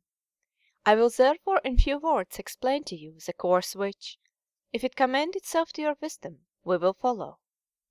Tomorrow, you know, is Friday, and the next day Saturday, days which most folk find somewhat wearisome, by reason of the viands which are then customary, to say nothing of the reverence in which Friday is meet to be held, seeing that it was on that day that he who died for us bore his passion.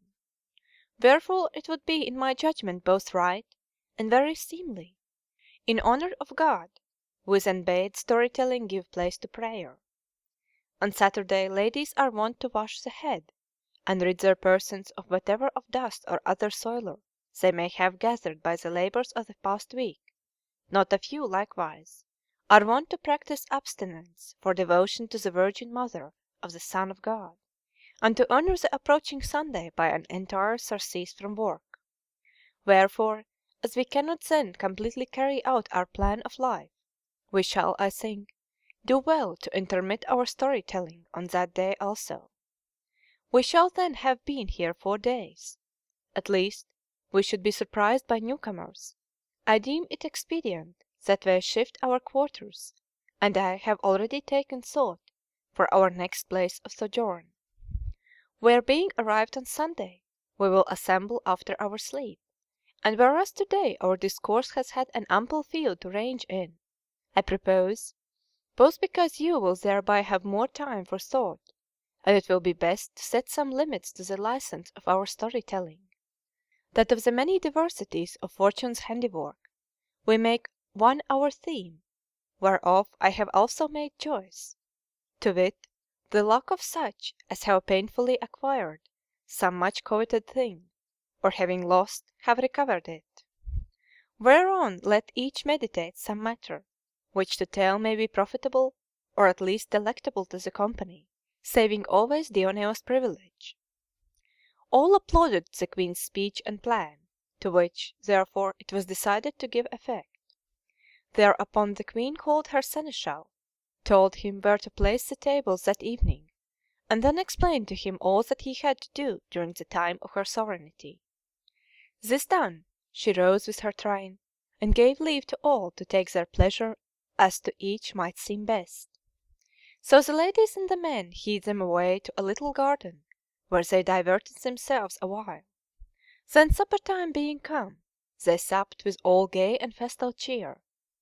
When they were risen from the table, Emilia at the queen's command led the dance, while Pampinea, the other ladies responding, sang the ensuing song. Shall any lady sing, if I not sing? I, to whom love did full contentment bring. Come hither, love, thou cause of all my joy, of all my hope, and all its sequel blessed, and with me tune the lay. No more to sighs and bitter past annoy, that now but serve to lend thy bliss more zest. But to that fire's clear ray, wherewith enwrapped I blithely live and gay, thee as my God for ever worshipping. 'Twas thou, O love, didst set before mine eyes, when first thy fire my soul did penetrate, a youth to be my fair, so fit for deeds of high emprise, that ne'er another shall be found more great. Nay, nor I ween his peer, such flame he kindled that my heart's full cheer I now pour out in chant with thee, my king. And that wherein I most delight is this, that as I love him, so he loveth me. So thank thee, love, I must, for whatsoever this world can yield of bliss is mine, and in the next at peace to be, I hope, through that full trust I place in him. And thou, O God, thou dost it see, will grant of joy thy plenishing. Some other songs and dances followed, to the accompaniment of divers sorts of music, after which, the queen deeming it time to go to rest, all, following in the wake of the torches, sought their several chambers. The next 2 days they devoted to the duties to which the queen had averted, looking forward to the Sunday with eager expectancy. End of second day.